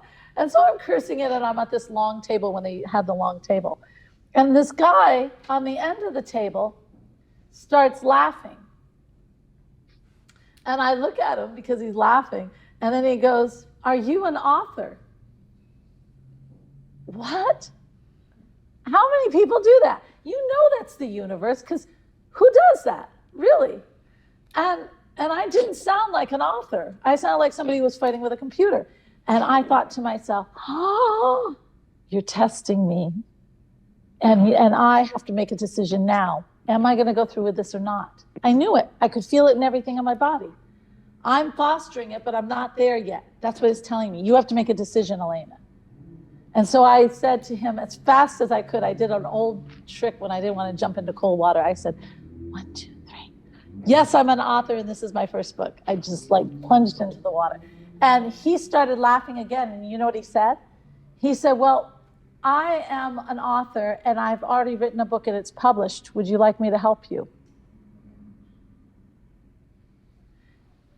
Feeding that vision. See? So what I'm asking you to do is to start the day feeding what is in your heart. Follow through every day with something that feeds that heart. When you're doing that, you are actually feeding your mission. You are actually feeding your new reality. And with that new reality, then the universe will bring in incredible, weird things that just come and feed it and feed it and feed it. And you don't know what's going to come of it. You don't know the road you're going to travel. If anyone would have told me I was a 2-time international best-selling author, I would have laughed in their face because I wouldn't have thought it. Cool, huh? Yeah. So that's why I'm trying to give you a little head start. Write out your day. Write out the special things that you're going to do that day to feed the trust, the wonder. Yeah. The wonder of it all. The wonder of it all. Sounds like a lyric in a song. It does. Is it? Back in 2000, early 2000s, when I was in radio, I had a chance to reach out to a guy named Roy Williams. And Roy Williams is like the Zig Ziglar of radio, or the Tony Robbins of radio. He's just a legend. His books, all kinds of stuff, and advertising and marketing and things like that. Uh-huh. And his his second book was coming out. So I reached out to him, really to his company, to see if we could do maybe a barter and, you know, get maybe 1,000 books and use it for our listenership and all that. And then at the end of the conversation, just for shits and giggles, I said, is there any chance I could say hi to Roy? And she's like, hold on a second. He gets on the phone with his Texas drawl accent. We talked for half an hour. He didn't know who I was from Adam. And it was a magical conversation. It was a wonder conversation. And at the end, he's like, this is amazing. And I said, you know, I'd love to interview you on the radio. And at that time, I wasn't even doing a radio show yet. I mean, I was running the station, managing. Right. And he's like, I'd love to do it with you, absolutely. And so what I ended up doing is I hijacked one of our shows and I did a nice hour-long interview with him. And at the end of the interview, he was so blown away by it. He says, if you can get out to Texas, you can be a guest at my Oh my at gosh. and, you know, at the time it was like 12 grand for the 3 days normally. Yeah. You get a lot of CEOs that go out there. It's a big deal. Yeah. Yeah. And so eventually I did go out a year or so later, and my station paid for it to send me out there. The reason I'm giving this background is the same thing happened to me. Something, the bond that we had with all these people, and he said, you need to write a book. You have a book in you. And I was like, oh. And that was the beginning of doing that first book. Isn't that And I wrote a book on how to sell and selling, but it's very conversational like. Uh-huh. And that was the start of it all. But he planted that seed in me. And then I would go on and do other ones. And then I would also help other people publish their books and things like that. But this with you and Bob and the same thing with me. So there's so many parallels. I know. That's very cool. Yeah. But it's because we both followed it. Yeah, that's it. You know, we started with the heart, we allowed it to grow. We decided that was going to be the reality. I did it. I can think of like a relative, they come to we see once a year at a picnic, and they're like, oh, I want to do this. Yeah. Every year. It's like, I'm still thinking about it. And then the next year, it's like, I'm getting close. And it's like 10 years of this. And I hate to say it doesn't last. Yeah, and then they die. No, seriously, when my dad was in the hospice area, and I remember walking through the hospice. The only thing I ever heard were people who said, I wish I had. I heard that constantly. I wish I had. I wish I had. Well, don't let that happen to you. You know? You see so many people dying young now, too, like heart attacks and strokes and this and that, especially right now after all the... I know. It's time. Better start tomorrow then, right? So what, as far as the practical thing for somebody like whoever might be online that wants to change careers and they're having, what if it doesn't work for me? What should they do to nurture that? Let's so what if it doesn't? Let's say if somebody wants to switch from a medical profession to maybe to more of a holistic type of thing, or something to do with feelings, or that kind of thing. That's a good question. What would be their bathing in the light, or their morning routine to do that? Like bathing in the light. Reading something about that type of thing that they're interested in. If they need the education in it, start the education. Start dabbling in it. Start listening to YouTubes. Start testing out. Go and get a service. Oh my gosh, go for a sound bath. Go for some of the alternative health. Just try it out. But I take it, if you're thinking you want to get into that, you've already done some of that. And now you're just thinking, how am I gonna build that practice? And I actually know somebody who's in that shoes, and she was a nurse and she wanted to go more into that. And I always say the best thing to do, this is where I differ again from a lot of the self-improvement. I'm not gonna say just jump in, especially if you have an income. Let's not be stupid, because then you're cutting off your source. And then what does that create in your mind? You're out of the heart, in the head, and lack. And then you're not gonna get anywhere. So stop that. What you can do instead is, okay, so maybe you're a doctor or you're a nurse and you wanna go into the holistic, then start dabbling in it. Start to lead people that way a little bit. See if you can get some clients under that belt. See if you can get some clients that are interested in maybe, I don't know, the supplements or the herbs or the whatever, or the chiropractic or the Reiki or whatever you have in your back pocket. What if you hate your job right now? I don't hate my job. I'm speaking for somebody else, kind of. If you don't like your job, it makes you anxious. It gets you anxiety. Just, I think that's the universe telling you that that's not the job. Of course it is. But I mean, if I wouldn't think somebody would keep doing that job if they. Okay, well, that's another added thing. That's different. One is just venturing out, and one is that I am suffering in my job. And if you are suffering in your job and you are having problems in that job, I know for a fact I wouldn't stay in it. Why? Because I counsel too many people, and I've seen in my life too many times that people who stay in toxic situations, toxic relationships, toxic jobs, it always, always costs them their health. Exactly. Yeah. And you don't want that health. So what do? Well, if you're working in a hospital situation, and that's what a lot of these people are deciding in the medical profession, and it's not suiting them, I would start looking. When I was first married, my first marriage, yes, I know, more than once. The first marriage, that I never understood. He wanted a steady income. He met me in school. I was in music. Come on. Obviously, I should stay in music, right? No, you better be a secretary. Do you know me? I am the worst secretary in the world. I am. I get bored. I don't take a lot of crap. I am not a good secretary. So here I am as a secretary. God. So, and it was a toxic situation. The office was awful. There was sexual harassment that nobody would treat. And guess who was the recipient of that? So every day I went into all that, and I was miserable. I was so miserable, and I was angry. And I was only there for 6 months. But I said to myself, this is ridiculous. Why am I here? Just to please him, because he's got student debts up to wazoo. I had none. All right? So I'm feeding him. So I'm thinking, okay, I'm here in this job I hate, and it's paying really well, but this is not what I want.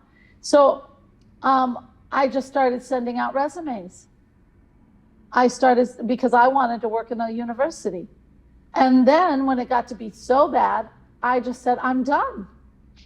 And luckily, I had already put out there, I got a part-time job in the university. I got an interview within a university, which was a part-time job to start with, teaching. You got to venture out. You do not stay in that toxic situation. First, just to get your confidence, start putting out your resume in what you want.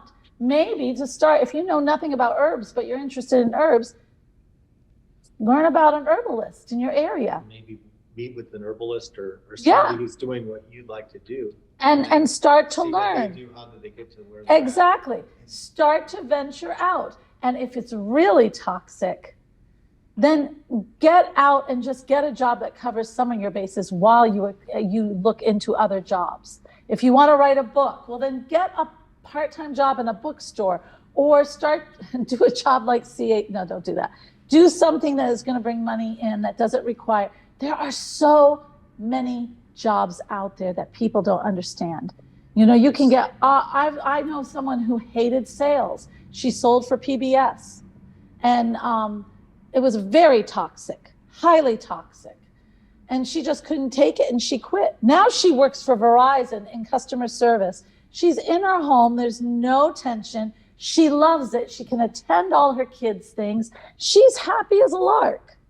So what I'm saying, there's so many options out there. Nobody needs to stay. Transition that you could probably still, somebody in the medical profession could use the skills that they have in another way. Of course they could. You have to decide what you want, but you don't have to stay in the toxic. Right. There are so many people in the medical field are looking for alternative ways. Oh yeah, because they want to see, there's definitely a place for everything. And well, not only that, they saw how the Western didn't work so hot. Well, emergency care also, they save lives. Right. But maybe that's not what somebody wants to be doing. Is they exactly. Helping people you have to look. Or dealing with the causes that maybe got them in that David, situation. everybody has to look into their heart. If it does not resound and it's toxic, why are you staying? Right. Can I read you something real quick? Sure. Okay, so this is something I've had for a while, and it's basically I just need to let it sink in and take action on it, right? So it says commitment. And until one is committed, there is hesitancy, the chance to draw back concerning all acts of initiative and creation. There is one elementary truth, the ignorance of which kills countless ideas and splendid plans. At the moment one definitely commits oneself, then providence moves to all. Providence moves too. All sorts of things occur to help one that would never otherwise have occurred. Right. A whole stream of events issues from the decision raising in one's favor, manner of unseen incidents and meetings and material assistance which no man could have dreamed would have come his way. Whatever you can do or dream, you can do. Begin it. Boldness has genius, power, and magic in it. Begin it now. Print that out and put it on your mirror. And then you think back here, because every example I've given you has reflected that. Right. Well, it's just a matter of making the But do you understand? The commitment or making the, just saying. You just made a commitment. Right. Crossing that line, you made a commitment, darling. Right? Don't go back. Right. Hang that on your mirror. And whatever your heart says, make a vow to follow it. Yeah. What I have on my mirror right now is I am. Yeah. And then I follow that with I am grateful for. I'm grateful for my body being in perfect health, and right. I'm grateful for my family and my friends. I'm grateful. Right. That's great. And even things that I'm grateful for. I'm grateful for the abundance that flows to me every day. Exactly. I'm grateful for the love that flows to me every day. I'm grateful for, once again, giving the appreciation. You can to my body. even. I have incredible health, and yes, I am I do healthy. appreciate it. And the appreciation is good, and writing it down even brings it out more. Right. But I am healed. I am decisive. I am whatever my heart says. Not I will, not I can. Right, I am. And the universe, do you know that's one of the biggest things you can say? I am decisive. I am confident.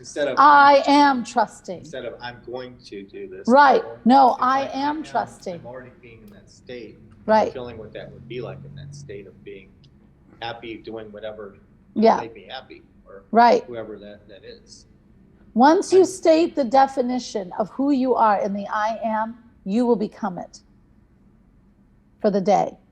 Do you understand? So, use that. And write down your gratitudes, because it makes it even more firm in your mind. The other thing too, though, is that you need belief and you need faith. Exactly. So that you don't give up. Right. So how many people say, "Oh, I'm going to do it. I'm going to do it," and then adversity comes, and after like the 12th try, you give up. But you can't. You can never give up. For example, with the resumes, you got the toxic job, right? You start sending resumes out. Yeah. And you're not getting any responses, and it's like a dead end. Oh, I guess nobody wants me. I guess I'm not worthy. I guess don't give up. Well, maybe have faith. Have belief. If you go back to Think and Grow Rich, you'll see many stories of how you are tested. And so for many people, it's a very interesting question in so many ways.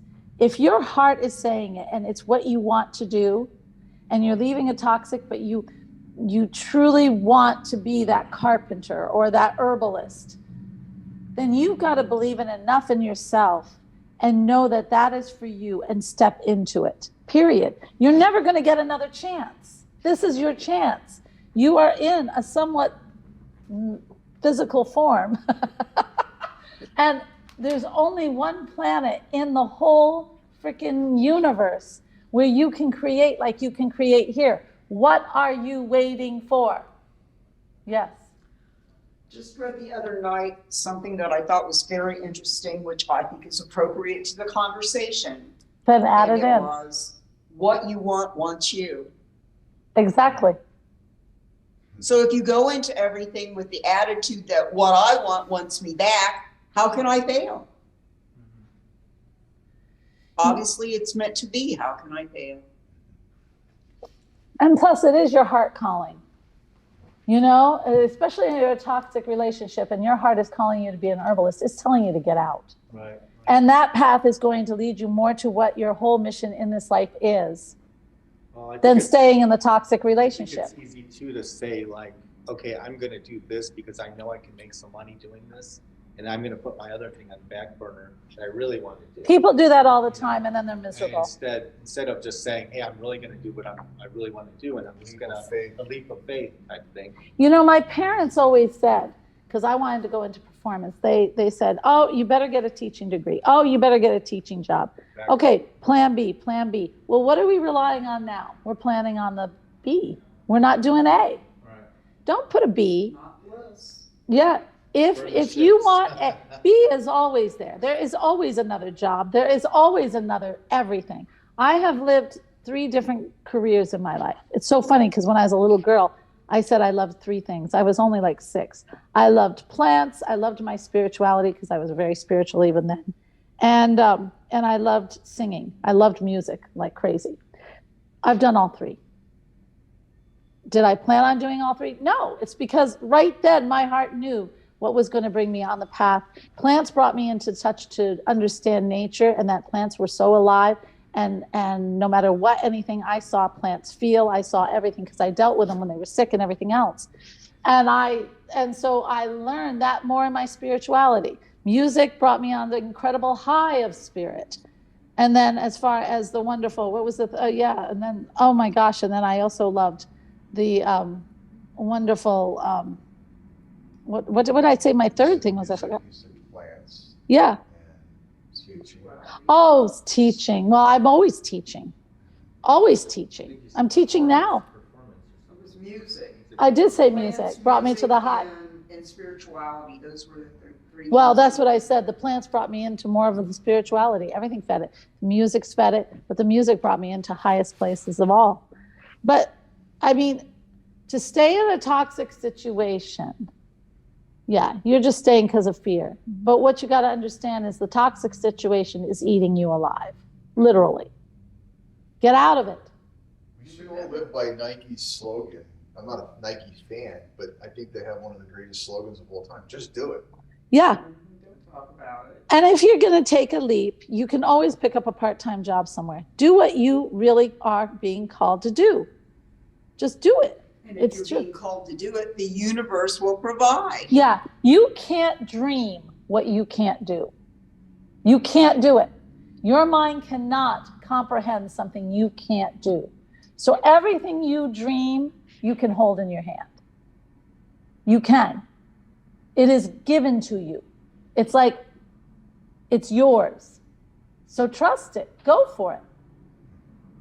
The only time people do not manifest what they really want is because they do not see it in their imagination. It hasn't been given to them. Do you see? Yeah. One of my affirmations now, not to be egotistical or anything, but it's basically, I am powerful. Right. And the Holy Spirit and the universe flows through me, and I create incredible miracles for myself and others every day. Really? That is not egotistical. That's divine right. I always, you submit this humbly. That sounds better. You're submitting. You don't have to say, I submit it humbly, but if it makes you feel better, you can say that.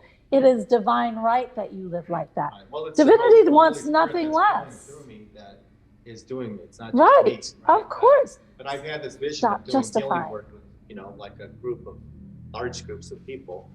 And that could go into the next part of my whole talk, which will be another one, is the power of 8, which is a whole nother thing with Lynn Kager, which she found that people who are, like Jesus said, these things, I think it was Jesus that said 2 or more that come together, basically it's more powerful. Yes. So, you get a group of, she just named Sort of like that, the yeah. power of 8, but it's basically 2 or more people coming together. She said it didn't have to be 8. Wait, I want to back up. Number one, what you said was not egotistical. Own it. Because in owning it, you don't have to look for anything else to justify it.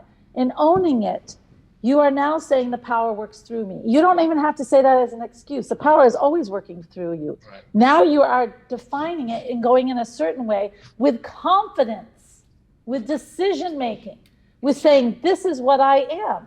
There is nothing egotistical. It's finally claiming what is supposed to be you. Well, I think of bringing that, once again, not just talk about myself, but bringing these groups of people together, who then we're focusing on a person or persons in the group, healing and sending healing energy to them with That's wonderful. You know, and then basically not only does the person who's sending the energy or the people who are receiving get the benefits, but they also have showed that people who are sending it have gotten benefits. Right, Also. So right. it's like That's very a cool. win-win type of thing. That's a very cool thing. Yeah. Yeah. See? So say your affirmation with so much confidence and believe in it, because that's the only thing that's lacking. And every time you justify it, you show you're not believing in it. Okay. Yeah, So I think stop that. I think I've started doing it with more energy than I You just will. Instead of like, you know, but you know, I get up and I'm in the shower, I'm driving to work. I've been doing it for like 3 or 4 weeks now. Good. Along with a couple other ones that I do. But yeah, I wake up, I have it on my mirror. I said, I am, and I do whatever I feel and whatever. I think it's fantastic. I think I'm proud of you. I think it's a very good thing. Now own it, because it's good. You're going to see things start to happen. As soon as you own the power you have inside of you and don't justify.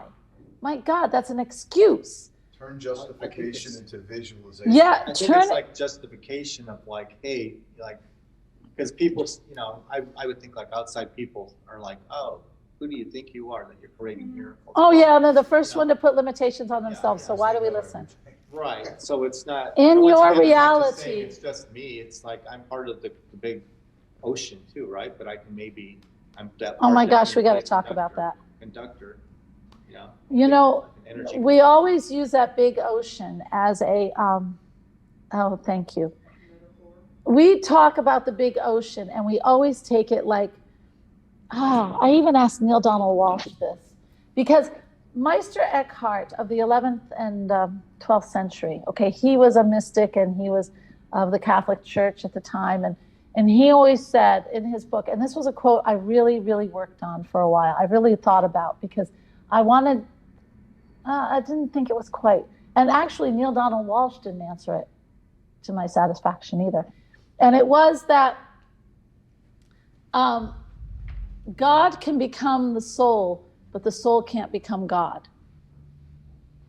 And Neil Donald Walsh brought it to, we are all part of the ocean and we are a drop off the ocean.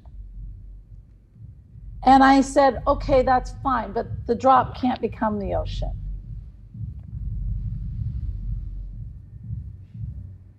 And you thought my drum was bad. Starting the wedding. Oh my God. But here's the thing. And I'm still pondering it. Somebody's car. When I'm going to tell you why I pondered it. And I'll tell you, sorry, you too, of course. Everybody's over here, so it's hard. You made us come over. Well, yes, and I want you to stay over here.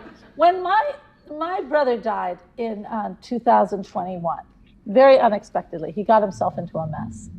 And he was also being a stinker. He was awful. He wanted me to vindicate his death. And it wasn't under good circumstances. And I wasn't about to do it because it would have brought a lot of pain onto my family, which I don't feel like doing. And so he was awful. I brought BB down with me because we had to get his car. It was in Florida. And it's the first time in the clouds I saw warnings. It was a bad feeling down there. Numbers he told me, yeah, I know, because the numbers he told me was a building across the street. He told me to beware of it. They all watched me like crazy. So it was a bad thing, okay? A lot of warning. Anyway, but he was being a real stinker. And I brought my this drum, because BB likes my journeys. And so I thought I'd do that for her. Well, anyway, he played it all night long. We shared a bedroom and he was playing the drum all night long. Me, I'm used to it. I sleep through it. But BB was. He's alive or he's dead? He's dead. His spirit was playing the drum? Yeah. Oh, And literally you could hear the drum? Yeah, BB was up all night with it. Oh, he was mad. And she goes, didn't you hear it? No. so bad. I'd sleep through anything. And so then so anyway, I got him calmed down, and at Lost Souls, he's definitely one. And I was going to take him up to the light. You can believe these stories or not. That's your choice. And I said to Archangel Michael, okay, he's very fragile. You better be the one to take him up because he's not going to trust anybody. He's being really stinky. But I just barely got him to agree. And he said, no, the only one he trusts is you. You need to take him. And I was very hesitant because going to the light, going into heaven, I knew I wouldn't want to come back because it's a beautiful place. So I said, well, somebody better hold on to me because I'm not going to come back. And he said, no, Joan has your cord. You'll be fine. Joan's my guide. And so I walked my brother, half convincing, half keeping him motivated, all the way up and on the path. And when we got there, I was so fortunate to get to see. And this is what brings me to Meister Eckhart and to Neil Donald Walsh and this whole thing and to your comment. When we walked in, it looked like this endless, humongous energy cloud. I mean, it was big, never ending. And then all of a sudden, when we just stepped into it almost, it broke apart into millions of souls. And all of them were coming to us. And the love, the unconditional love, and the joy, and the peace, and the overwhelming sense of acceptance and peace, and everything that falls over you. It's the most magnificent feeling I was feeling, and my brother was being swept up into it. And then I felt the tug and had to come back. Okay? I told you I didn't want to go. But that's what I saw. And so that brings me back to what you were saying. And it brings me back to this ocean thing. I think in my heart of hearts, after seeing that and why we are the ones that elevate, we are part of God. Every soul makes up God. And God is a live force, but we are not just children of God, we are part of God. So when he's sending us, or she is sending us here, it's to experience and elevate that whole being of God in the universe. And everything you do on this earth, you don't understand how precious you are. You are precious. You're not just part of a small drop in an ocean. You are the frickin' ocean. Everything you do down here is not forgettable, okay? The differences you make in people's lives in every day, my dear, the things you do in life that helps a child every frickin' day, that's irreplaceable. You do it with health. You, my God, save lives. You bring joy to everyone. Maybe not everyone. Oh, I think everyone. You bring wonder to people and you don't even know it. These gifts that you do make you irreplaceable. And everybody on there too. I know you. Teresa, you are an incredible, beautiful, beautiful soul. You spread love wherever you go. Rebecca, oh my God. You have wisdom, darling. You have wisdom. And you're gaining more and more of this higher perception that you don't know how much you are showing people a better way. And then Angela, oh my God, Angela, you are a powerhouse. You are one who knows, and right now you're at a crossroads, but you know what you want, and you have the fortitude to go for it and risk everything and do it. That's incredible. So all of you are precious. It's time for you to understand that. You have your gifts. And to load it up with justifications and the so-called humbleness is nonsense. Nonsense. Live the power that you are. Make a decision, stay with it, Don't let these old frickin' excuses hold you back. Don't let a toxic relationship hinder the gifts you are given by the power you are. Why do you do that? We were taught to do that. And it's time to let go of the taught. The way that you leave that taught is to start building the trust in something bigger than yourself. You know, it's really funny, and I'll show you how important you are. I was in the coffee shop it was just a couple months ago. And, you know, I left music, and I saw a student who's now taller than me. And he says, everybody's taller than me. And he said, Mrs. Chapman, Mrs. Chapman. And I said, yeah, hi. I didn't even recognize him. He goes, do you remember me? I said, yeah. and he goes, I was in your choir. He goes, are you still in music? And I said, oh, no, hon, now I'm doing something else. And he goes, oh, my God. And I said, what? And he goes, you don't know? And I said, no, I don't know. He said, do you know that half the choir went into music because of you? Wow. Half the choir. We are not replaceable. Remember that. You are not replaceable. And the gifts you hold are special. The healing gifts, the saving gifts, everything is special. And by dampening them with limited mind thought is a waste. And you are not helping in the universe if you are allowing yourself to be polluted by that. Do you understand? You are not just part of the ocean, you are the frickin' ocean. Okay? I think you just had your mic drop moment. Yeah, I think so too. I did what? You just said your mic drop moment. You need to go like this. Oh, did I? What you just said was so Can't see any more There than it that. goes. what you just said I just was dropped so the light. Profound. You want to read? Oh, I got it. Oh, that's long. She sent it Who's about- this? She sent it about an hour ago. Angela! Listen, the day I met you, it was definitely God. Oh my God. Oh, Angela, you're going to make me cry. The universe, whatever anyone else wants to call it. I had just released a customer. I was in a terrible mood. Something told me to compliment your purse and jacket. I love her. Yeah, go ahead and compliment. I rolled down the window, complimented you, finally got my things together, went into the coffee shop. You did. And I was looking for someone, just so you know. And before I left it, I handed you I remember this, my business card. Here we are almost a year later. You have been wonderful blessing, Elena. Thank you so much. Oh my God. Thank you, hon. That's so beautiful. Tell me more about this nurse that you know, Elena. I will. He is speaking for me. He's speaking for you. Oh, thank you. That's you. You're speaking for her. He was. It's when he mentioned about wanting to get out of the job. Who was saying it?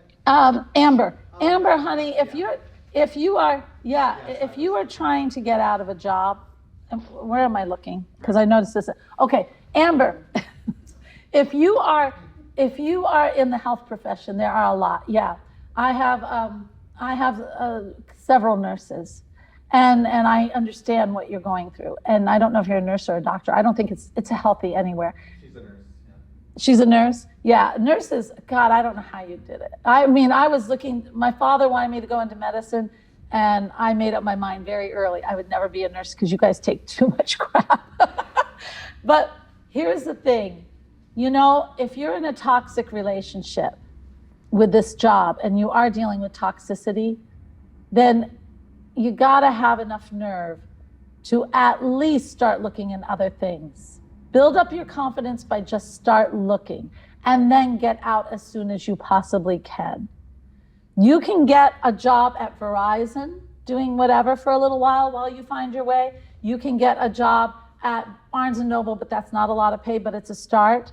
You can do things to help you supplement your income, but you really owe it to yourself to start asking, like today, what does my heart want? And allow yourself to say, if you don't know what you want, okay, what does this feed? Where do I need to go to fill this wonderful thing in my heart? You know, if you love to help people, what other fields do you find interest in that help other people? If it's herbs, start to look in herbs. If it's reflexology or oh my gosh, sound healing. There's a big demand for that right now. If it's helping other nurses, well, then I'll put you with my friend Adeline, who's doing things for other nurses. There are so many ways that you can, we're at a very unique time and things are changing. Not only is there a higher consciousness, but there's different roles to play. You know, a lot of our institutions are falling. So follow your heart, see where it leads you. Let the heart lead you into the creativity of creating what you need in your life to help the people that you want to help. Okay? Because you're definitely a healer. Maybe something, whatever excites her too, whatever brings her. Well, yeah, that would be the heart. Hey, yeah. Ooh, this new book I got, I really want to. Right. She knows she wants to be in the healing field. Right. She doesn't want to be in the ER, I don't think. Okay. Maybe not. Then look for things that you're interested in. Other types of things. Yeah. Have to deal with healing people. Yeah. So start experimenting. You don't have to leave yet. Start experimenting. See what really makes your heart sing. See what other departments. ER is horrid. Start looking into maybe, I don't know, some people don't like pediatrics because of the kids. Whatever feeds you. But also look outside of that. Look at Reiki. Reiki is one of the fastest growing ways that people want to heal. And like I said, sound baths, reflexology, massage is hard. There's just so many ways that you can heal. Some of these emotional release techniques, like emotional, you were talking about with this EDMT or whatever. Yeah, EDMT. Well, you were the one who wrote about that. And already having start looking into it. Already having a nursing degree gives her just so much credibility and so many options. It does. To somebody who doesn't. The most important thing, you're the one who also asked about the what ifs. And like I said to all these people here, stop selling yourself short. Your heart, you are a healer. You are a healer, hon. And if you are a healer and you care, then that's what you're supposed to do. And please know that the universe will guide you. But you, like I said, do what you think is fun, start experimenting, see what works for you, and then take the jump. You owe it to the future people who are waiting for you right now in that chosen profession. Because you are a healer. There's a reason why you're here. All healers, there's a reason why they're here. And the what ifs are only going to hold you back. Trust. Okay? Okay. Okay. I think that's it. I don't know how to do this. I don't know what I'm doing. Okay. But anyway, all right. Any other questions? I think that's a lot right there. And so what do we do with the day? I hope everybody was writing their day as we went. Did everybody come up? I want to hear somebody's day. Yeah, I do. I want to make sure you did it. We are being tested. Yeah. So somebody share me your day. Come on. Oh, come on. Okay, I'll share my day. Thank you. Okay. I'm going to allow the light to come into my life. Nice. Okay, I'm going to have coffee because I need coffee. So do I. It makes me happy. I'm going to exercise. I do every day because it makes me feel better. Keeps my back somewhat working. And, you know, it creates those endorphins that makes you happy. And if you're happy, it fills your heart. I always toss the cards every day. That puts me in high frequency. Yeah, I like it. Create. I am a creative person. I keep getting in the cards. It keeps telling me create, create, create, create. It fills me with joy. It makes my heart happy. Yeah, there me again. Too. Me too. I'm going to eat well and cook. Well, you almost have to cook to eat well because, you know, some of that stuff you buy is not good food. Right. And in general, nurture my body. I like this. So that's And the overall plan. That's very good. And that is right with your heart. It's right in sync. It's creating the environment. You're living it. I'm very proud of you. And see, that's a very good start. And everything that you do that builds it, every day you build it, then it becomes a true reality. You're now walking the walk, talking the talk, as they say. Yeah, who else? I mean, mine's going to be just a little bit modified, but I get up and meditate an hour every morning. So basically just doing that. And then I think I just got that new dog. So he brings me a lot of joy. Just seeing, I think of what makes me happy. Seeing my dogs running around, chasing birds and trying to get them. And, it just makes me laugh. That's good. So just something that's going to make me laugh, going to make me I happy. like that. And then also my other thing that we're working on is doing a video. At least a video every day. So very good. Yeah, so I like it. Yeah. So this is going to be part of it. This is I'm gonna be breaking this into sections. Yeah. Oh, very good. Very good. And what about you, Leon? Bathe in the light, meditate, let the feelings be felt in the heart. Feed my heart. No what ifs. Stay positive. No fear. Ask myself, what do I feel? Write in a journal. Get clear on what I want. Nice. There's more, but no, but it's good. Yeah. You take okay. I'm gonna clean all day tomorrow. No, Yeah. I'm just kidding. In my house. I'm like, that is the least thing I would do tomorrow. Yeah, that'd be the least thing No, for me. maybe afterwards. Bring my husband joy, that's for sure.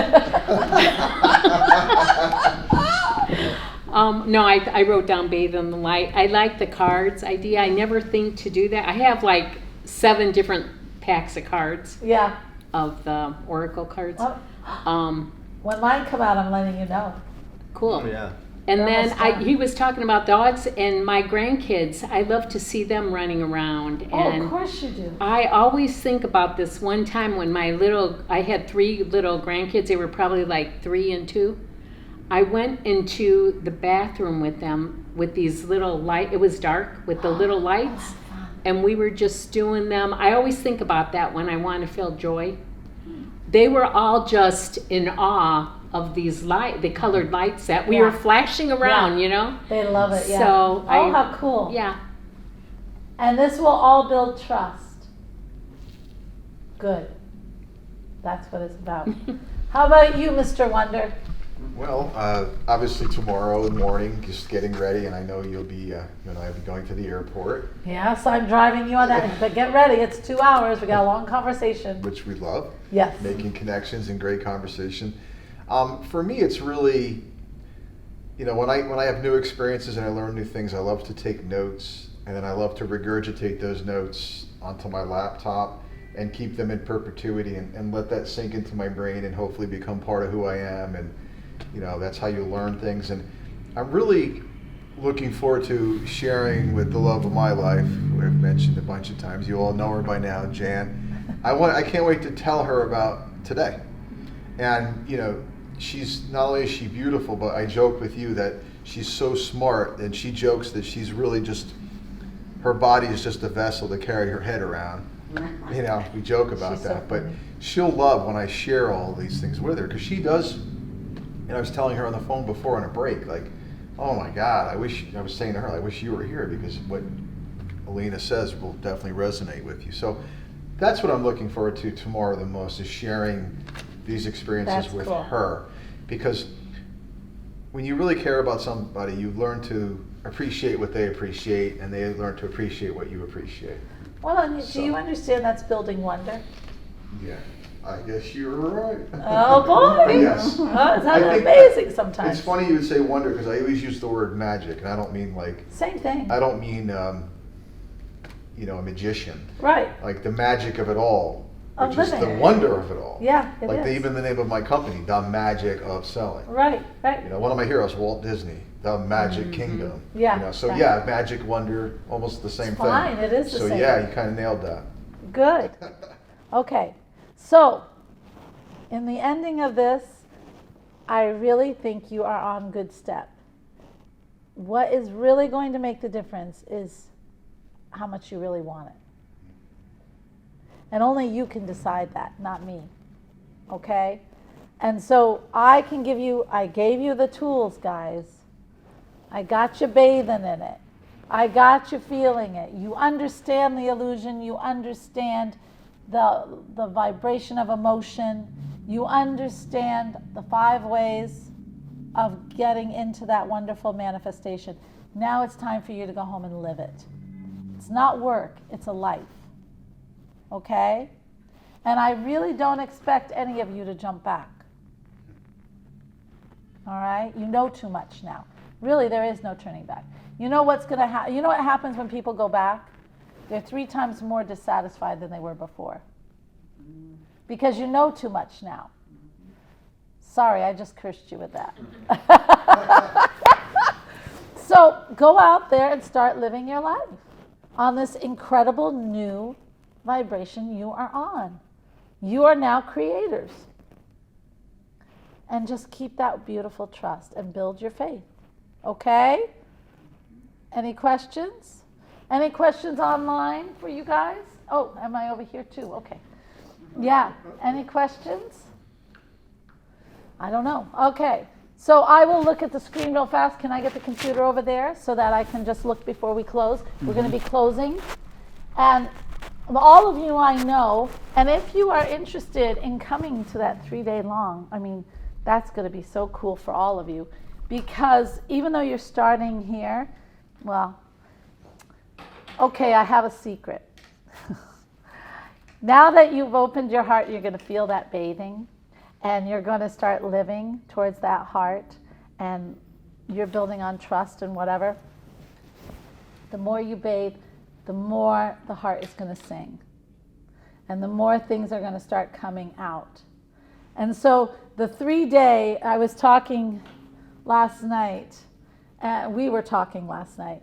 And I know that. And I thought, oh gosh, the more they get loaded on, they're going to wonder how to handle it. And that's how this retreat came. So that you can feed yourself in all those areas and just, I don't want you to get into confusion. I want you to thrive. And so that's why the retreat. So that you can start thriving with all these emotions. And think of them as gifts instead of, oh my God, I got another one kind of thing. All right, and for all of you online, and the person to talk to, although I love always getting messages, but really it's Dan, because he'll talk to you and make sure it's right for you, because we don't want you to go to something that's not going to serve you, and he's really good at knowing, and he's been around, you just haven't seen him. And so now I'm bringing him out into the open. So Dan would be the one. And listen, all you have to do is if you're online, like Amber, if you don't know me, and I'm Amber, thank you for being here. And just go on alenachapman.com and there's a phone number. It should be his. Okay? Or it'll be Jody, and Jody's my assistant, and she's really lovable and wonderful, and she keeps me organized, thank God. And then she'll give you Dan's, all right? But whatever you're doing, build on your heart, build that faith and trust in yourself and the universe. With things that you read, the affirmations that you do, those are things they're going to build. And don't get bogged down on what I'm supposed to do next. It's when you're doing everything fun and you're enjoying life and just trying things that all of a sudden you just say, oh my God, this is it. Okay? Okay. All right, I love you all. I love you all. I love you all. So namaste, which means stay connected to source, to yourself, and to everyone else. Okay? We're done.